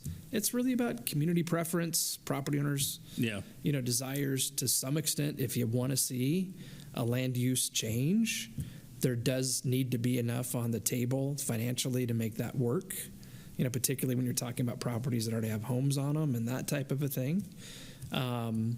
But otherwise, I don't want to suggest that I don't think the city should care, but really, I guess maybe, Dave, I'd welcome an opportunity to have, you know, more of a conversation with people that own property on the corridor, probably an exclusive group like that. And I'd have no concerns with, you know, I would have no concerns, just speak for myself, with having a different designation there. Great. I can also see how having something like a medium density residential designation on a general plan could feel really threatening to neighbors, even though they know they aren't going to be forced to sell their land and build, but the concern is, you know, having somebody build a whole bunch on right next to your 5-acre lot, and so. Yeah. I've said, I apologize to jump in, but I've said that it's been 15 years, and I'll go back and double check to make sure I'm not wrong, but I think it has been. I think it goes back maybe even a little bit more than that. That it's been medium density. So part also of how I look at it now is it hasn't been a problem.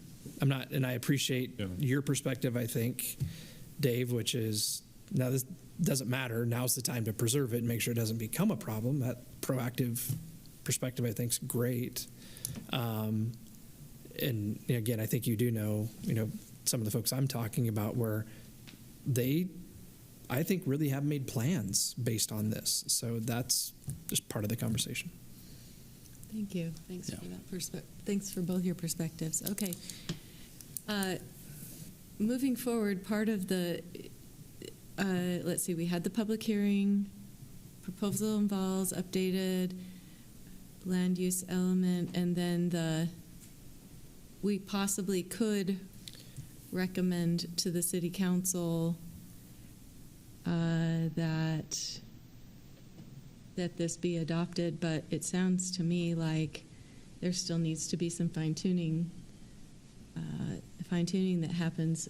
Would either of you prefer to make a motion one way or another, or would you prefer to move that we continue with this while there continues to be more fine-tuning?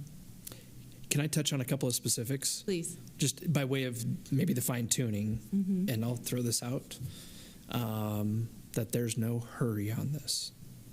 We'd be more than happy, and I think you'll be closer to full strength probably in March. Not that that matters. I think you guys have represented really well different things that we've talked about over the last several months about this. But Mr. Sumption, for example, he made the case to support what we've drawn on that alternate version. The folks just on the other side of the street, I think, would like to see some type of commercial represented on that corner. So those are two things that I think staff's entirely on board. We can make those adjustments. I talked about realigning the boundary of the station area to follow the ditch instead of that. Yeah. Let me just ask, do you have concerns with that? I have no concerns with that. Okay, I like that. it seems just a lot more practical to do it that way. I wish we because it feels like the lines before really are just. It was. Well, we picked a distance thinking after this depth would work well along 4th North. Yeah. So, well, and it's something that's in, or at least the Clyde company's talking about right now too. So it's got it. So those are 3 specific things. Adjusting, adding language to the station area kind of placeholder section. I really like that as an enhancement. Mr. Mendenhall brought up the idea of extending the gateway. Frankly, that's been discussed in one way or another by way of allowing for some changes to accommodate residential development, like behind Walmart. And that's a discussion we can continue to have. Seems like a no-brainer. But those are my main takeaways from what you guys, well, of course, then the 9th South Corridor. Didn't mean to gloss over that. That's a different scale of change, in my opinion, than the other stuff. Like the other stuff isn't, broad policy. It's more housekeeping. Are there things I'm missing from? You said 9th South Corridor. Remind us. That's when I was talking over there. Yeah. Mill Road. Yeah, I know you mentioned it, but kind of second what Mr. Mendenhall said here as well. I think it's one of those interesting opportunities that kind of come along with the rest of the infrastructure, and that infrastructure is imminent right now with the new exit and everything else. It's I think getting creative over there is good, and offering some potential guidance would be good in the gateway or whatever we're calling it. And nice if we have motivated landowners. There are a lot of motivated landowners over there to develop residentially. So I think that conversation, based on what we've talked with the city council in the past about relative to residential there, that'd be a discussion that would, I think, take some time to work through. It's a discussion worth having. You said no urgency on this, but I also know we've been working on this plan for a while. We have some goals in terms of when, I know that's something we can set, but at some point, I don't think the whole general plan has to be perfect. It'll never get done. It will never. Truthfully. Yeah. I think Todd articulated that well in one of the past conversations we had. Yeah. And in some ways, it's sort of a release. And if we could give it some time to sort of refresh like the living document, but like legitimately stick to it, not just stick to some point where we're kind of going off in another direction and it looks old and stale. I guess my general feedback for everyone here and everyone listening is I think we need to get to a point where we release something that is sort of a version 1.0, realizing that 1.1 good way to look at it. Will come again and could come pretty soon and we could iterate. Yeah. Well, you've held a public hearing. DRC's made a recommendation. Anytime you want to make a recommendation, it's ready to move forward. I think we just have one more tweak, and we need more of the commission here to really make a credible recommendation. So we hold for now. Yeah. Continue next. Table this discussion. I think we continue this to next month, and we're in a good place there. In the meantime, then, we'll go to work on the things that we've just talked about. None of them are really heavy lifts, except, frankly, I think the 9th South, I think that'd be good to talk about in terms of how maybe we want to do some additional outreach along that corridor. Okay. Thank you. All right, we have one last item. Do you want to move to continue that? I'll make a motion that we move to continue discussion of the general plan. I'll second you. Second that. All in favor? Aye. Aye. Aye. That passes unanimously. Okay. I like to joke sometimes. We got the easy one out of the way. It's now on to the growth boundary. Terrible, terrible joke. Now, Ian, just go to the map.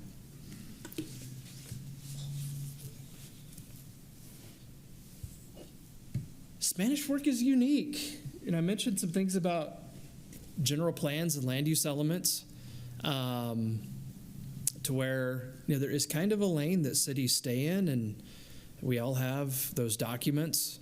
They do look different, and they work differently from one community to another. So like with ours, most cities have something that's a little bit unique. But I'm not aware of another city in Utah that has something called a growth management boundary or anything that works like our growth management boundary is intended to work, which it's a geographic area. Everything within the growth management boundary, it's identified on a document that we treat as part of the general plan. In fact, I would treat it almost as even part of the land use element of the general plan.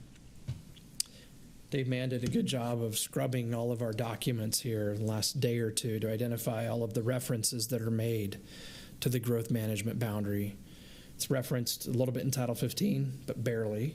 It's referenced in our annexation policy plan, but that's at least largely in an excerpt from our current land use element of the general plan, and we don't have a lot of verbiage that describes what it is. But that being said, a simple way to describe it is the boundary identifies properties that the city is ready to serve. If properties are outside of the growth management boundary, for example, according to policies that are in place, and policies that would be adopted as well with the land use element that we just talked about. For example, to be consistent with those policies, Spanish Fork City would not annex property if it's outside of the growth management boundary. Spanish Fork City would not rezone property if it's already in Spanish Fork but outside the growth management boundary. It's intended to bridge a gap that exists between our annexation policy plan which that's looking out many decades into the future and saying someday we expect Spanish Fork to grow into this geographic space. Does that make sense? So that's the big picture. Then within that annexation policy plan, we have what I'm talking about now, that growth management boundary. That's intended to identify where essentially today, and today in the life of a city is like, maybe within the next 3, 4, 5 years, Spanish Fork City is ready to, again, accommodate development, serve development, approve a development, approve an annexation, or different things like that. Do you guys have any questions about that? It's a tool. It's a tool that helps ultimately the city council send a signal to the world that we think it's time for development to happen here or not. By way of policy language, the proposed draft element of the general plan, land use element, it suggests that the growth management boundary should be reviewed every 2 years. And I think that's a really important part of the concept we're throwing out tonight, which is a relatively simple change to the map. But the more important part of it is that the growth management boundary be used a lot more regularly as the city contemplates growth. In the past, when changes have been made to the growth management boundary, we've made big sweeping changes, and we've included really large swaths of land. I think the idea now is to be much more strategic about amending the boundary with the idea that, for example, if somebody were to come into the community development office to say, hey, would the city entertain a zone change so I could develop property here? We want to get to the point to where if it's inside the growth management boundary, we can say, hey, you know what, when the city council reviewed the growth management boundary a year ago, they included that in the boundary. So now we have that direction, that kind of predictability to tell somebody, yeah, it's worth preparing plans and going through a zone change process versus the opposite. We reviewed the growth management boundary just a year ago, and that did not get included, so check back with us in a year or two and see where that's at. Again, does that make sense? There's another part of it that's unique to what we've been talking about with ag protection, where we see some value as staff to take properties that are in Spanish Fork City and have them excluded from the growth management boundary. Having property in ag protection, that's a signal to the world that, hey, we want to be left alone. We don't want to develop. So some could take the fact that if properties then were within Spanish Fork's growth boundary, that could be a conflict to where the city's not recognizing that that desire that those property owners have to have their land use not change. So this map identifies the whole city. The growth boundary is kind of hard to identify. It's this heavy, dark line. Today, almost everything that's within the growth management boundary is developed. So, for example, the river bottoms, it's not in the growth management boundary. We have gone all the way out to our shared boundary with Mapleton following State Road 89 over here. And the growth management boundary extends on the west side of the airport. The proposal today would add to the growth management boundary what's shown in this tan color, which I think it's just these two areas here. In this case, it's kind of a catch-up. Discussed last night, in fact, with the money annexation, which the city council approved. Springville pointed out that we didn't follow our policy there explicitly. So again, clean up there to some degree. Similar thing here. In our opinion, this is an important add for a few reasons, including we have infrastructure there today that we didn't in the very recent past. And today, the intent, and I think this is accurate, but if it's not, we'd change it.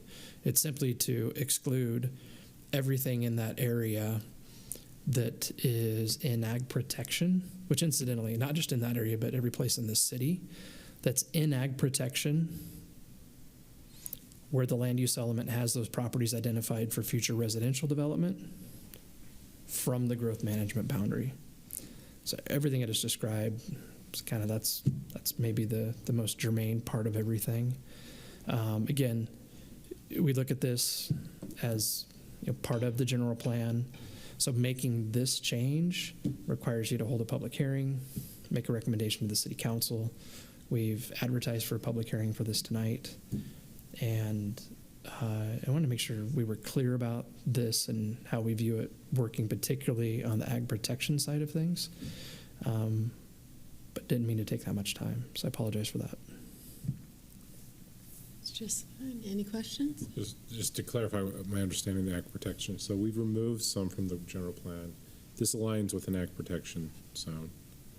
And really what we're saying is, this is not really where we're going to work on extending any city services or anything like this. Very much what the growth plan is, and this sort of augments that argument by saying, we're serious about this ag protection zone that we're excluding from the growth plan.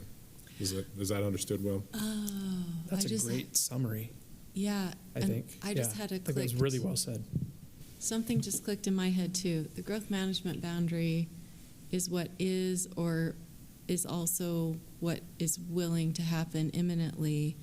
The general plan maps are for future if people decide to change what they would like to do with their land. Then this is the development that would make sense for smart city planning. And that's why, okay. And it's hard to see it on there, but you'll see there's nothing on the other side of 15. Yeah, and maybe you could zoom in. Yeah. I shouldn't say that. Well, yeah. And those things are, and the other side of I-15, there are parts that are in our general plan, but they're not part of our growth boundary. You can see, you can kind of see where the rail line, the second rail line is there. Right That's part of what we talked about before, but it's definitely not in there. Right. So. And all this was zoned, and that's all in the general plan. Okay. But we're clearly, obviously, not ready to serve development over there, and won't be for a really long time. So, again, we can't talk in terms of years or decades because we don't know, but it's two different levels of time frames. This is the playground where we can work. I don't know, playground is the right word. Sorry, I'm getting very tired. But this is the space in which we're willing to work right now in the immediate term. Right. Okay. And you don't have none of the landowners along here. Where's the canal at? Right there? Yeah, so including the proposed annexation. Yeah. So that's something that, according to policy, we would have to address before that annexation works its way through. Okay. Yeah. Okay. Do we have any other questions? We should go to public hearing. Okay. This is a public hearing about the amending the general growth management boundary map. I contemplated even coming here, back up here. I was going to leave. So what was explained, what the text says in what you guys just kind of, I guess, approved, recommended, does not align with the conversation that was had with us. It was an attempt at a compromise. My family's property is going to be carved out of that, but I guess based off of Mr. Anderson, I don't signify because I'm not the actual property owner, just the daughter-in-law. So I don't know how much of this, what I'm going to say, is going to make sense. However, conversations we had with Councilman Marshall and what was presented tonight, what the text was, those do not align. So I do not agree with this. Thanks. Thank you. Okay. Anyone else have any comments? All right. We'll go out of public hearing. And any further discussion? I think this is pretty straightforward. This is the area we're working on. Yeah. I don't know that I'd want to even hold this for a discussion. I think it's something that makes sense to move on in terms of a recommendation. And it's not just because it's late. It's just because, this is where we are This is where active development's taking place.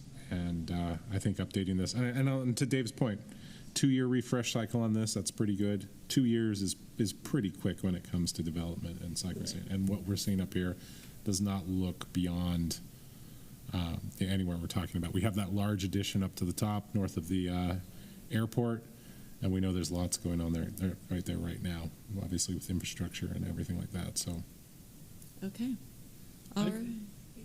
Question.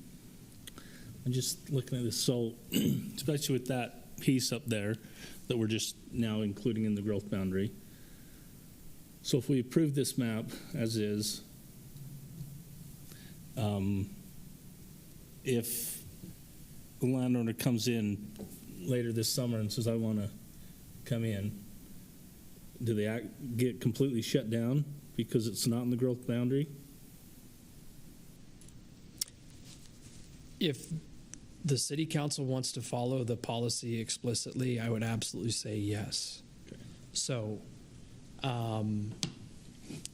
before that annexation moves forward, and it's in process today, but before it were presented to the city council for consideration, and maybe it runs concurrently, two things run concurrently, an amendment of this, so another change to this with the annexation, based on, I think, the city looking at this differently now than we have in the past.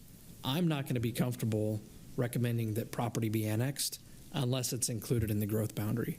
So maybe it starts with staff and how we interact with folks like the Clyde folks that are working on that annexation.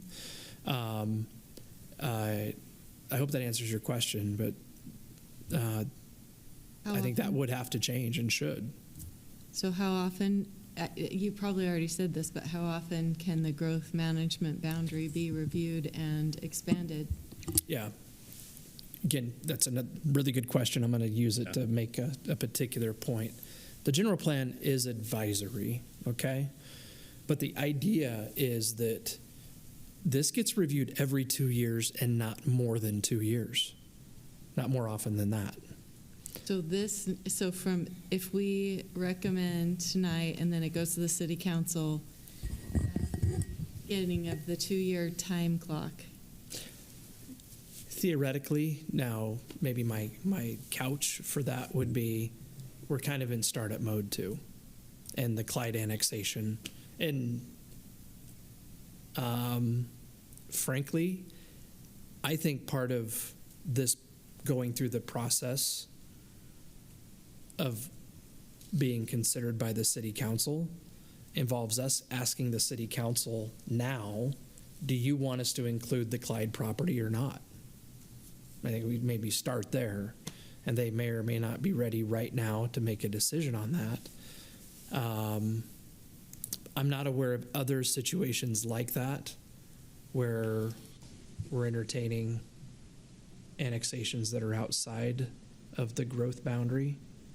We have one other annexation, 2 other annexations that I know of that are in process, and I think they'd both be in the growth boundary or are.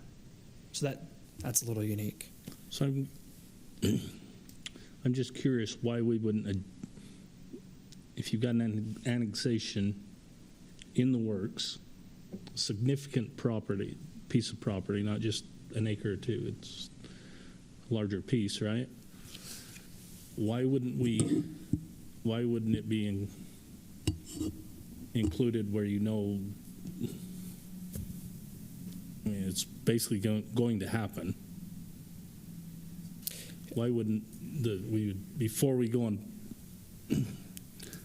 finalize this, why would that not hurry and change the dotted line there before we finalize it? Great question, and maybe I'm overthinking it. I was surprised when the city council accepted that annexation for further study, because we've had a few conversations with the city council, including one almost exactly a year ago, where I really felt like they took a pretty firm position about not wanting to see residential development yet on the west side of I-15. So, and I think they accepted the Clyde annexation almost maybe just to kind of feel that out a little bit more, truly to study it and to let it run its course.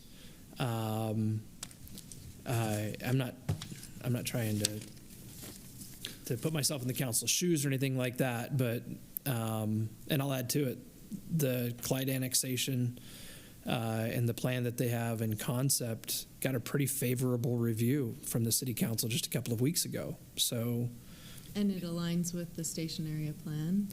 I think it does. I think it does, or with the kind of development at least that you'd expect to see around a right, yeah, facility like that. Yeah. So I guess my concern is, why are we just creating more work by moving ahead with this today when we know something major's coming along?